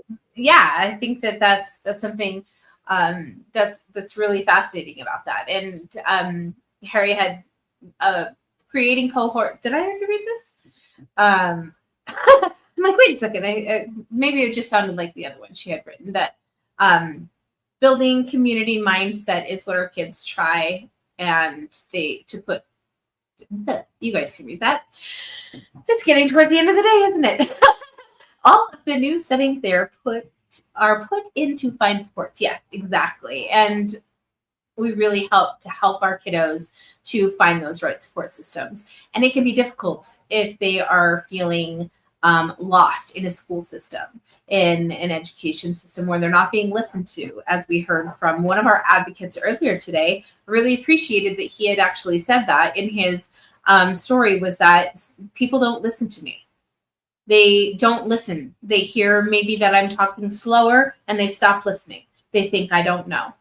They disregard what I'm about to say.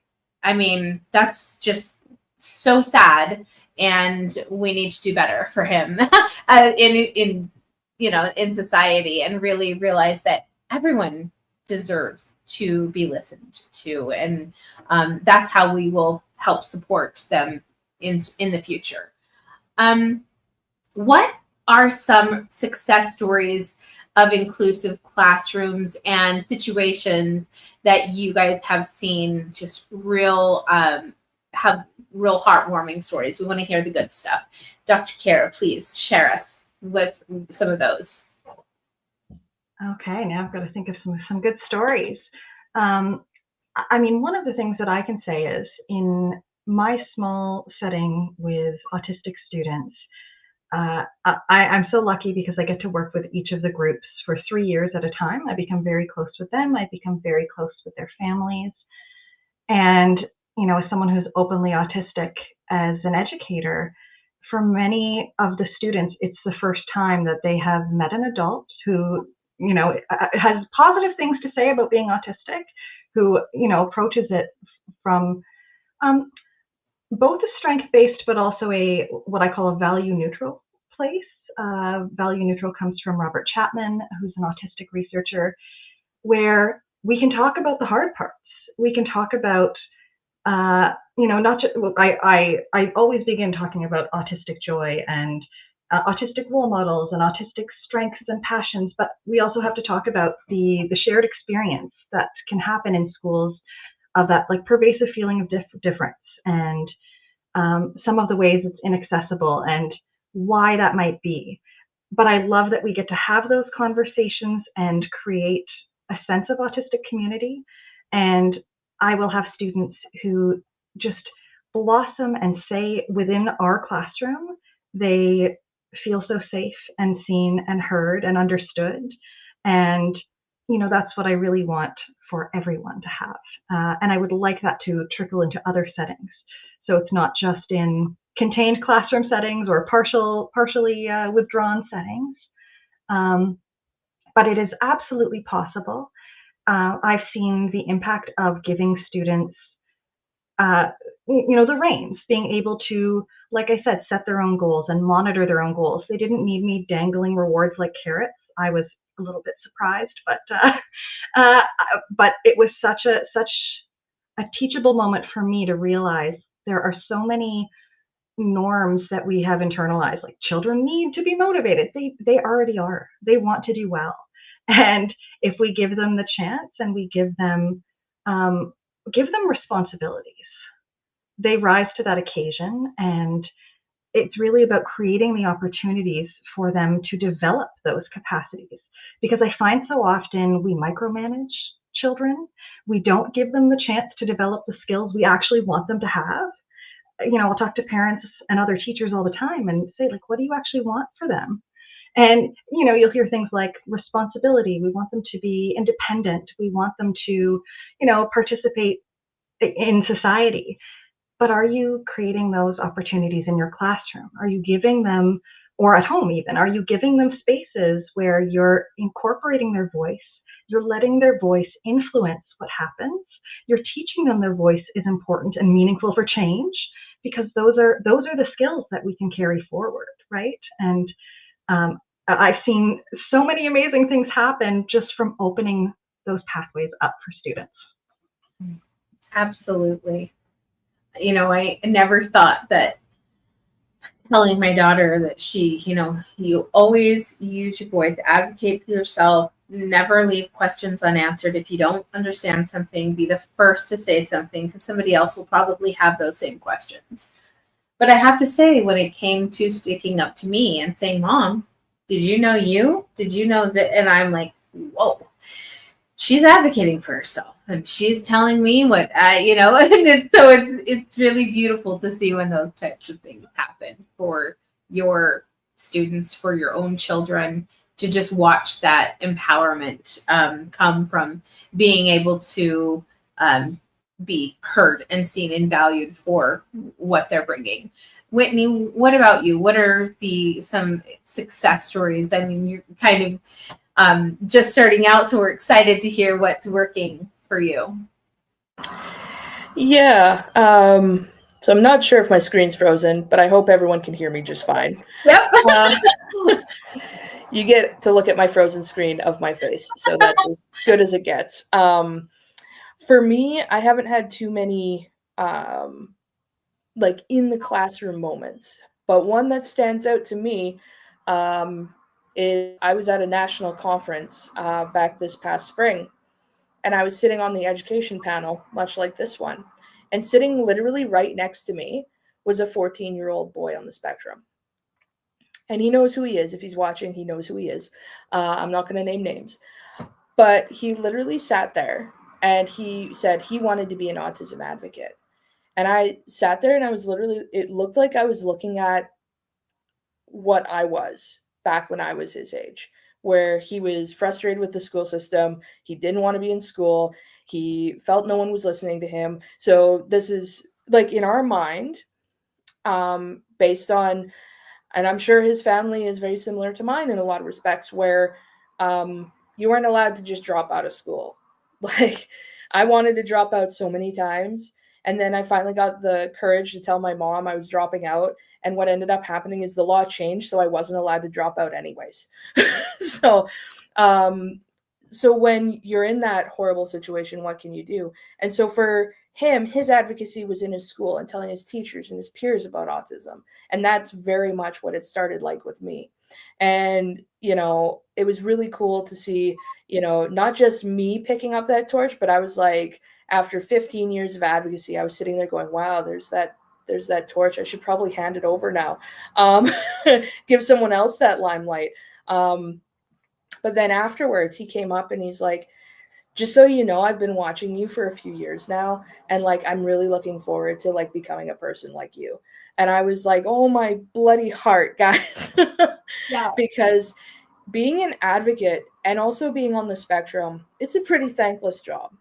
And then to be an autistic educator where Where I am, people don't talk about that. Like it is not something you openly talk about. You don't even drop it in an interview to your administrator as a strength.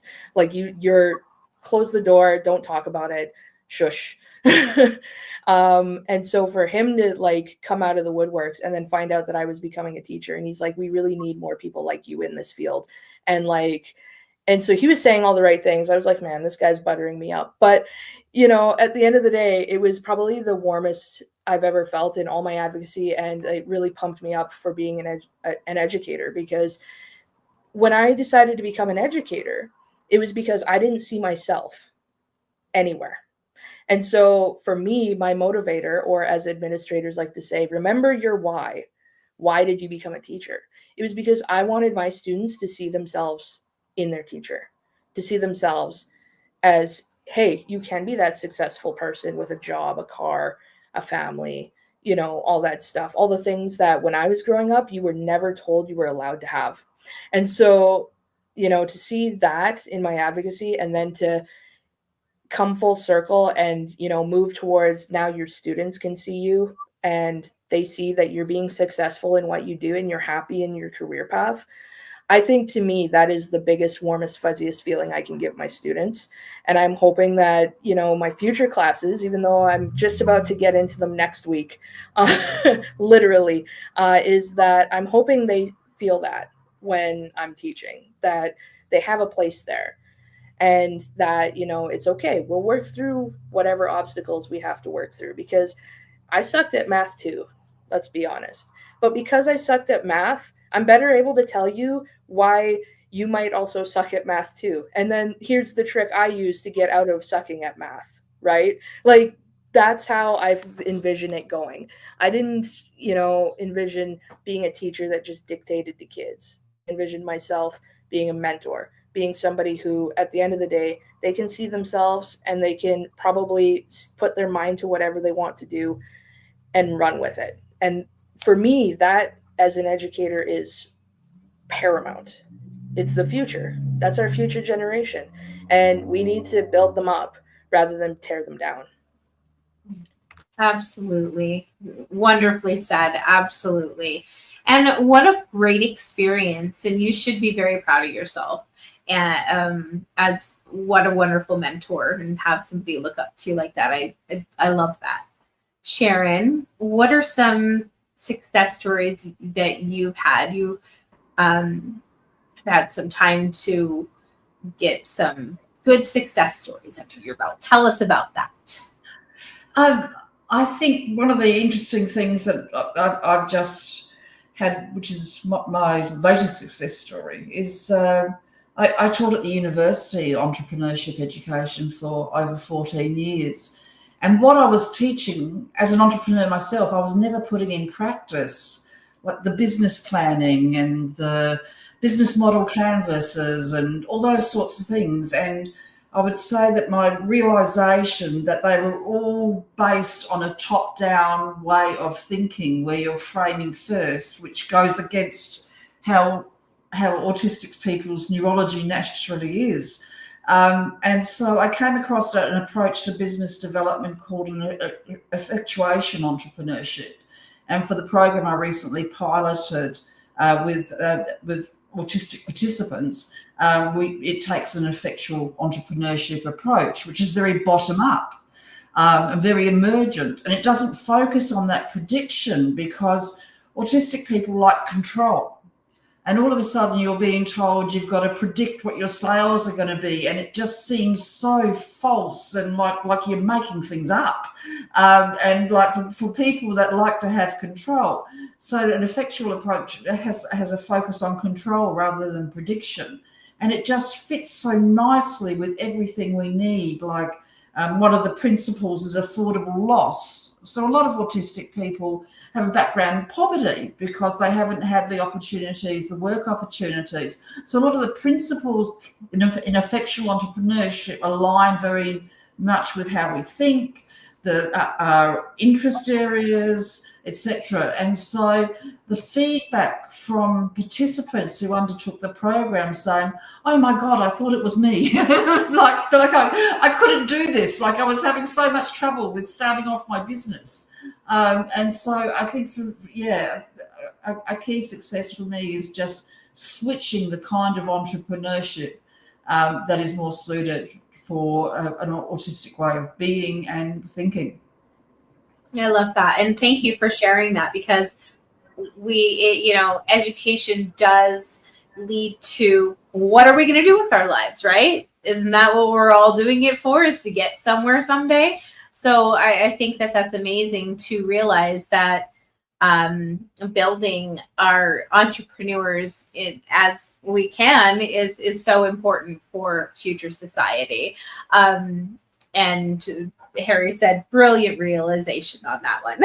And she had brought up that you, amazing for sharing your lived experience with Alice and with, I can't remember your son's name, so I'm not going to say it, but maybe you didn't say it either. But thank you so much, Harry, for being here, for supporting so much all the time. You're one of our sponsors, and we just appreciate you always being so supportive.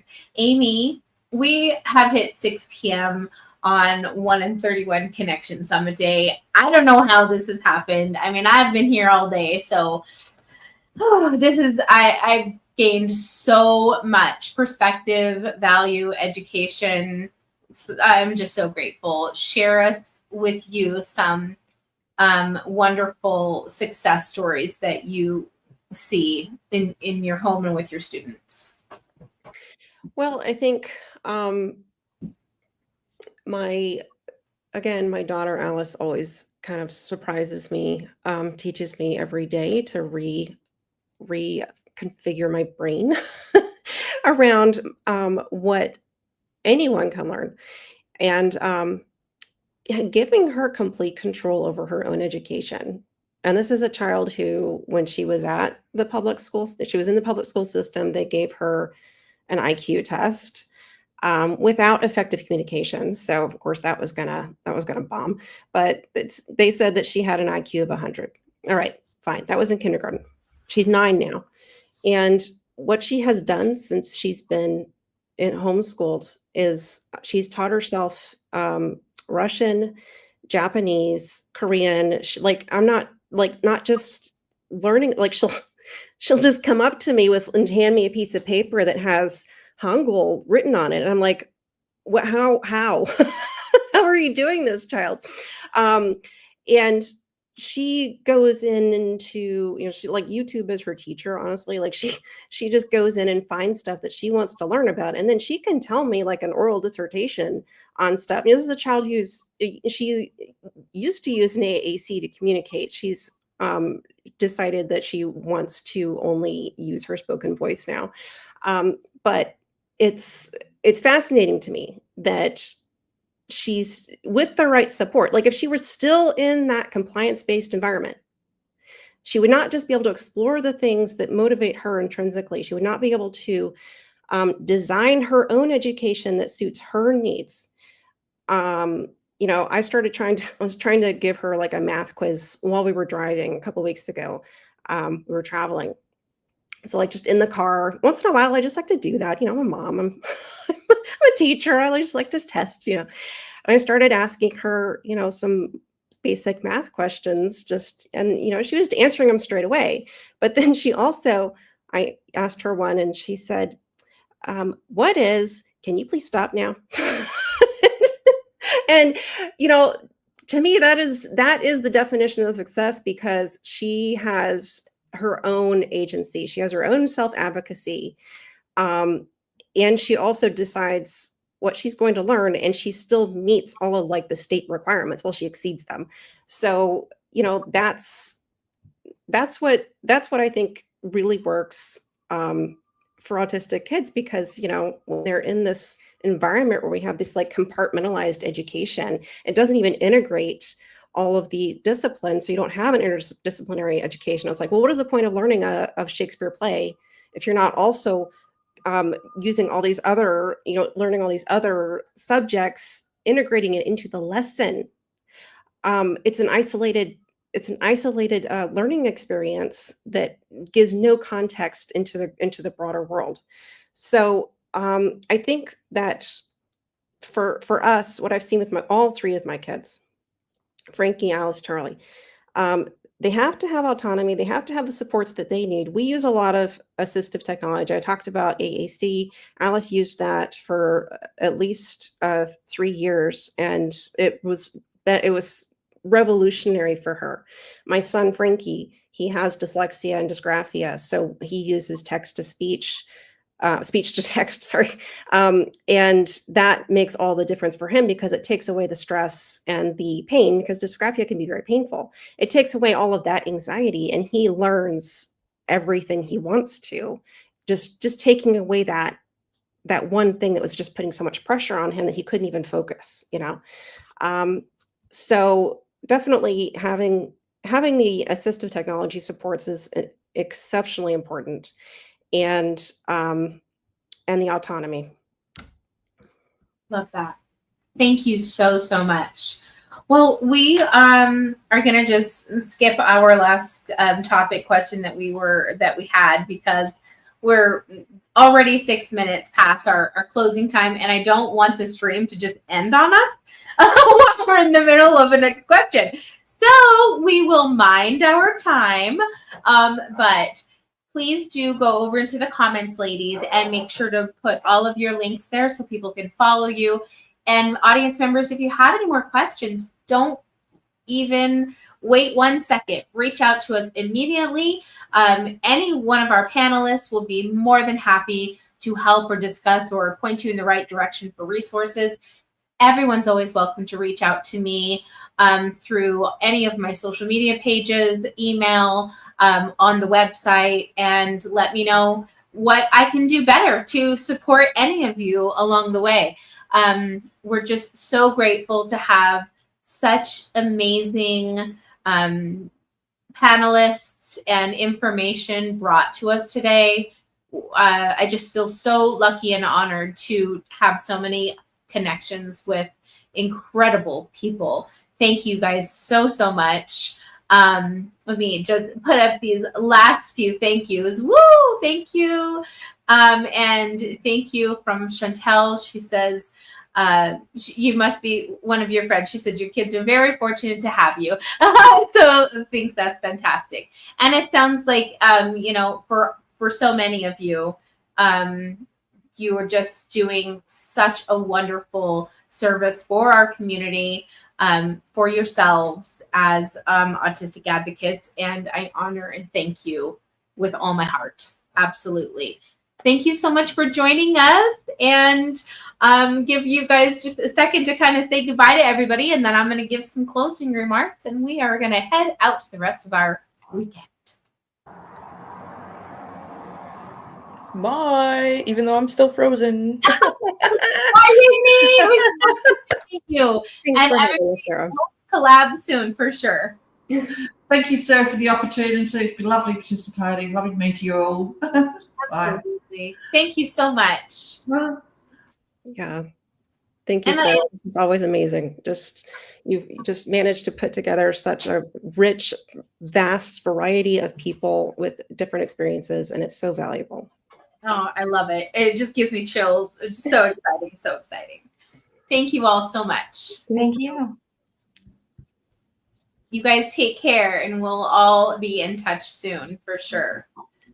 Sounds good. Oh my goodness. I'm just so honored to have so many amazing connections in my life. And thank you all so much. Thank you for the panelists. Thank you for the sponsors who believe in what I'm doing, who believe in what I'm bringing to the world, and the movement that we're making, and the changes that we can help to provide for this amazing community.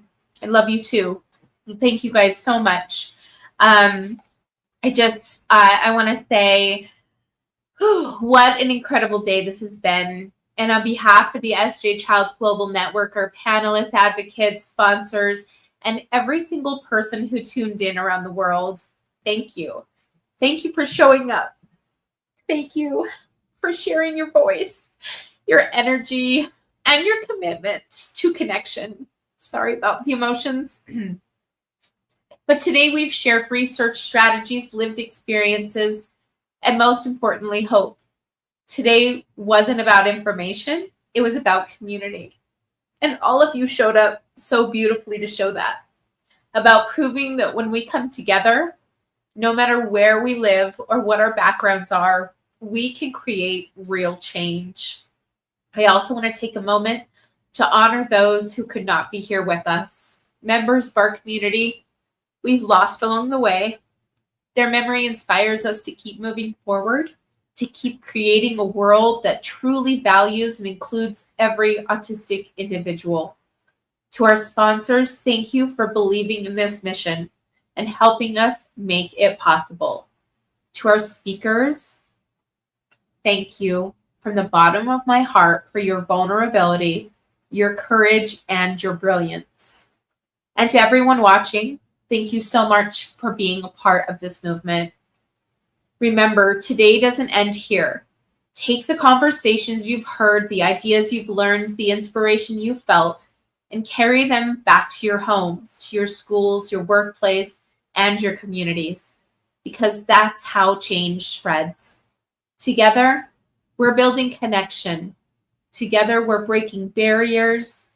And together, we're proving that inclusion is not optional. It is essential. Thank you again for being here today. And until we meet again, keep advocating, keep connecting, and keep shining.